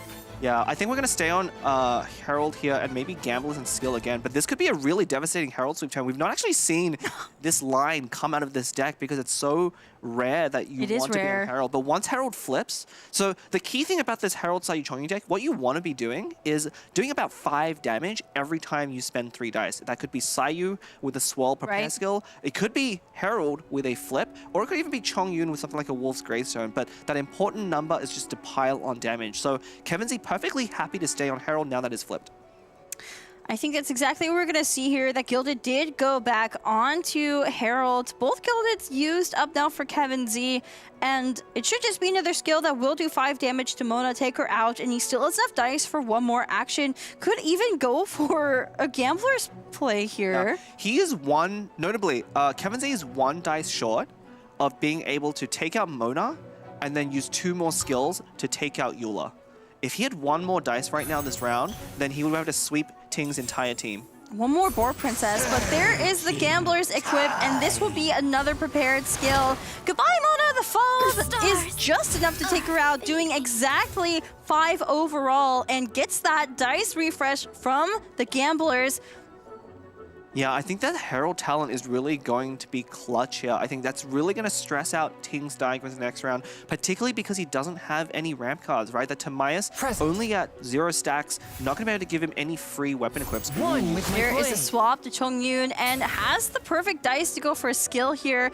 Now Sayu is set up for a chain freeze onto Eula if Ting is not careful. Yeah, I like that play a lot. You know, we're going to waste 2 die, but getting that cryo on Eula means once Chongyun goes down, Herald can immediately set up for that freeze. So this is really asking Ting, does he have Fresh Wind and a quick swap in hand? If he does not, he's in a really difficult situation and did not draw it.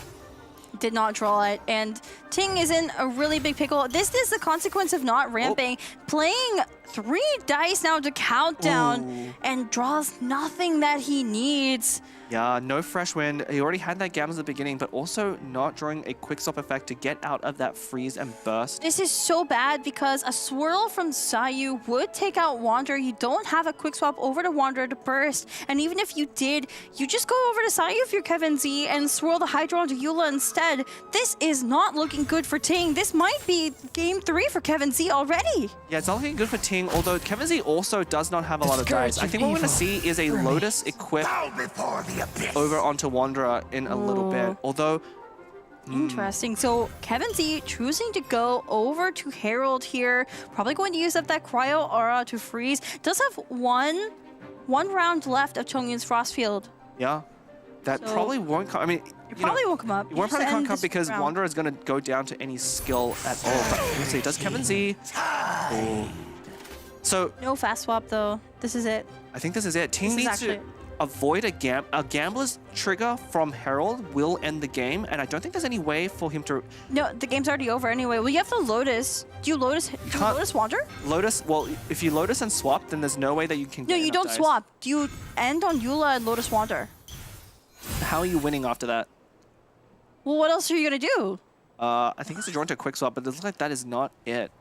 Playing that fruit that I think just to find a card that can get him out of this situation. I don't think there is one, but yeah, that curse of the undercurrent really taxing the dice. He had 2 extra dice this round. Would have really loved to be able to go into Wanderer. If you skill on Wanderer and take out Herald, that's pretty good for you as long as Sayu does not take you out. But I think even then, I mean, this is definitely game over for Ting. I see his heart rate going down. He knows that this is over. Still Lotusing. He's going to be swapping over to Wander and eating the rest of that skill. But this is going to be it. What are you going to do? You have to end. Yeah. You have to end. And Kevin Z, this is your game to win. We're going to 2 and 3 and just go for another, just a normal attack. Yeah, the Gambler's refresh. It doesn't matter what you do. And this should just be a burst to finish things off. If he's flashy about it. No, he's not flashy. He's going for the humble route, going for the normal attack, taking Ting out to win his 3rd game and the 4th game of the Grand Finals. Well, we are getting close, or potentially, because we will almost be at our final game. Kevin Z's 1 game away from victory, and he will be needing to play his last deck. He now has no more choice. Needs to win on that Kazuha deck. Ting, the Godslayer, backed into a corner. Things are looking really dicey for him. Yeah. His luck has ran out after that amazing game 1. Is he going to be able to take it back against the Honored One? I mean, we'll have to see. Once again, the Mono Eula Wanderer deck is kind of cursed on coverage. I really don't know how to explain it. I mean, he did also get cursed by Herald. I think that Herald talent draw didn't actually come up all that much, but Kevin Z has a favorable matchup in this case because he's able to just end first on Herald and then forces Ting into that swap play on Wanderer. Plus, Herald with that revive is so good at tanking Wanderer burst, right? Wanderer is hitting off-field characters most of the time, and so Herald is not going to flip very quickly. It looked like Ting was in such a good position after playing so aggressively. Like, this is what you want to do on Mono Eula Wanderer. It's an aggro deck for a reason, but he didn't ramp round 1. You do want to ramp round 1 on Mew, and he didn't match Kevin's ramp, and so he basically ran out of steam super fast. Exactly, and of course Herald here being the MVP right here with that Gambler's equip. Look at this round 2. This round 2 is very unusual, but super effective at not only applying elemental auras on Ting's characters to threaten them into the next round, but just dealing so much damage. This is why, even for aggro decks, the first round setup is really important. You're not going to have so much card draw in most of these decks, and so the little card draw you have and can generate is very necessary to set up at least a little bit, especially if your dice don't go well. But here's our updated deck selection. Of course, Kevin Z, the TCG god, the honored one, winning 3 out of 4 of his games, will be stuck on that Kaza Perma Freeze deck. We know it did not perform well on the first day, but yesterday and today, he's made it work somehow. So maybe it's better than we think it is. It's a very technical deck, even though it doesn't have any flashy damage output. Yeah, I mean, Robot Wizard did ban that deck during their set earlier in the morning, so maybe there's a lot of hidden threat there. And of course, we do have a Kazuha deck still open on Ting's side. Now, I think Ting's Kazuha deck will match up pretty well into... but we'll talk about that in a second. Yeah, we'll talk about that in a second. We have our raffle winners here now, so if you see your UID there, congratulations. You've won 1,000 Primo Gems, and if you'd like to enter into our next raffle, because we will be going on to a Game 5, make your way on over to the Astro Carnival YouTube, where you can enter to win. So good luck, have fun. I mean, it could be a last opportunity. We are one game away, potentially, from crowning our Prince Cup champion. Our last opportunity. This is our last cast of the Prince Cup Atlantic Tournament, Pleb. Yeah, we've had such a blast here over the last 2 days. You know, if you're just tuning in as well, you're watching competitive Genie Invocation TCG. One of these players is about to walk away with 16,000 in real money, 16,000 USD in top prize. And our second place winner will be taking home 8,000 USD, which is still a tremendous amount of money. Like, these players are well accomplished. They're professional players at this point. They're here at the big stage. They're getting paid well for it. And I mean, that 8,000 is a huge difference, though. There's so much on the stake. You want that title as well. You want to be the champion.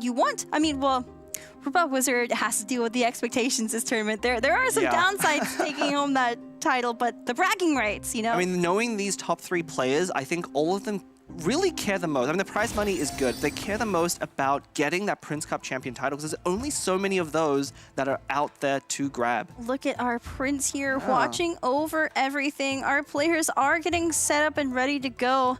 I mean, it makes sense. Kevin Z coming out of that set with Robot Wizard, last year's North American Prince Cup champion, probably had to think a bit about his decks, but here we go. Ting is changing it up. We are going to see this crab deck with Thunder Manifestation Toma. This is more of a classic crab deck that hasn't seen play for a very long time. I mean, it's still like that spice, you know, the spicy crab variant, the double pyro, plays very much like a mid-range deck. You know, you have Toma to generate shields efficiently, but Thunder Manifestation there along with Pyro Resonance to threaten characters. One of the weaknesses of stall decks often is you don't have a lot of damage potential, but with Manifestation and Resonance, you do. Seeing Thunder Manifestation here just reminds me of the times when that card was first released and the entire community was debating over what to call it, because there was TM, which is short for Thunder Manifestation. There was Manny. There was Station. That was Kevin Z's name. It was. And there was Fez, which is, you know, that was kind of a joke. Station. Yeah.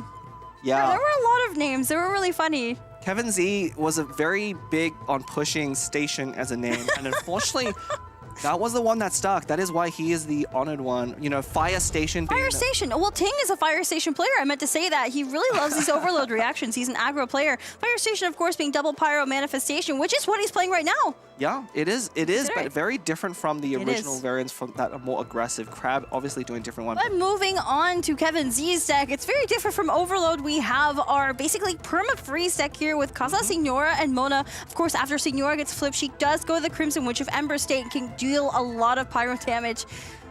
So anything to point out here, I do see the Wagner weapon banner. I really like how technical this deck is with Kaza's plunging attacks. Yeah, I mean, this is really going to be a race between Kevin Z being able to apply enough pressure to threaten Crab. You know, I think in this matchup, Ting just wants to play for the long game. If he can get his equipment set up, he can spread out his damage well and get every point of shield that Crab gets is going to be that much more damage that Kevin Z has to basically fight through. Freeze is not a very damaging reaction, right? It is not a high power reaction, not an AoE reaction at all. And so the damage is really going to be struggling. We're gonna have to find out as we head into a game 5 here. Kevin Z is 3 games up on Ting's 1, and this could be it. If Kevin Z takes this game, then the finals is over. He will be the champion. But let's see how this game goes. The raffle has started over on Astro Chronicles YouTube channel. Make your way on over there and enter. Figure out how to enter with the moderator's instructions. Additionally, there is a QR code on your screen. If you want to submit feedback to us, tell us how much you love our casting. Tell us how much you love my puns. Yeah. Wait, have you made any yet? What do you mean? What do you mean? What do you mean? What? I haven't heard any, have I?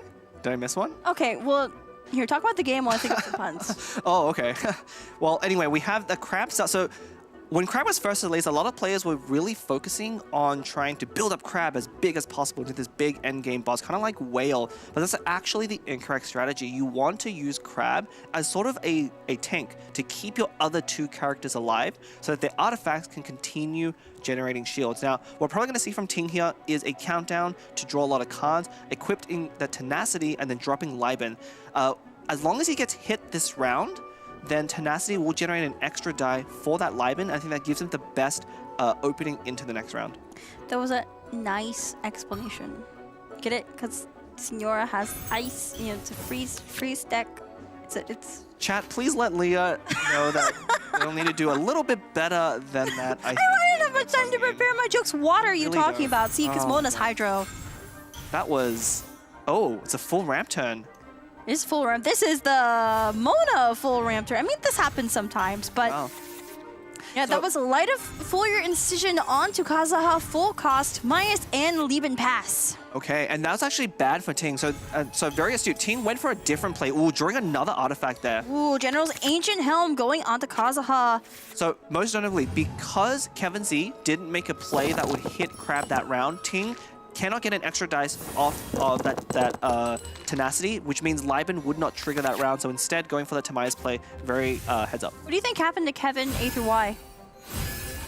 Kevin Z defeated all of them, and that is why he is the only. That's why he's here. That's why he's ascending to godhood. He is the end of the alphabet. Sounds good So to Kevin, Kevin's A Sounds through good to Y. Ooh, Interesting. reactionless. Reactionless indeed, but this will swap onto Signora immediately, and Thunder Manifestation's Lightning Rod is now on Kazuha. Yeah, I wonder if this is because, you know, Kevin Z knows that Ting does have that Crab talent. And if you don't know, Crab talent applies Pyro to the active character. So if Kevin Z had gone for a Mona skill there, Ting could have punished that so severely by just equipping Crab talent not only to get value off the shield, but cleanse the Hydra off. This is really interesting because if Ting equips that Crab talent, well, now we can cleanse the cryo with it. But Kevin Z would just be able to swap to Kazuha and swirl it. So yeah. Kevin Z is going to have to worry about these pyro applications. There's one on Signora at the moment, and this deck Ting is running should have pyro resonance. I don't remember if we saw it, but it 1,000,000% should have it. And those Thunder Manifestation skills are going to hit really hard and off field as well. Off field, yeah, definitely because of that lightning roll. We haven't seen Manifestation in quite a while, but that status on Kazuha right next to his plunge attack means that is the character that Thunder Manifestation skill will target. So it will not hit Signora in this case. A normal attack will, but that lightning skill will go onto Kazuha, and that's actually what Ting wants. So, I didn't have time to explain this earlier, but you know, this is really going to dominate this matchup, which is, can Kevin Z avoid damage from that lightning rod on the important characters? You really want Mona to be taking as much damage as possible.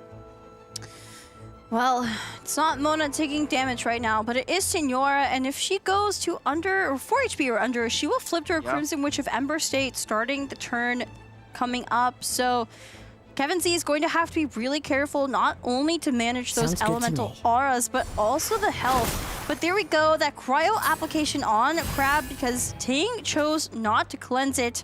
Yeah, and the swap over to Kazuha will be swirling it as a plunge attack. Yeah, and this is kind of the combo with these weapons. You know, Light of Fallen Incision giving you a dice back for every normal attack, and of course, with Kazuha's recent rework, when you swap back to him after using a skill, it will trigger a normal attack, but importantly, unlike a prepare skill, that gives you any bonuses that normally come off of a normal attack. So getting that extra die there.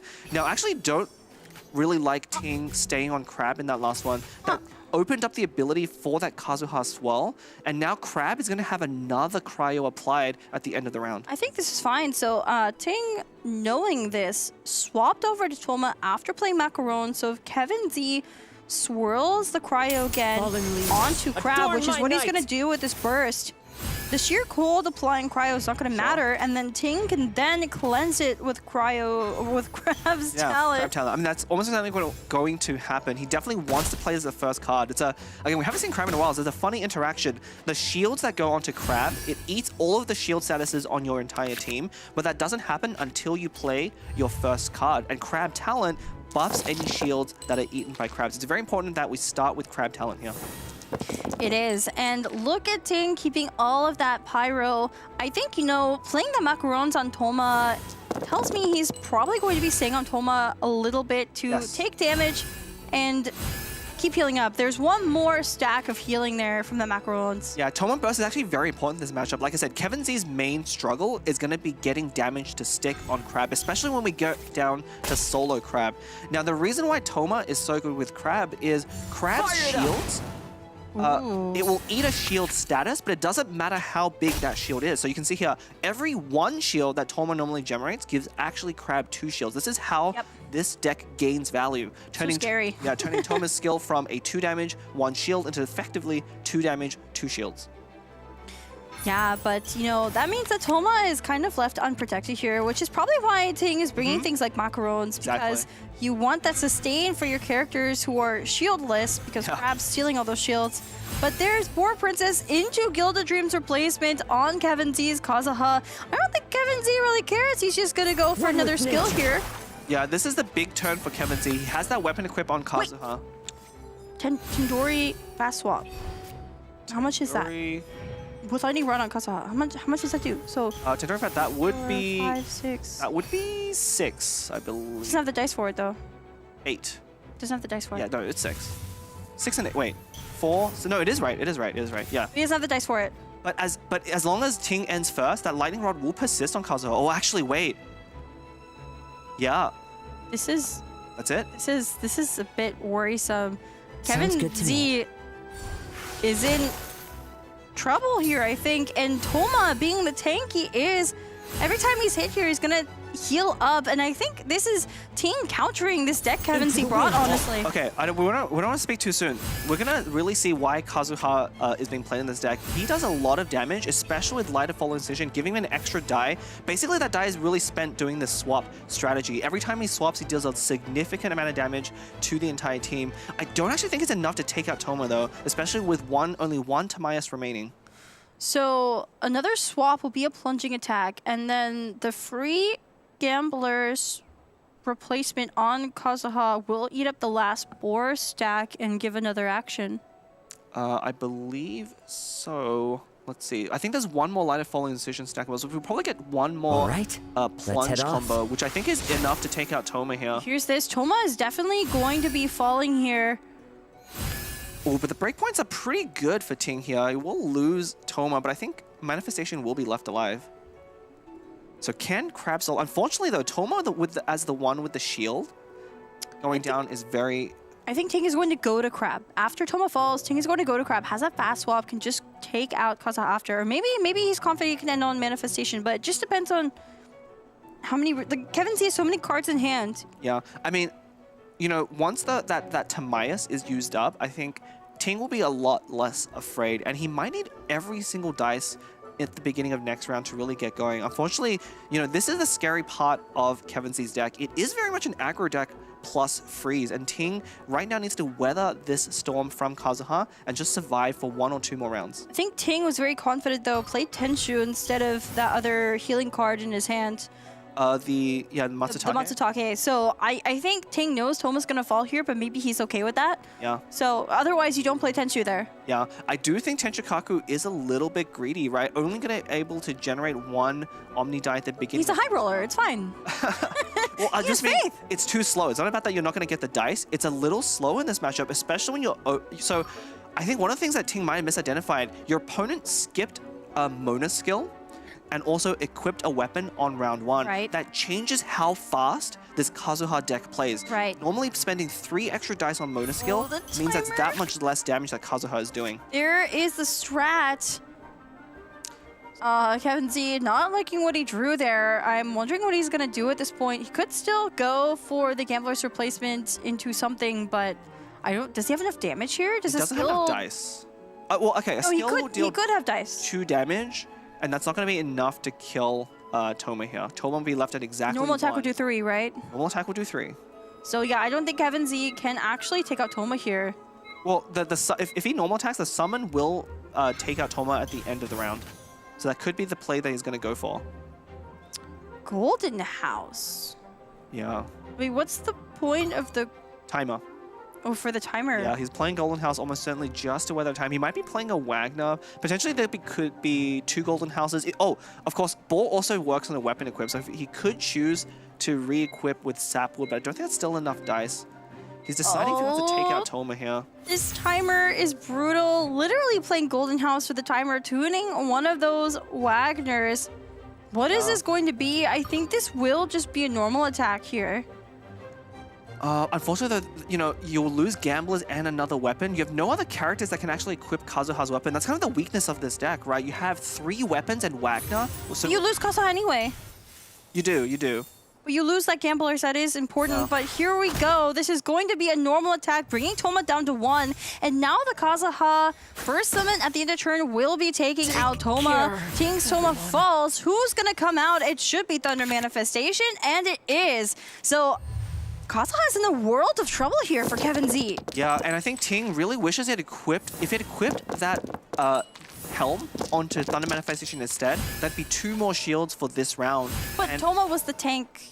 Right, but you're eating up the shields anyway, right? That's true, that's so true. It's actually strange that when you're risking a character like Toma, that you're not putting all the shields onto him. And unfortunately, yeah, here it is. There's a Tandori, there's a Crab Talent eating up that Cryo Aura, and -8 with the Tandori skill does take down Kevin Z's Kazuha. Signora comes out because it's an overload reaction. Yeah, and at this point, we're going to see Ting actually swap over most likely to Crab and start tanking damage until Manifestation can recover. Ting is another Crab Talent, could cleanse again. Can, yeah.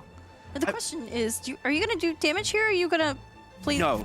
I think you want to go off of Manifestation.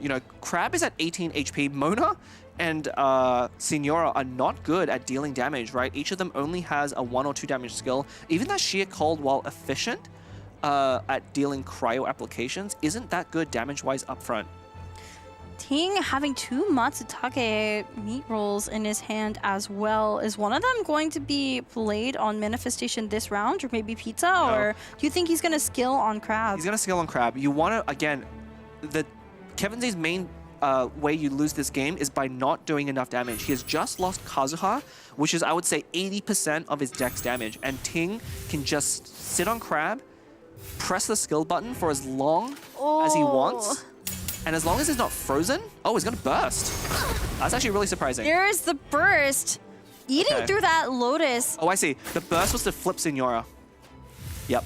I see. So that was worth it for Ting, but Crab is going to be frozen next round. Yeah, the spicy Crab will become frozen Crab, not fresh at all. The thing is, Ting could have avoided that if he played Talent earlier, but then he couldn't burst. So I think the burst was more important to Ting. The burst was more important. You want to flip Signora. Once you flip Signora, now your opponent has to be worried about Pyro Resonance normal attack. That already does 5 damage, enough to take Signora out. You're trembling. Oh, there's the Judgment. Yep. All that food is going to be rendered useless. Has to eat through 2 of those Judgment stacks before playing any event cards. And the skill from Mona on Kevin Z's side is going to freeze that Crab.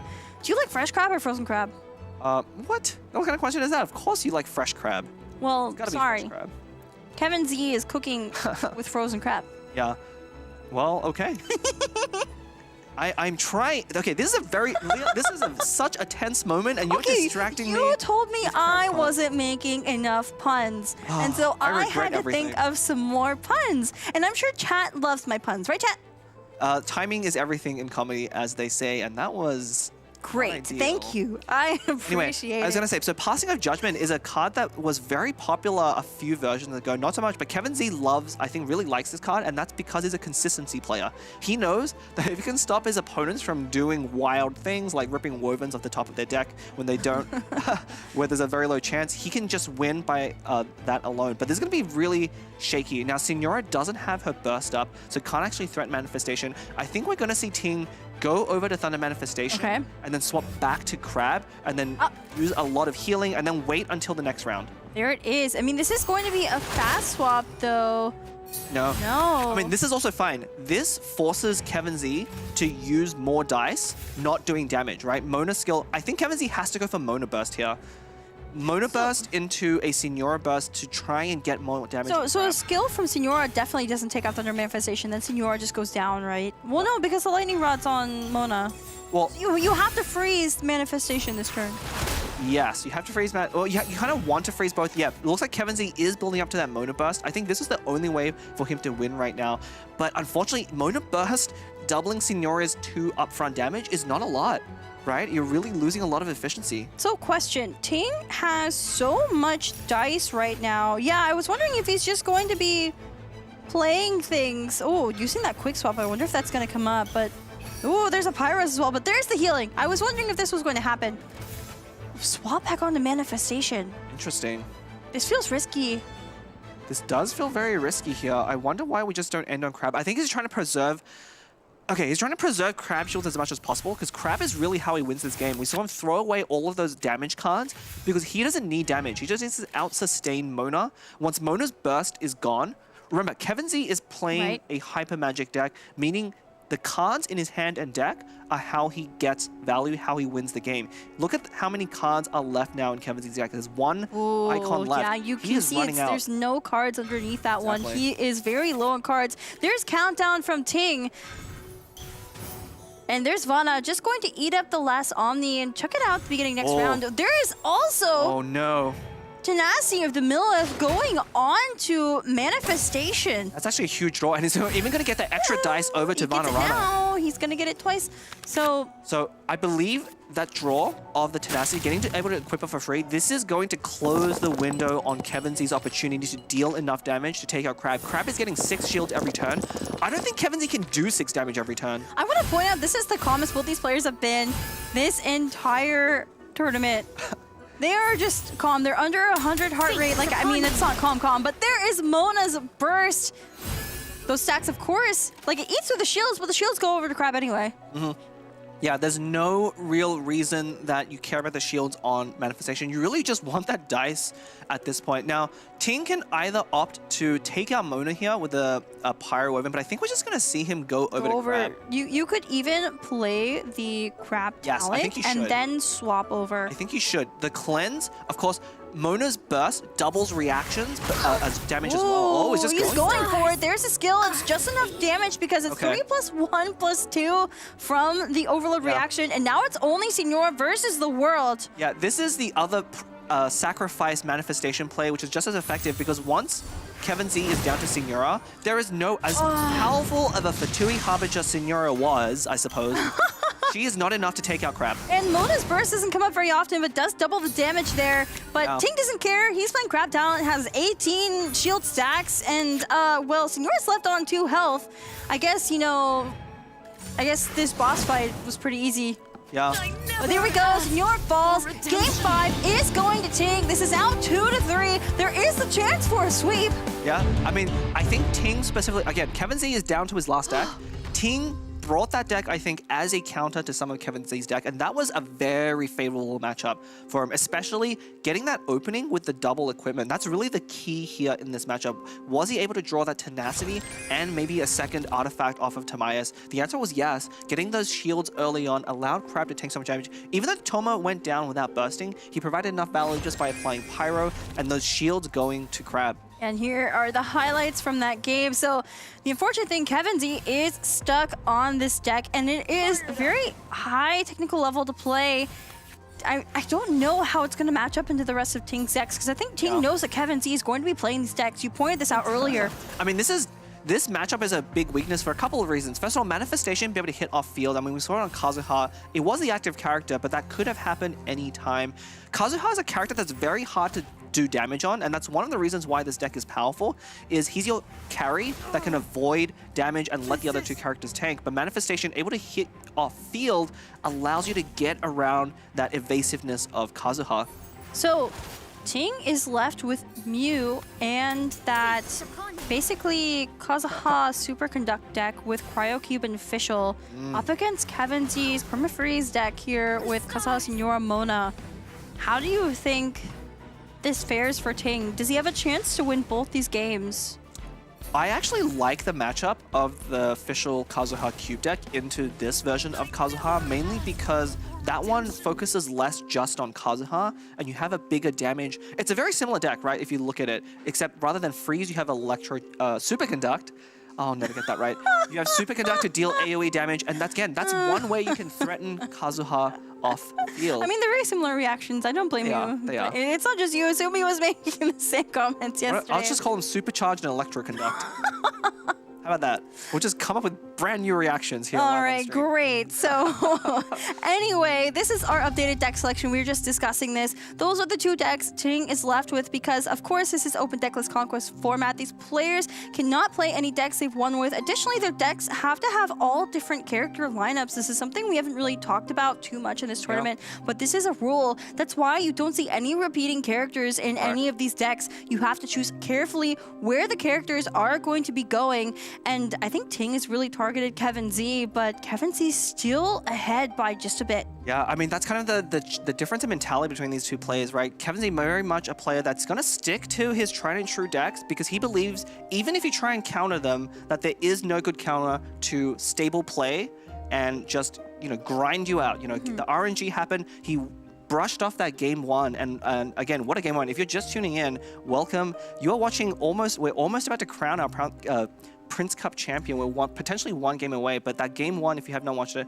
please go back and watch it. So we are potentially one game away. Of course, Kevin Z at 3 wins, Ting at 2, and this is a best of 7. So 4 wins takes it all. The grand prize is 16,000 USD. Second place is 8,000. There's so much on the line, including the bragging rights. All these players are such good friends with each other, and it is a joy to watch them playing on stage here now. But someone's gonna have to go home early. Well, I guess everyone's going home after this. Yeah, we'll all be going home, taking a nice rest, of course. Actually, this is a good time to plug. So if you are really liking this competitive action, let's talk about that first. All right, so speaking of winners, congratulations. We have 2 raffle winners. There is a raffle ongoing over on Astro Carnival's YouTube channel. So if you make your way on over to there will be a moderator there telling you how to enter that raffle. There will be 2 winners announced every match, so make sure you're rooting for the player who hasn't, equalized yet, which is Ting right now. If Ting wins their match, we'll be 3-3, and we'll go on to a 7th game, which makes it a very long and entertaining series for us on the caster's desk. Yeah, you can tell how closely matched these players are, and again, it's very easy for one player to kind of get very ahead in 4 matches, and that's because in this conquest format, you have to win with every deck. But if you have one deck in your lineup that is a weakness, your opponent can very easily take advantage of that weakness, and if you have bad matchups into the rest of your opponent's deck, it doesn't matter if you're ahead.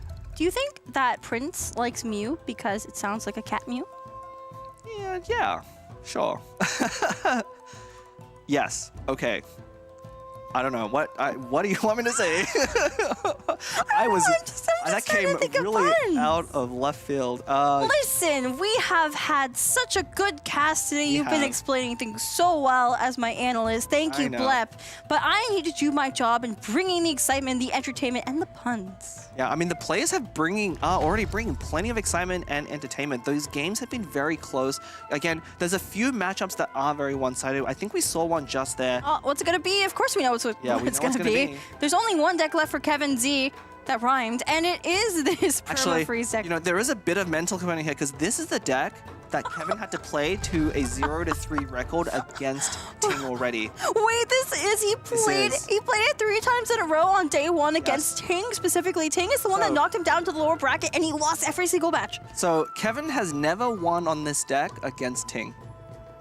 Can he break the curse? Can he rise up from the lower bracket, take his crown of TCG God, and defeat the master of RNG? Well, so he already has the crown of TCG God. Let's be real here. He has 6 Cat Seals Gathering, first place. If you're unfamiliar with what the Cat Seals Gathering tournament is, it is our community tournament. The players here mostly seeded in from that tournament, having many long, grueling matches, spanning over several seasons of that Cat Seals Gathering tournament just to qualify for here. So, but first place in that tournament gives you 1,000 USD. Kevin Z has won many first place titles there. Yeah, and if you're interested in participating yourself, you think you can roll better, play better than the character, the players you are seeing on screen. They're the main characters. Yeah, Season 5 is open for registration for Castle Gathering. Oh, that's so exciting. I need to remember to register. But here we go. This is Game 6, and if Kevin Z wins this, he will be crowned our Prince Cup champion for the Atlantic tournament this year. If Ting wins this, we will be going on to Game 7. Look at Ting's heart rate. This is like the lowest we've seen it. He's calming down. Meanwhile, Kevin Z, the game is starting. His nerves are going up. He knows he needs to win this. This is Actually, destiny. oh, this is a Mona mirror. Who goes first? Okay, this is super important. In a Mona mirror, whoever goes first has a huge advantage. Also, one thing I need to mention before we get into this game, there is a raffle going on the Astro Carnival YouTube. It should have started now. Make your way on over there if you want to enter for Primo Gems. Also, there will be a QR code appearing on screen periodically. If you scan it, it will send you to a feedback form where you can tell us how we're doing. Yeah, thank you so much. And we'll have to see how, I haven't seen this matchup before. Again, these are two very similar style decks. They have the same elements. They both have Mona, and they have a very similar playstyle. The main difference is Kevin Z sets up for freeze a lot earlier, whereas Ting is a lot later after Wanderer has gone through and bursted. And Eula usually is the finisher on Ting's side, whereas Kevin Z is going to focus more on Kazuha. Indeed, and so Kevin Z going first. Did play Timaeus. I don't know if he drew the Gamblers or the Gilded, but either way, having the Gilded going in the next round is going to be pretty good. It's going to be free. Timaeus going to 3 stacks, and should just go for a Mona skill here, right? Well, actually, looking at his dice, though, if he Mona skills, what is he going to do with those last 3 dice? Delved into destiny. The only thing I can see is he can tune 3 cards to equip This is actually so Light bad. of Full Wait. Insertion. This is a really bad roll.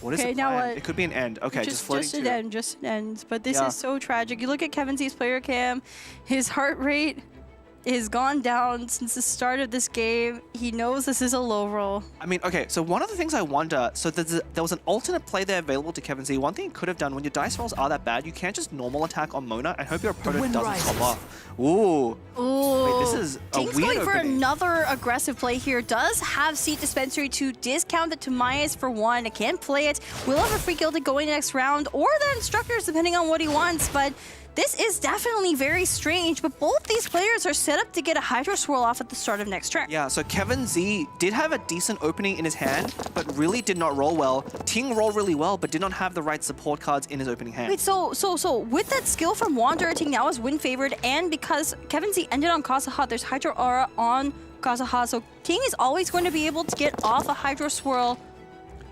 Well, what's probably going to happen is Kevin Z is going to use a skill right now on Kazuha, so that will push the active character over to Signora. Yeah, but then you just normal attack because you have win favored already, so you always get it off. Wait. Oh.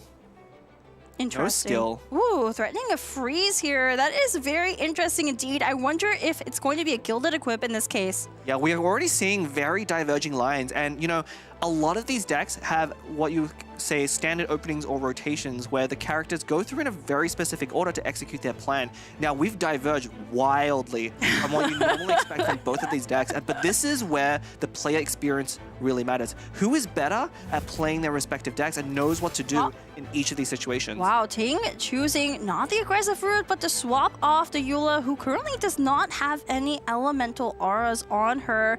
I wonder, what do you think about this one? So, because of Ting's opening, he was very much banking on being able to equip that Instructors to generate a lot of dice this round. If he gets frozen off of Wanderer right now, then he's going to lose a lot of momentum, right? Like, he's really banking on that equipment. He had a slow start and he needs to pick up the pace. Now, Kevin Z did kind of the same thing. Normally, you want to swirl on Kazuha, but because there's so many characters with Hydro Aura, he's just going to swap to Signora, threaten that freeze, and Ting's responding in kind. Kevin Z really think about what to do here, and it's just going to be a skill from Signora. Now, ooh, responding with a Eula skill of his own. Ting immediately responding with that. Yeah. Oh, look at both sides. Both of them have that cryo with double Hydro. Yeah, that is going to be a chain freeze. Oh, for someone. It is as the stars foretold. We'll see who gets their chain freeze off first. So the swap to Mona means that you can't actually swirl that cryo right now as Wanderer, because when favored, the normal attack would go to the next character in line for Kevin Z, which would be Kazuha. Yeah, we might actually see Ting also swap to his own Mona in response. Yeah, this is getting to be quite the chess game. Again, both players making unusual moves to counter what the other player is trying to do. They're trying to one-up each other. This is such a crucial match for both of these players, because if Ting loses, he loses the entirety of the finals. If Kevin Z loses this, he's probably going to be demoralized going into the last game. Yeah, and I will say, actually, this is a really good way to approach this matchup for Kevin Z, because I would say his deck is the more flexible one. The Kazuha Senora Mona deck has more play, has more options because of that elemental skill and the quick plunge from Kazuha, whereas Ting's deck is very straightforward. It wants to do the 1, 2, 3. Here we go. It is a Gilded onto Kazuha. Ooh, Wagner into Lieben. This, I don't know if this is risky or what, but there's the instructors. It is free to cast. This normal attack is going to deal so much damage to Kazuha and free Senora. Yeah, we'll probably see Ting swap off here. I think you probably don't want, Right there. Oh, going over to Mona. Eula Again, will be frozen next round, potentially. Yeah, Mona battles all around here. You know, her quick swap, actually, if you haven't really played TCG, you know, Mona's main ability is that she can quick swap, meaning you don't have to pass the turn your opponent when you swap off. It's so important for these Animo decks. And that's why she's been such a crucial character throughout the entire history of TCG. We've had Genius Unification TCG for a little under 2 years now, about like a year and 8 months or so, something like that. And basically, Mona has been a staple this entire time up until Herald's release, and he's kind of taken over in some ways. Yeah, Mona, Bennett, actually 2 characters that have really been around for quite a while. Ooh. Yeah, you could say Bennett is very beneficial, especially with Fischl. Okay, so very important. This freeze here on Eula is very crucial, because without it, you cannot safely be on Kazuha. Or I guess. But now we're gonna fast swap over to Wanderer, using that last deck of Wind Favorite to swirl the Hydro back onto Senora and Kazuha. This is scary, and with Wanderer's Burst ready to go, I think Kevin Z is going to be forced to freeze. Yeah, I mean, you want to freeze anyway. This is always what you're going to do. One really good thing is Senora is on 5. Now, most notably, 5 is the limit for her not to transform into a Crimson Witch of Embers state. If there's one more damage that goes on her, she will flip, but I think you really need the Cryo in this matchup. You don't want the Pyroform. The longer you can delay that, you can also use Senora's Revive to tank through a Wanderer Burst. It does 8 damage, but obviously when you revive, it doesn't matter how much overkill you do. So Kevin Z's deck does not do a lot of big flashy damage, like for example the Sign Overload deck that we keep seeing popping up, but actually both players banned in this finals. But it does do consistent damage, and it does consistently freeze lock its opponent, and it's very high skill floor, I think, to execute this well, and that's why it's been kind of coin flippy, I think. Yeah, definitely rewards a lot of experience on the deck. Now, one of the reasons why this deck is so good at freezing is, of course, Senora's skill does 2 cryo initially, but does leave a status, that sheer cold status, that tags your character with the cryo afterwards. As we can see here, Wanderer is frozen now and will have Hydro at the start of next round to be frozen either by Mona or even by Kazuha's plunging attack. Yeah, Ting having to eat that freeze, you know, that Wanderer Burst ready to go is just too threatening for Kevin Z. There is something we can do. Oh, it is! Yeah, there we go. So, of course, just broke freeze. This is new card. This patch does piercing damage to yourself, and, well, it's going to shatter that freeze. And now the Crimson Witch of Embers form is out. Senora's left on 1 HP. That Wanderer's Burst is already down, and the Instructor is refunded an Animo dice.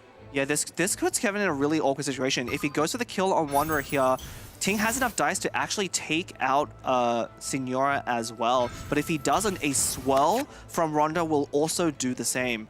Oh, this does have is a food so in hand, though. bad. We could see a Lotus coming out, playing that. Seed Dispensary. What is this for? Timaeus. There's Timaeus. Basically free. Getting a Heart of Kavarina. You have 4 Princess. He did not get gilded. Yeah, I think Gilded was the card I was looking for. You know, he has no Lyre songs, and he has that Golden House in hand. Notably, if you have Golden House and Timaeus, you can play Gilded. You could play Shadow of Sand King to draw 1 with the first Timaeus stack. Yep. And we're probably going to see a replace on Kazuha here doing just that. There's the Heart on to Kazuha. What's this going to be? Yeah, oh, we actually have a Gamblers. It actually could be Here's a really the Gamblers. Oh, it's going to be a quick swap. Let's head off. I like this a lot. Quick swap, plunging attack. Wanderer falls just enough damage, and Mona can't do 2 damage at once. No, she could if there was a Fruit of Fulfillment in Ting's hand or a weapon. Of that count down. No, you can't count down. Oh, what do you do here? I mean, let's see. So Kazuha has a Light of Fallen Incision, so we could actually see Kazuha take out Mona here quite handily, especially if there's any more dice coming out of Kevin Z. Of course, saving that Senora Burst for Eula, most likely. Now, Ting has one Lotus in his deck, which might be required. He might need to pull something off very similar to his Sino, his famed Sino version deck, where he needs to find, he has a fresh one already, but he needs to find that Lotus potentially to live through a Signora burst and take out. He does have that countdown. He would have to tune it to play it now. I don't know if you Mona skill. Yeah, you Mona skill because if your opponent ends on Kazuha or Signora, the Mona skill will take them out. Oh, so good to have. If you had Egg Wanderer into a Swell, this would be so brilliant. Also, Mona skill gives some damage reduction to Mona. That is probably going to be very crucial. Is that an important enough breakpoint? 7, I think he was already safe. So Kazu has normal attacks do 3 damage each. There's a skill bringing Mona down to 6, and there is Signora out. It's possible having to end his turn here. Okay, I'm sorry. I'm trying to look at all the math here. Yeah, there's another Light of Fallen Incision. Oh, I think the normal attack. Normal attack does this. It does, and it gets 2 more dice as well. What are we drawing? Sapwood. That's not what you want to see. Yeah, not really useful at this point. You know, I think Elias Song or something else would be enough, but Mona does fall. The Gambler's Refresh comes in, but can you do anything with those 2 dice? The answer is no. We're going to be swapping over to Mona here, and it's going to be Eula versus the world. Does have the Grimheart stack, but with all these characters on 1 HP, what does it matter? Oh, there's Wolf's Stone too. It's Lotus or Bust. It is Lotus or Bust. If he draws a Lotus... Oh, there's the other countdown. Oh, there's fruit. Dice? Does he have enough dice? If he has a Lotus, he can just survive a Signora burst and get to take out 2 characters with Gamblers. He has it in hand. He's got a countdown. He has to play countdown. He has to play countdown. Is he going to play it? Kevin Z also has a Lotus that might actually be enough. No, but he has Wolf's. No, but you don't have enough dice to do all of that. Oh, no, there's a Gilded. Oh, he's countdown. There's countdown. What did he draw? There it is. Oh my God, there's a Lotus. There's the free Gilded. I think with that Lotus, it's enough. Oh, look at Kevin Z. He probably doesn't have it. He's so scared. His heart rate is skyrocketing. There's a fresh wind of freedom. There's the elemental skill. Ting is going to get to go again after Mona falls. Has plenty of dice left for 2 actions. Mona and... Mona's down. Kazuha and Signora both on 1 HP. There's the Lotus. Look at the zoom in on Kevin's reaction. Wait a minute. Signora's Lotus as well puts her above 4. Eula without a weapon right now. And I don't think there's enough dice. Is that? You have Wagner Golden House. Wagner Golden. You have Wagner. Oh, there's no way.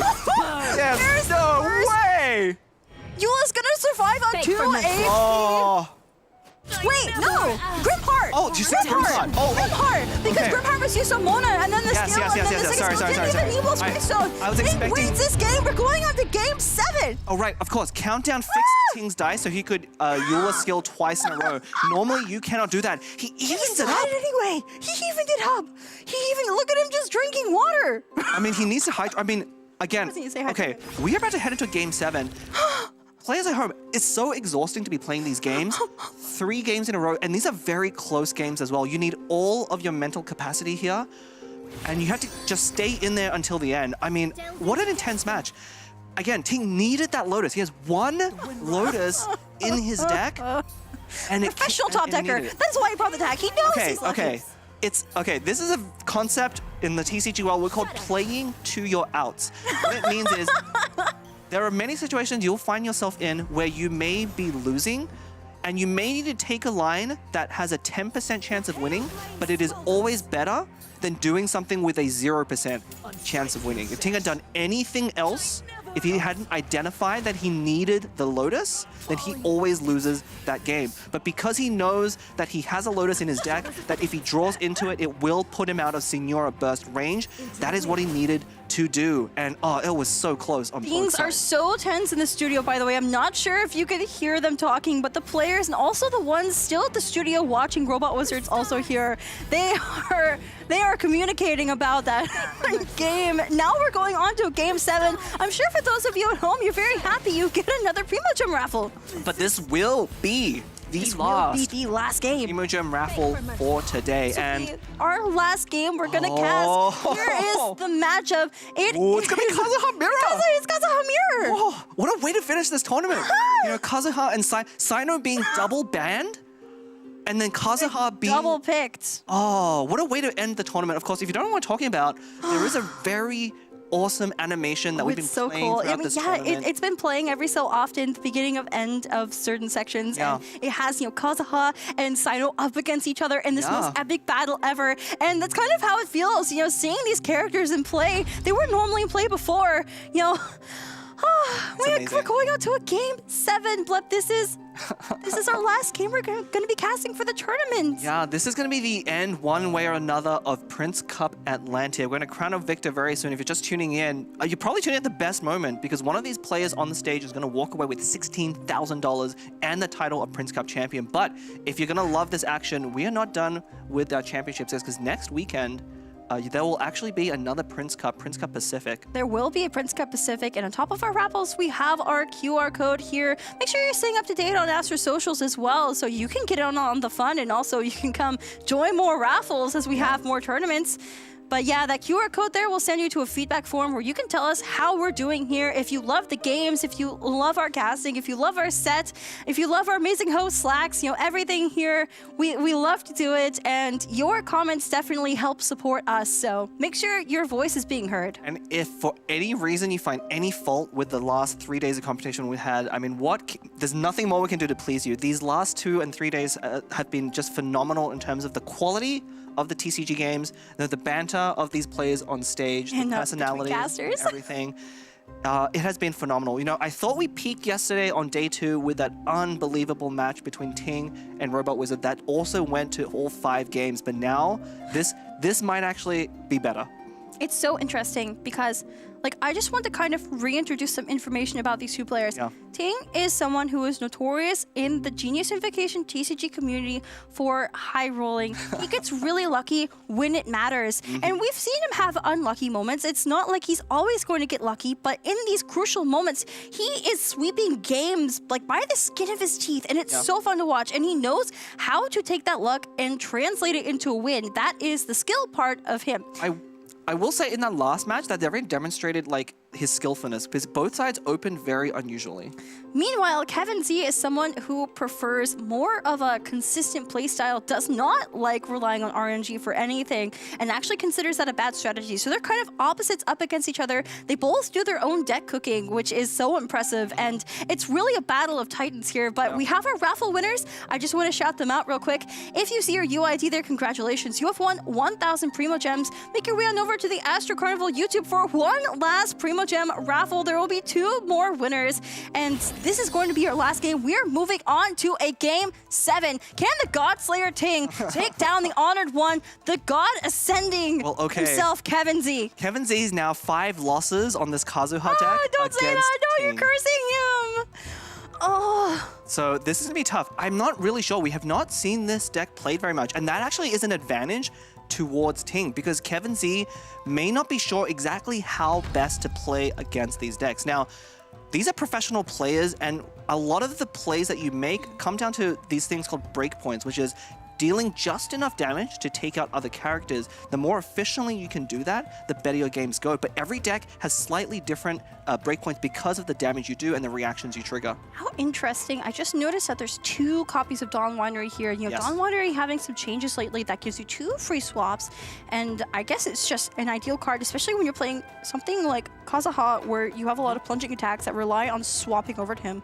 Yeah, and of course, Dawn Winery doesn't present itself in Kevin Z's deck. He has to pay dice for those swaps to Kazuha, but part of the reason he can do that is he does have that Light of Folly Incision. Definitely, I think the best weapon for his deck, Lo-Fi. It's really paid off for him, but again, not quite enough in that last matchup to clutch it out. What's it going to be? Of course, we already know Prince is staring down this deck because it has disappointed him too many times, but Kevin Z needs to get one more win off. He chose to bring it to the finals. Let's be clear. He chose to bring that to the finals because he had the option to bring something else. So he has faith in this deck. I mean, he definitely does. We saw a lot of players also, I think Nahida specifically also brought this deck, convinced by Kevin Z that it was good. I think it is a good deck, but it's pretty difficult to play. What's unfortunate, Robot Wizard was blessing Kevin Z to win against Ting. They made a pact together. They were like, no matter who wins here, we have to go on to beat Ting. We have to beat this guy. They're all friends, of course.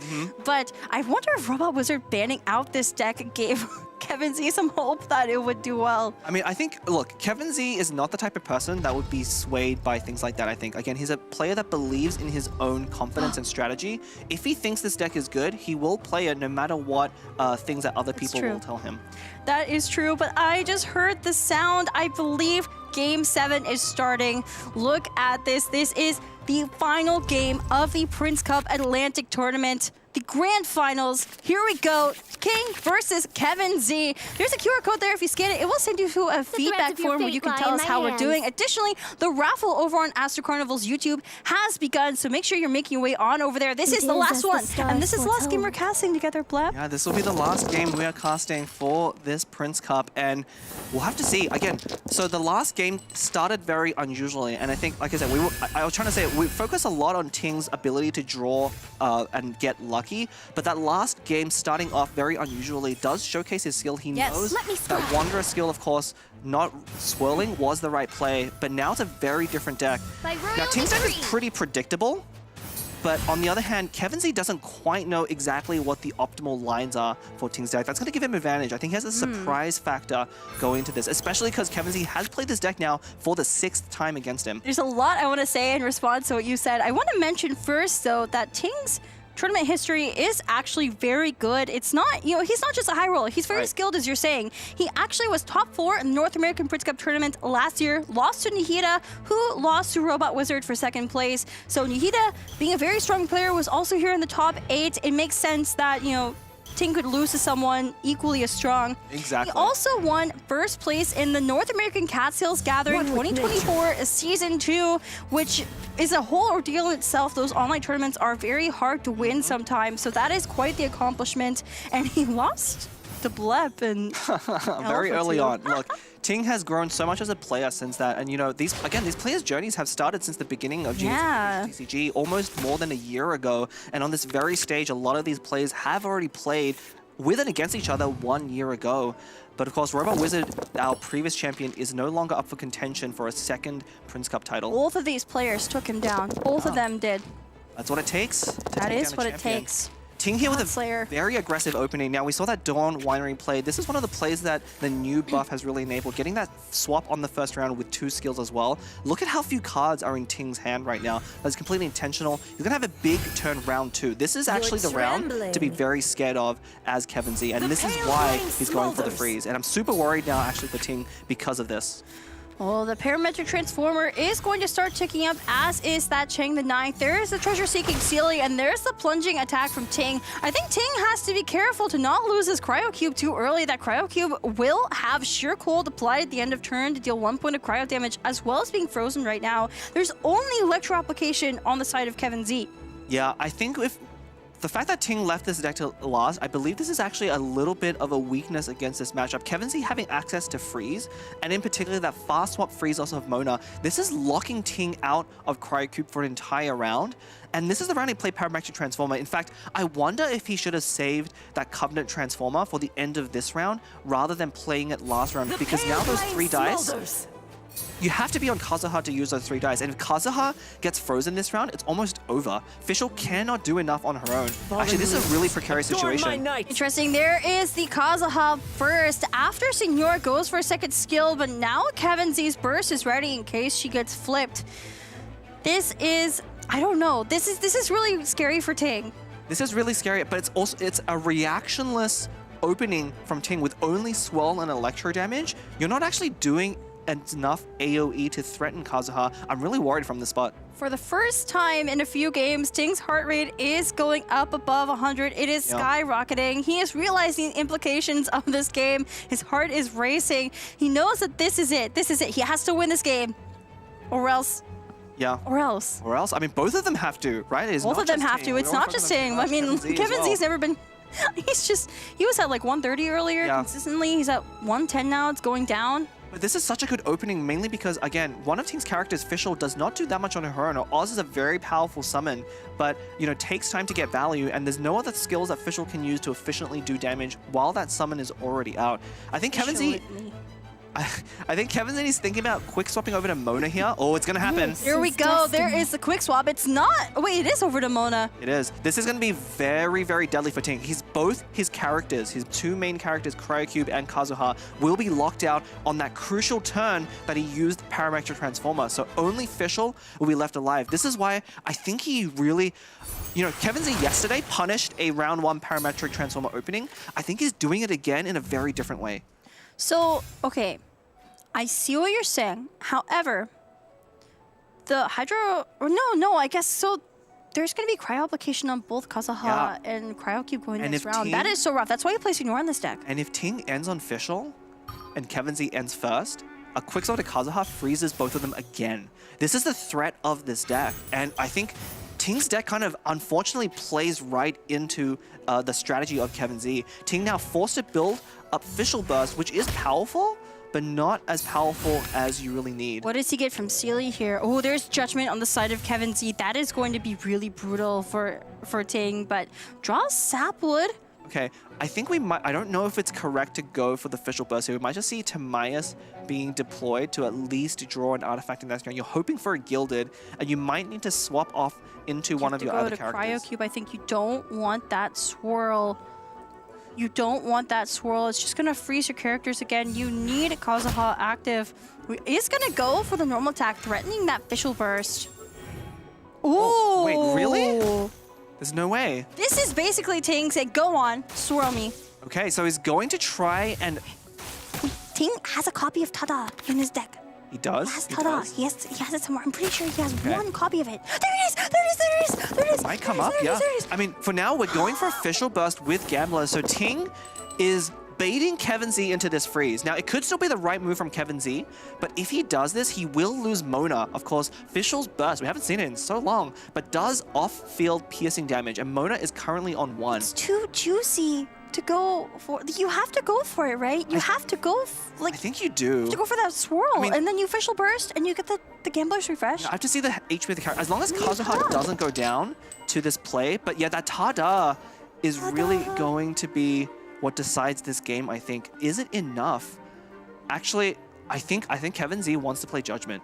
Gladiator Sapwood as well. Actually, this is where that Judgment from Kevin Z might be the most devastating card. If Kevin identifies that the only way he loses this game by double freezing his opponent's characters, leave them with solo Fischl, is for them to break out of freeze, then Judgment will be passed, and Ting may be out of contention for first place. Seed Dispensary, free Wagner, draws Sacrificial Sword. What is Kevin Z looking for? Probably a weapon for Kazuha, because he is going to go for that Chain Freeze. Is he going to play the Judgment? I think so. Is he going to play it? Will the Honored One pass Judgment? There is the Gilded. This is almost certainly Kazuha. Oh, there is no Judgment. There is no... Wait, there's the Boar. There's the Sapwood. Does he not have enough dice? I think I think he's gonna the count his dice. Though. Well, the Gamblers probably won't take out any characters right now. I think he's doing math right now. I think going over to his notepad, he's probably checking his opponent's card. But he knows Ting has Tadas. Oh, okay. No. Not playing around it.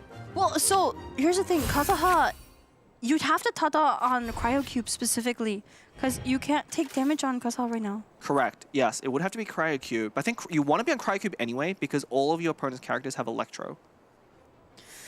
Did not play that Judgment, but Ting, having that Gamblers on Fischl, will be able to refresh his dice by going for this burst. Also will flip Signora. I think Ting might need to think about whether Judgment is very important right now, because if he thinks Judgment will lock him out of being able to take out at least Kazuha, if not Signora as well, then he needs to pre-play a lot of his cards. But how does he do that? He has no quick swaps in this deck. He has no way of going over there. Well, your opponent is out of dice, right? So they're I guess Kazuha still has the plunge attack, so never mind. We still Kevin has a lot in his disposal right now. Well, the plunge attack from Kazuha will go onto Fischl. Then the weapon was Sapwood, which already was triggered. And then Kevin Z will have to spend an additional. He doesn't have a Boar Princess though. Boar Princess free. He has one stack of Boar. He has 2 stacks of Boar Princess left. He played Boar and didn't do anything with it. Okay, so he has one. So he has a normal attack on Kazuha, followed by probably another normal attack or a skill, but not both. Or burst. Yeah, or a burst. It could be a burst. Ooh. Oh, what is this? It might be sacrificing Kazuha here to the Signora burst. I think Ting wants Kevin Z to use up all of his dice. I think that's what's going on here. But Kevin Z does have that Gamblers. Yeah, Kevin Z does have Gamblers, but the Gamblers is on Kazuha. There's the judgment. There's the Gamblers onto Kazuha. This is going to be a plunging attack. This fast action -3 to take out Kazuha. Regrets. And refreshing those Omni dice. Now what do? Do you burst from Fischl? Now? Now might be a good time to burst. So what Ting needs to do is try and take out Signora off field. I don't think you can afford. I don't think you can afford to Tada anyway. Keeping the Cryo Cube revive is too important. Fischl first and Mona falls. The Gamblers refresh coming in. Signora is now 4 HP or under, and Kazuha is left on 4 HP as well. Yeah, but look at all those dice out from Kevin Z. And one of the things that Kazuha can do, again, is keep himself super safe by using his skill. He can swap out here, take more damage on Signora, and then come back for another plunge. Now, he doesn't have the plunging attack right now, does he? Oh, no, but he can skill to get off of Kazuha here, go onto Signora. That probably is the safest play. Signora still has not flipped her revive, but will definitely next turn. There's no other healing from Kevin Z, yeah. There's the skill. I think if you're... do you just swap over to Cube? If you're Ting? Do you just swap still? You can't though, because you... Oh. Wait, what? Okay. Maybe with... So, Changing Shifts, Liar Song, and Ball Princess all don't really do anything right now. So we could see him burn 3 cards just because Tada is the card that actually matters. But if you swap over to Cryo Cube, you know, Signora... You can't play Tada anymore at that point. And well, especially if Signora using a skill on Cube would be deadly, because then the revive... The sheer cold, yeah. But it is a swap over to Cryo Cube. Ooh, this is not looking good. It is not looking good for Ting. This is really scary. Yeah, I think really Ting is hoping that somehow Kevin makes a misstep here, plays into one of the cards in his hand. Kevin Z must be thinking, you know, something weird with that Changing Shifts being played. I think the pressure is getting to Ting. I think he actually did pass over the Passing of Judgment here very briefly and forgot about it. Otherwise, he would have played 2 more cards into a 3rd card. He didn't need to play that Changing Shifts anyway, though, because he had another copy of Dawn. He had another thing of Dawn Winery left. It's true. So true. I wonder if he's actually playing a mind game. I wonder if he has a plan. I want to know if he has a plan. He has so many dice. He has like Gladiators and Boar Princess. He can still... Let's see. He can play the Tada on Cryo Cube after Signora's skills. No, because the revive would... you'd have triggered the revive already, and then you would take out your own Cryo Cube. No, exactly. And then it's a free swap over to Fischl. And then that uses an event card. And then you can play Boar Princess. But what does Boar Princess do? We'll see. Maybe I'm wrong. Maybe I'm wrong. But I think he has a plan. I want to know what that plan is. But then if you burn Tada to Passing of Judgment, you can't then you're still on Cryo Cube, right? Tuning the sapwood. What is the plan here? Why are we tuning? Maybe if tuning for time. I'm actually not sure. No, he doesn't have time. Is there a miscalculation here about whether Tada... Because Tada will take out Cryo Cube, but you'll lose Cryo Cube. And I don't think there's actually a way for Fischl with only 7 dice. Now, of course... Oh, he's tuning to get under for Gladiators. He's planning on playing Gladiators this round. Wait, Gladiators is 3 normal attacks. That's what I was thinking. Oh, it's just a regular swap on Fischl. Does not play the Tada. Oh, but this is really bad. That sheer cold on Cryo Cube is going to take Cube out no matter anyway. What. Yeah, I think when we make this play, we probably shouldn't have swapped. Although, I think if Kevin Z had just bursted Fischl here, a swap into Kazuha to swirl into Cryo Cube really has the same effect. This is really scary. So what is Kevin Z going to do? You could swap back onto Kazuha and go for that plunge attack. The timer is ticking down, guys. This is the last match of the Grand Finals. It will be a Lotus onto Signora, and it's going to end. Yeah, the Lotus here will eat up a normal attack. So I think this is to... So 2 normal attacks from Fischl would have flipped Signora. But with that Lotus... Oh, it'd been to be 3 normal attacks, but I don't think it matters. This should be Liar Song. Wait a minute. Or Princess. Wait a minute. How much damage? Fischl Burst does 4 damage? Wait a minute. Can you Fischl Burst? Yes. Right now? Oh, no, you're one dice short because of... Yeah, your 1 dice. Oh, why'd you keep the Liaison? Wait, what's the artifact official right? It's Gilded? It's Gamblers. Gamblers. Oh, that's right. But you never take out Signora here. So you can Liaison. Oh, what do you? Demise. Drawing a Gilded. Wait. That's a free Gilded. Is that enough? That's still only 2 dice. You're back where you You don't started. have 4. I don't think this is enough. I don't know what the plan is here. No, this is not enough. I believe this is gonna be it. Okay, there's a normal attack. What do you even do now? Do you just... Why are we swapping on the cryohypostasis? I'm not sure. I think Kevin, knows it. He's sitting back in his seat. He doesn't really know what to expect from Ting's deck, but Kevin Z with priority, I think, is gonna take it. He has the Signora It burst. swaps anyway. This is it. Oh, this is going to be it. What does Ting draw here? There's nothing Ting Doesn't matter. Kevin Z is going first, so it doesn't matter. Kevin Z has a Signora burst lined up against a Fischl at 6 HP.